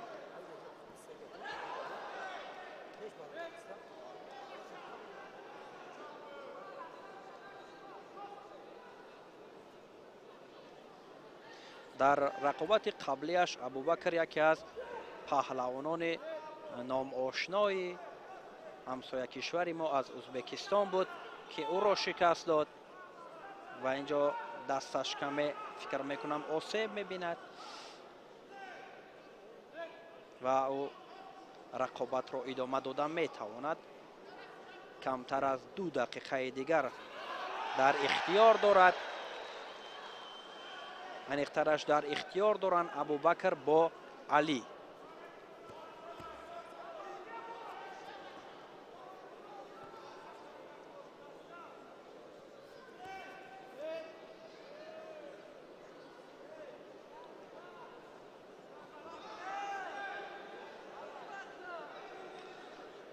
از گوشه و کنار تالار هم صدا کرده می شود که ابوبکر فعال باشد و همین کم فعالی ابوبکر را داور به اینوبت می گیرد و آگاهی اول به او داده شد و در نیروسنجی فکر می کنم که یک زیل است خواه آزمایی هر دوی پهلوانان و داور ازبکستانی به ابوبکر آگاهی اول را نشان داد.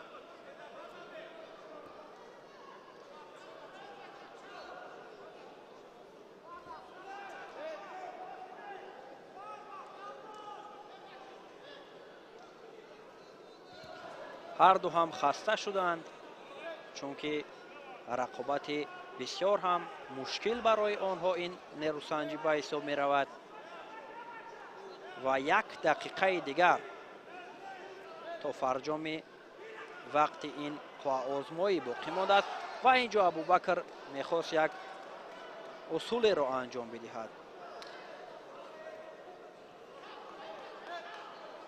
گیرید صدا میکند داور مرکز و نیروسنجی پهلوانان ادامه مییابد.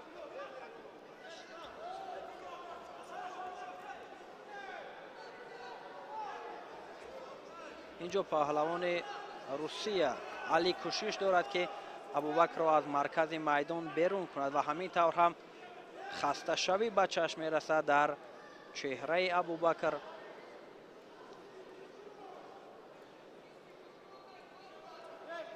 و در 30 ثانیه که باقی مانده است باید ابوبکر فعال باشد چون که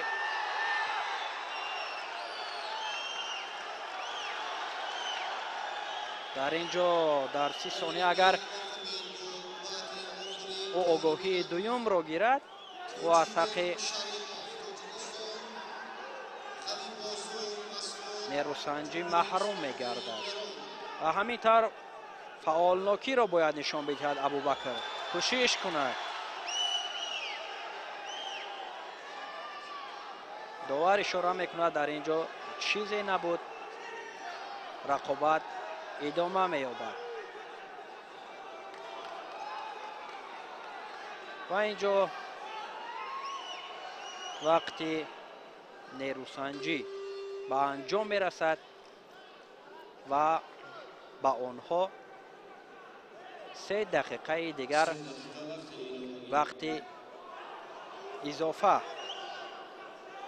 معین کرده شد و در این 3 دقیقه و اینجا یک پرتافته که ابوبکر باقیف داشت تمام طلا را به پا خزاند و همین طور غلبه صاف را به دست آورد و به مرحله نیمه نهایی رسید. در 7 ثانیه که وقتی اضافه شده در این نیروسنجی بود، ابوبکر توانست یک پرتافتی جالب کند و شروع شوق مخلصان را به پا خزاند و به مرحله نیمه نهایی راهش را هموار نماید. و در نوارهای تکراری هم مشاهده خواهیم کرد که چگونه ابوبکر یک پرتافتی را، یک اصول را استفاده کرد که ببینید که چگونه او را توانست غالب گرداند.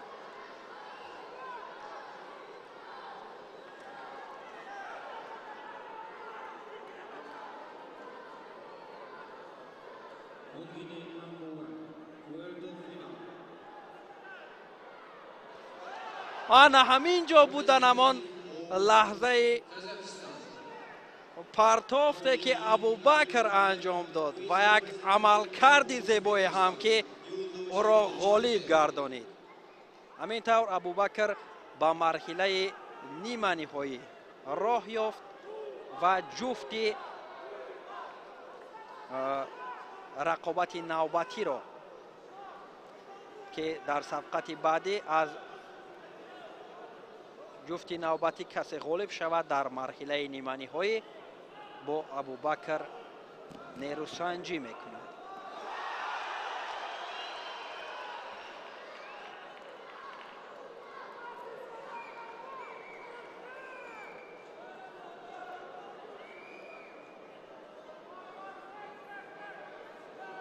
Who is white, representative of Kazakhstan, Mauleni Abilkay.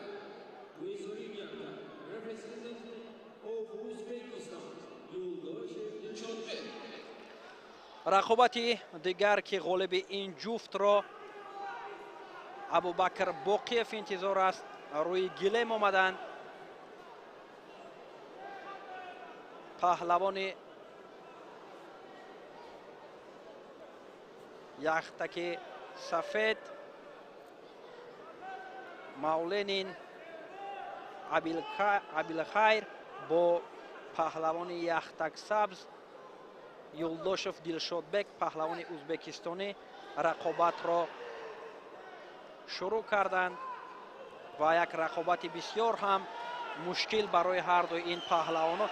و اینجا یک پرتافت را یولداشف میخواست انجام بدهد و هر دوی پهلوانان هم هنرنمایی شایسته را در این روزی در انیقترش جام رئیس شهر دوشنبه در رقابت‌های قبلیشون پیشنهاد تماشابینان گردانیدند و غالب این جفت به مرحله نیمه نهایی می رود و هر دو هم کوشش دارند، تلاش دارند که کسب امتیاز کنند.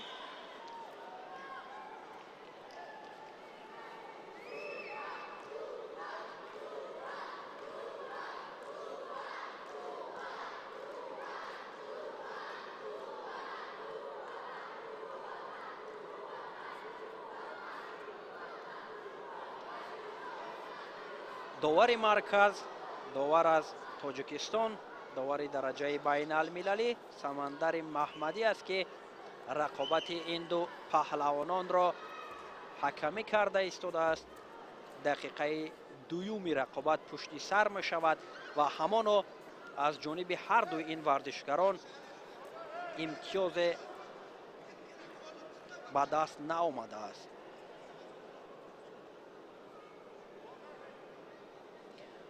از حساب کمفعالی با مولین ابی خیر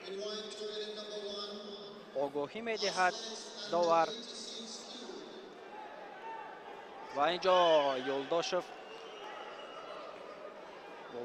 بسیار همان لحظه هایی که برایش مساعد است او میخواهد اصول انجام بدهد و خوب استفاده میکند از همان امکانیت هایی که برایش رو می آیند و بسیار هم مانده شوی در چهره همین پهلوان از کشور قزاقستان مولین با چشم می رسد و فعال است یولداشف دلشادبک.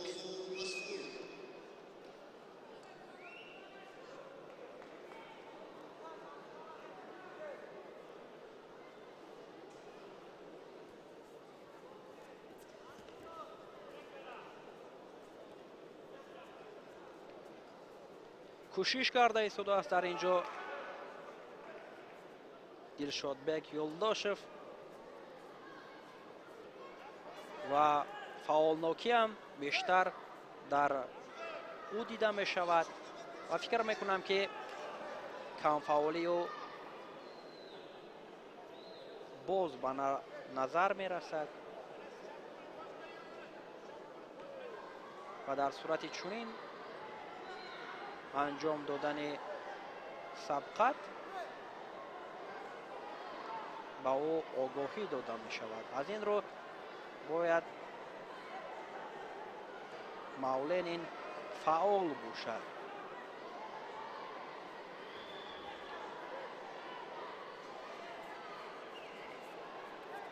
با یک آگاهی که مولین این دارد نیروسنجی پرهیجان برای هر دو صورت گرفته ایستاده است. همین طوری که قید کردیم کمفعالی مولین به چشم می رسد و آگاهی دویم انیقترش تنبیه به او از جانب سمندر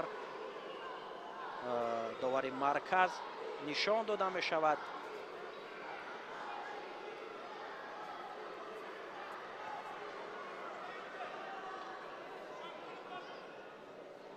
باید پهلوان قزاقستانی فعال باشد چون که در صورت به انجام رسیدن وقت این نیروسنجی با همان تنبیهی که او دارد او از حق همان اشتراک در مرحله نیمه نهایی محروم می شود و همین خاطر باید او فعالناکیش را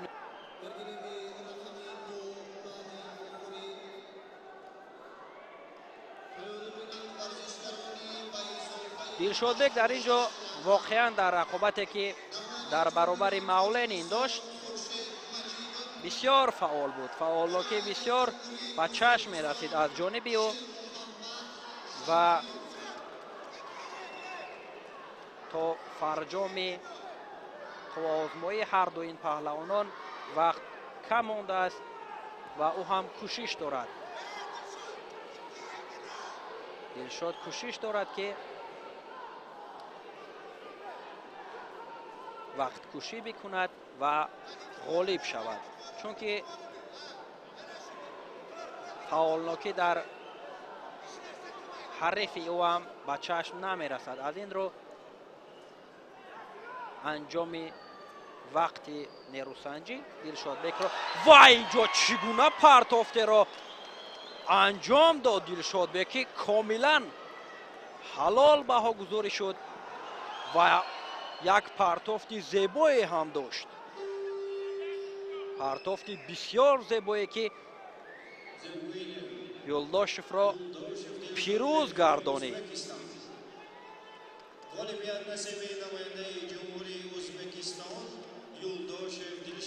همین طور یولداشف دلشادبک پهلوان ازبکستانی غالب آمد و به مرحله نیمه نهایی راه گرفت که در مرحله نیمه نهایی با ابوبکر باقیف هوا آزمایی میکند. اینجا ما نمان لحظه ای که چگونه دلشادبک خوب استفاده کرد ببینید که این پرتافت را من بعد اون که همین دلشادبک انجام داد در فینال چمپیونات آسیا اوید به گشتنگیری که سال گذشته در همین تالار برپا شده بود در برابر ارتیوم شتوربابین مولا رجب خلیفایف انجام داده بود. انا همان پرتافت به خاطرم هم آمد و آن مسابقه را اگر هر نفری که پیگیری کرده باشد حتما آن پرتافت مولا رجب خلیفایف هم به خاطرش می آید و همین طور نفرانی که در مرحله نیمه نهایی در وزن 71 کیلوگرم خو آزمایی میکنند معلوم گردید. در رقابت نیمه نهایی وزن 71 کیلوگرم میرزا جمیل رمضانوف با باقیف علی جان و در جفت دیگر باشد دلشادبک یولداشف با باقیف ابوبکر با هم سبقت میکنند و سه ورزشگر تاجیک در وزن 71 کیلوگرم با مرحله نیمه نهایی راه یافتند.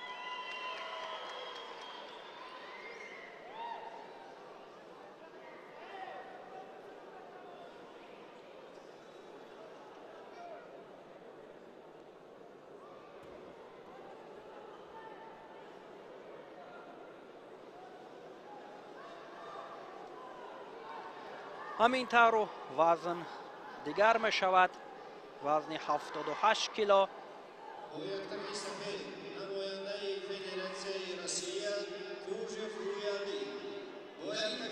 با یختک سفید کورژوف اویالی از کشور روسیه و با لباس های سبز سیدجان حیدر در وزن 78 کیلو در مرحله یک چهار نهایی با هم رقابت را شروع میکنند. انیختر شروع کردند و تلاش بهر راه یافتند به مرحله نیمه نهایی میان هر دوی این پهلوانان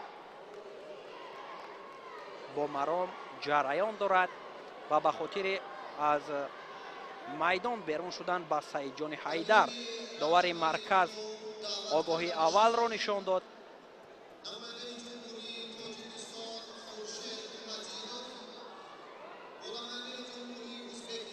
کورژوف و علی که با لباس های سفید و آزمایی دارد از کشور روسیه است و سیدجان حیدر پهلوان خوشنام تاجیکستان. اینجا تلاش ها هم زیاد است از جانب هر دو، کوشش هم به چشم می رسد که اجرای عمل کنند و اینجا سیدجان می خواهد اصول انجام بدهد. دقیقه اول نیروسنجی هم میان هر دو این پهلوانان به انجام رسید. دقیقه دوم آغاز می شود و تا به حال با نمان یک آگاهی که با سیدجان داده شد خواه آزمایی ادامه دارد و اینجا یک پایزنی داشت کورژوف که امتیاز پهلو بها گذاری شد از جانب داور.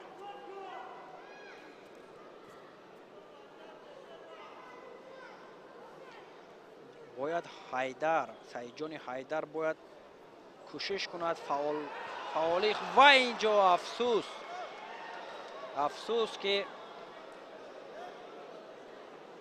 سیدجان حیدر مواجه شکست می شود از جانب والی کورژوف.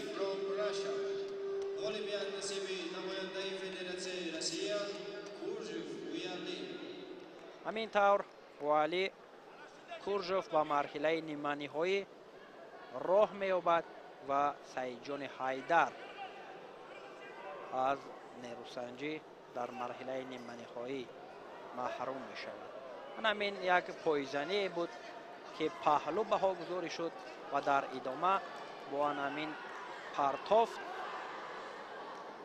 پهلوان ما مواجه شکست گردید. با توجه مخلصان بار دیگر می‌رسانیم که بعد از سپردن جایزه‌های افتخاری بازی بردناک لاتاری برگزار می‌گردد و 10 آیفون پرو 15 نفری طالبان را انتظار است و این اقدام و تشبس‌ها از جانب رئیس شهر دوشنبه محترم رستم امامعلی راه اندازی نمودند. خواهشمندیم با صمیمیت و صداقت مخلصی خود را ادامه دهید و ما را تا آخر با یختک سفید و حریف او باشد از کشور افغانستان رسولی حسن با یختک سبز برای راه یافتن به مرحله نیمه‌نهایی تلاش میکنند. داور مرکز در این نیروسنجی امیر عباس رنجکش از کشور ایران است و داور هم اشاره میکند که پهلوانان دست فشاری کنند و رقابت آغاز شد.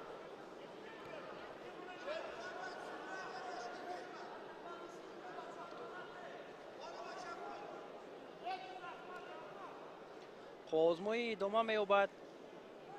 رحمت الله بیگ فرهادوف پهلوان به حساب می رود که در مسابقه ها از گشتن ملی از گشتن کرش نتیجه های نظررس را هم در کارنامه ورزشیش دارد. در چمپیونات تاجیکستان در سال 2024 آید به گشتنگیری هم او تا به مرحله نهایی راه یافته بود و در مرحله نهایی از خوایم شکرانوف شکست خورده مدال نقره را مال خود کرده بود و همین طور راحت پنجمین جام رئیس شهر دوشنبه آید به گشتنگیری را به دست آورده بود. همین طور الکی رحمت الله بیگ در مرحله یک چهارنهایی با حریفش رسولی حسن از کشور افغانستان آزمایی کرده ایستاده است و کوشش هم دارد که کسب امتیاز کرده غالب شود.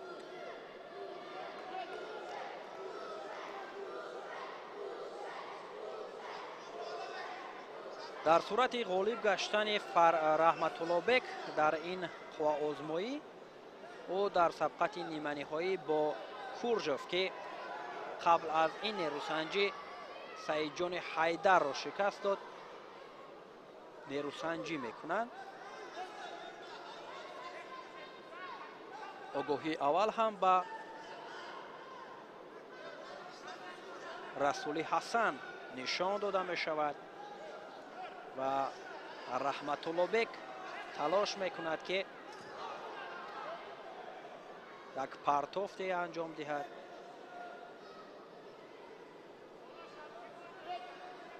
گیره چخیلی که به همگان معلوم است بعد بین المللی گشتن گشتن ملی گشتنگیری مایه افتخار است که و اینجا یک پرتافته که رحمت الله بیگ انجام داد از جانب داور حلال بهاگذاری شد و همین طور رحمت الله بیگ با مرحله نیمه نهایی می رود. در مرحله نیمه نهایی طوری که قید کردیم او با کورژوف و علی با هم سبقت میکنند. اینجا یک پرتافته که رحمت الله بیگ داشت او را غالب گردانید. آن همین پرتافته که تا به آخر انجام یافت از جانب داور حلال بها گذاری شد. On the lead number 2, in white. Tamam. 178 kilo, representative of Uzbekistan, Ziaudulloyev Ahrar, لحظه های تکراریه که Kazakhstan, رحمت الله بک کسب امتیاز نمود. در این مخوری الیمپیاد دستی نماینده جمهوری ازبکستان شهریار شیخ محمد.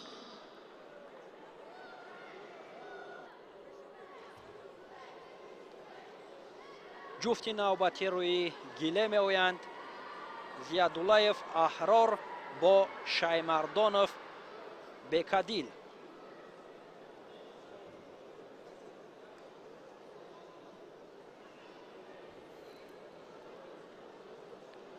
در این آزمایی با یختک سفید زیاداللهیف احرار با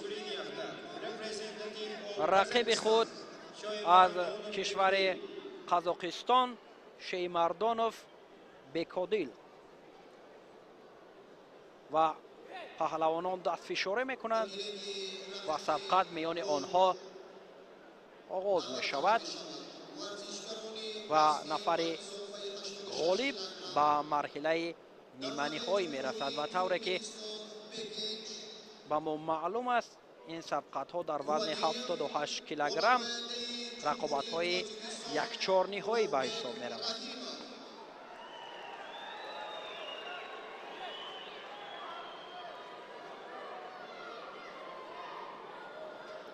احرار با بکدیل. اینجا یک کوششی را احرار میخواست انجام بدهد و تا به آخر نتوانست که اصول انجام دادهش عملی گردد.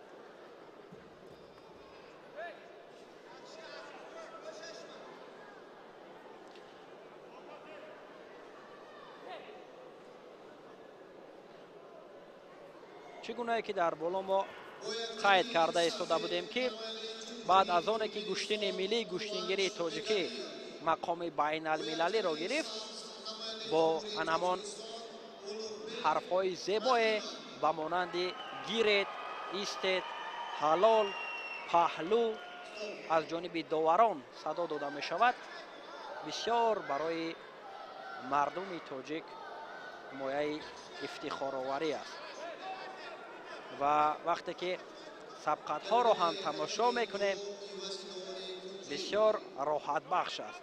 همینطور آگاهی اول به پهلوان قزاقستان بکادیل داده می شود.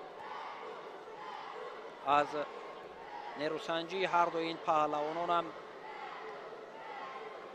زیادتر از یک دقیقه پشت سر شد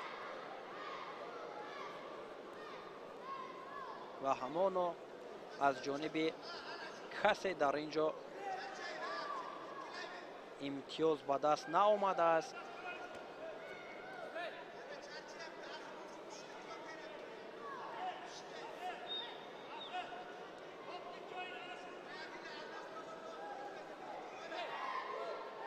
گیرید نیروسنجی ادامه می‌یابد.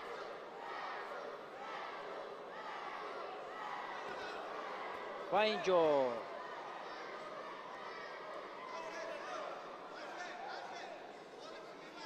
داور مرکز عزیزی بختیار داور درجه جمهوریوی از تاجیکستان این نیروسنجی را حکمی کرده ایستاده است و فعال است. پهلوان ازبکستانی بسیار فعال است و کوشش هم کرده ایستاده است که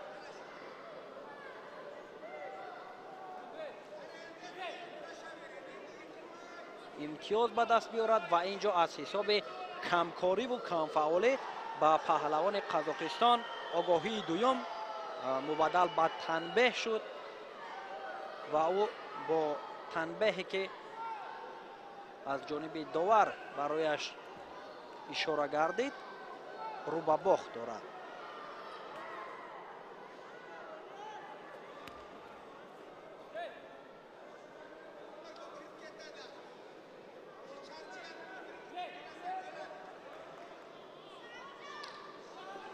аз рақобати ҳар дуи паҳлавонон аллакай дақиқаи сеюм ҳам пушти сар мешавад ва бо анамон танбеҳе ки бекадил дорад, ӯ рӯ ба бохт дораду аҳрор дар ин ҷо пешсаф аст.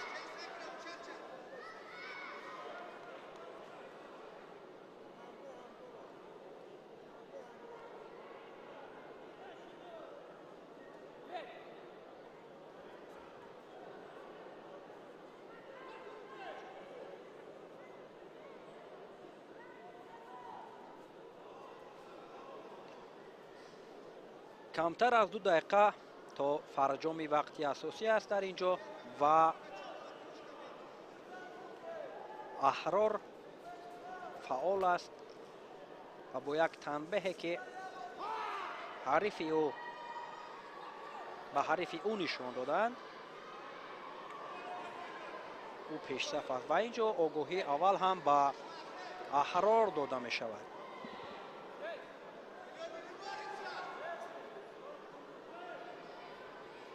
бо як огоҳию бо як танбеҳ нерӯсанҷии паҳлавонон идома дорад ва ин ҷо аҳрор мехоҳад як партофтеро анҷом бидиҳад ки наметавонад то ба охир ин корро анҷом бидиҳад ва паҳлавони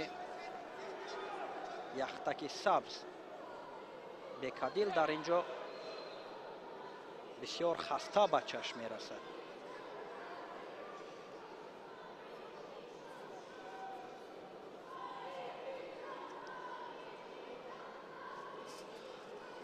ғолиби ин ҷуфт ба марҳилаи ниманиҳоӣ роҳ меёбад ва нафаре ки мувоҷиҳи шикаст мешавад аз идомаи сабқатҳо маҳрум мегардад.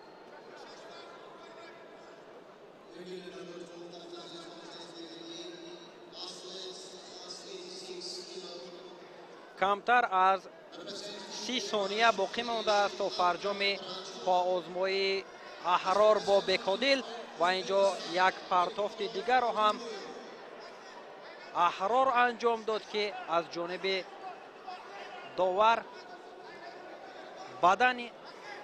бадан баҳогузорӣ шуд ва бо як огоҳию як бадан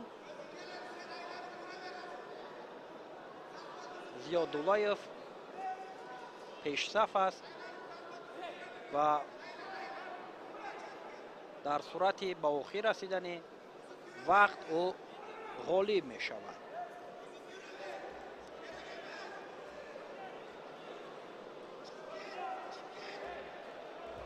ва ин ҷо як усулеро мехост паҳлавони қазоқ нишон бидиҳад ва Зиядуллаев дар ин ҷо аксулъамалро нишон дод ва ба хотири аз майдон берун шудан ба паҳлавони ӯзбекистонӣ огоҳӣ дода мешавад ва вақт ба анҷом мерасад.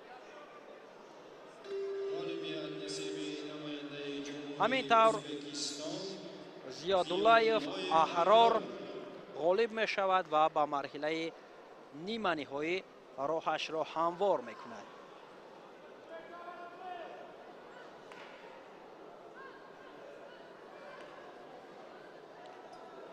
наворҳои такрорӣ аз ҷараёни сабқати онҳо пешниҳод мешавад ва намон лаҳзаҳое ки паҳлавони ӯзбекистонӣ имтиёзи баданро касб кард.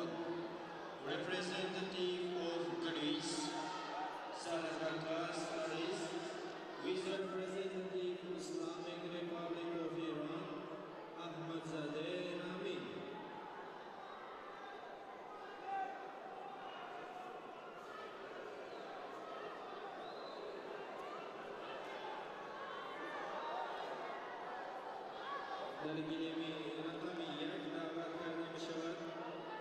نماینده یونان زرکاس علیس با نماینده جمهوری اسلامی ایران احمدزاده رامین.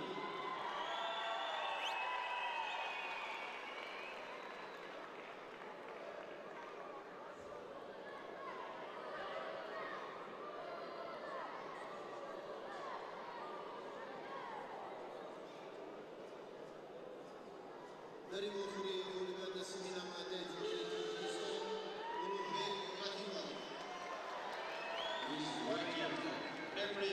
همین طور جفتی نوبتی در وزن 78 کیلو در مرحله یک چهارنهایی روی گلیم آمدند. زرکاس عریس از کشور گریتسیا با احمدزاده رامین سبزعلی از کشور ایران برای راه یافتن به مرحله نیمه‌نهایی رقابت را شروع کردند. غالب این جفت به مرحله نیمه‌نهایی می‌رسد و در مرحله نیمه‌نهایی با پهلوان کشور ازبکستان زیاداللهیف احرار قوا آزمایی می‌کنند. در گیلمی رقمی 2 دعوت کرده می شود. کوشش ها از هر دو جانب است و هر دو هم تلاش بهر پیروزی دارند. کوشش کرده ایستادند که غالب گردیده به مرحله دیگر راه خواهد گیرند.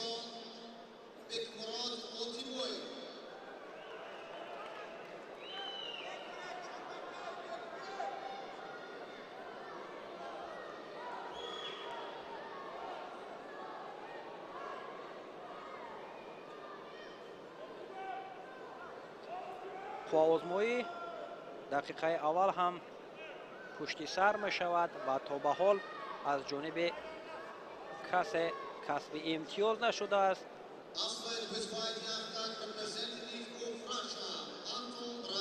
و اینجا از جانب داور مرکز دلشود علیبک هم با پهلوان گریتسیا زرکاس عریس آگاهی اول نشان داده شد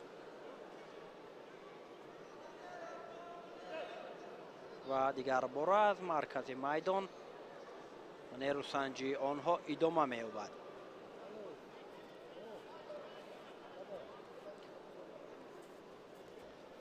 در نیروسنجی های قبلیشان این پهلوانان درخشش خوب داشتند و پرتافت های زیبا را هم در برابر حریفانشان انجام داده بودند.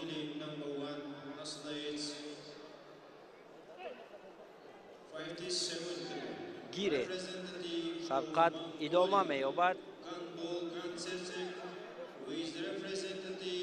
و هر دو هم احتیاطکارانه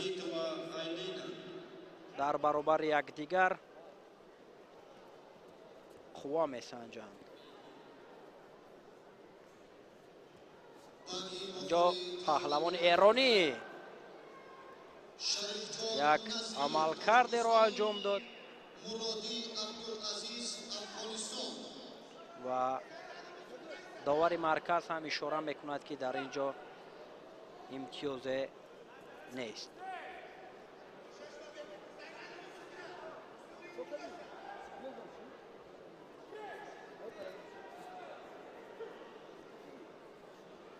دقیقه سیوم نیروسنجی هم صورت گرفته ایستاده است و تا به حال سبقت بدون امتیاز است و همان یک آگاهی که با عریس نشان داده شده بود اما آزمایی ادامه دارد. اینجا پهلوان ایرانی میخواهد یک پرتافت زیبا انجام بدهد ولیکن برایش میسر نمی شود. ورزشگر دختران وزن تا 57 کیلوگرم گندبال گندسنزن نماینده مغولستان با پهلوان ایرانی در اینجا احمدزاده رامین سبزعلی هم کوشش های زیاد کرد ولیکن امتیاز را رقیبی او صاحب شد. امتیاز بدن را در برابر آگاهی که داشت عریس مال خود کرد.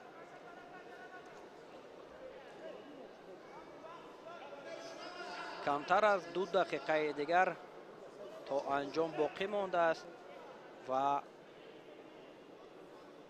تا فرجام این آزمایی حالا وقت زیاد است و هر دو هم باید فعال باشند، کوشش نمایند تا که امتیاز اساسی را کسب کنند. پهلوان ایرانی در اینجا باید نسبت به رقیبش بسیار فعال باشد، چون که در صورت به انجام رسیدن وقت با یک بدنی که حریفی او دارد او مواجه شکست میگردد.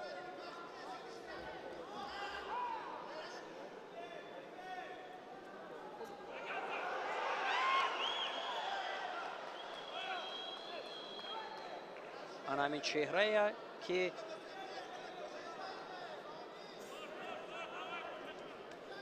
کشور گریتسیا را نمایندگی دارد. عریس زرکس پیش صف است و در صورت به انجام رسیدن 1 دقیقه دیگر او به مرحله نیمه نهایی راه می‌یابد. کوشش‌ها از جانب او بسیار به چشم می‌رسد و اینجا داور منع می‌کند رقابت را و دیگر باره از مرکز میدان نیروسنجی جریان می‌گیرد.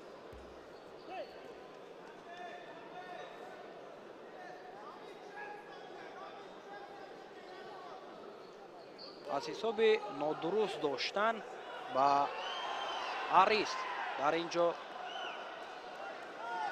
تنبیه داده می شود، یعنی آگاهی دوم نشان داده می شود و نوبسته از همان تنبیه که پهلوان یختک سفید پوشیده دارد او با یک بدن پیش صف است و در لحظه های آخر نیروسنجی سبزعلی هم کوشش میکند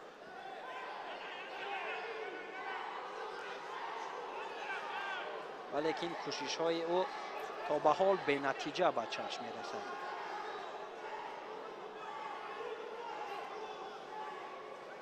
رقابت لحظه های آخری رقابت است و اینجا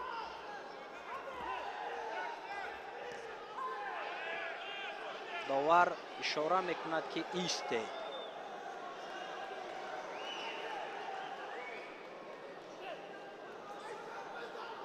پنج، 4، 3، 2 و اینجا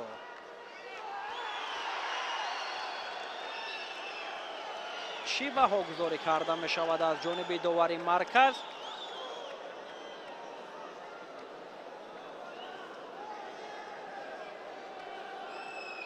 پهلوان ایرانی هم در اینجا اشاره میکند که یک بار به همان تکرار همین لحظه آخرینه که پرتافت بود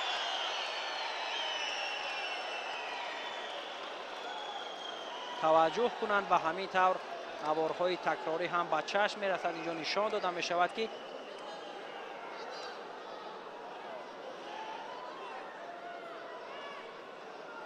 همین لحظه ای که پهلوان ایرانی کوشش کرد و داور هم انتظار است در صورت بدن بهاگذاری شدن همین پرتافت رامین سبزعلی غالب میگردد، چون که حریف او تنبیه دارد.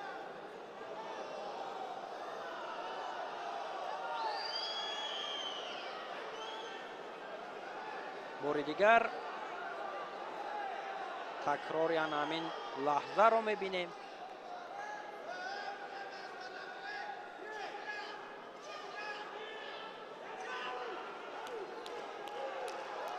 همین طور بدن بهاگذاری شد از جانب داوران.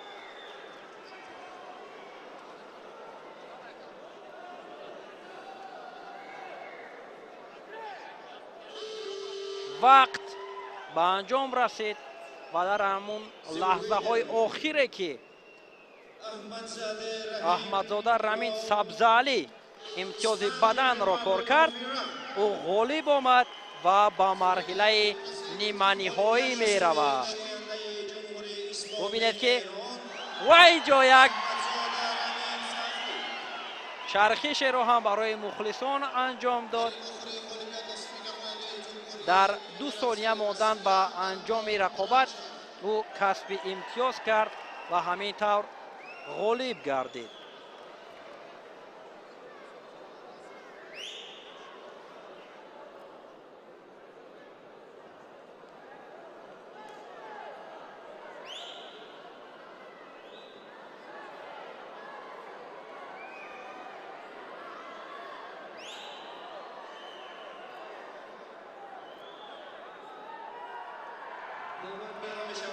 بعد یعنی همین لحظه های تکراری گزارش را همکارمان کریم خان بگمتов ادامه می‌دهد.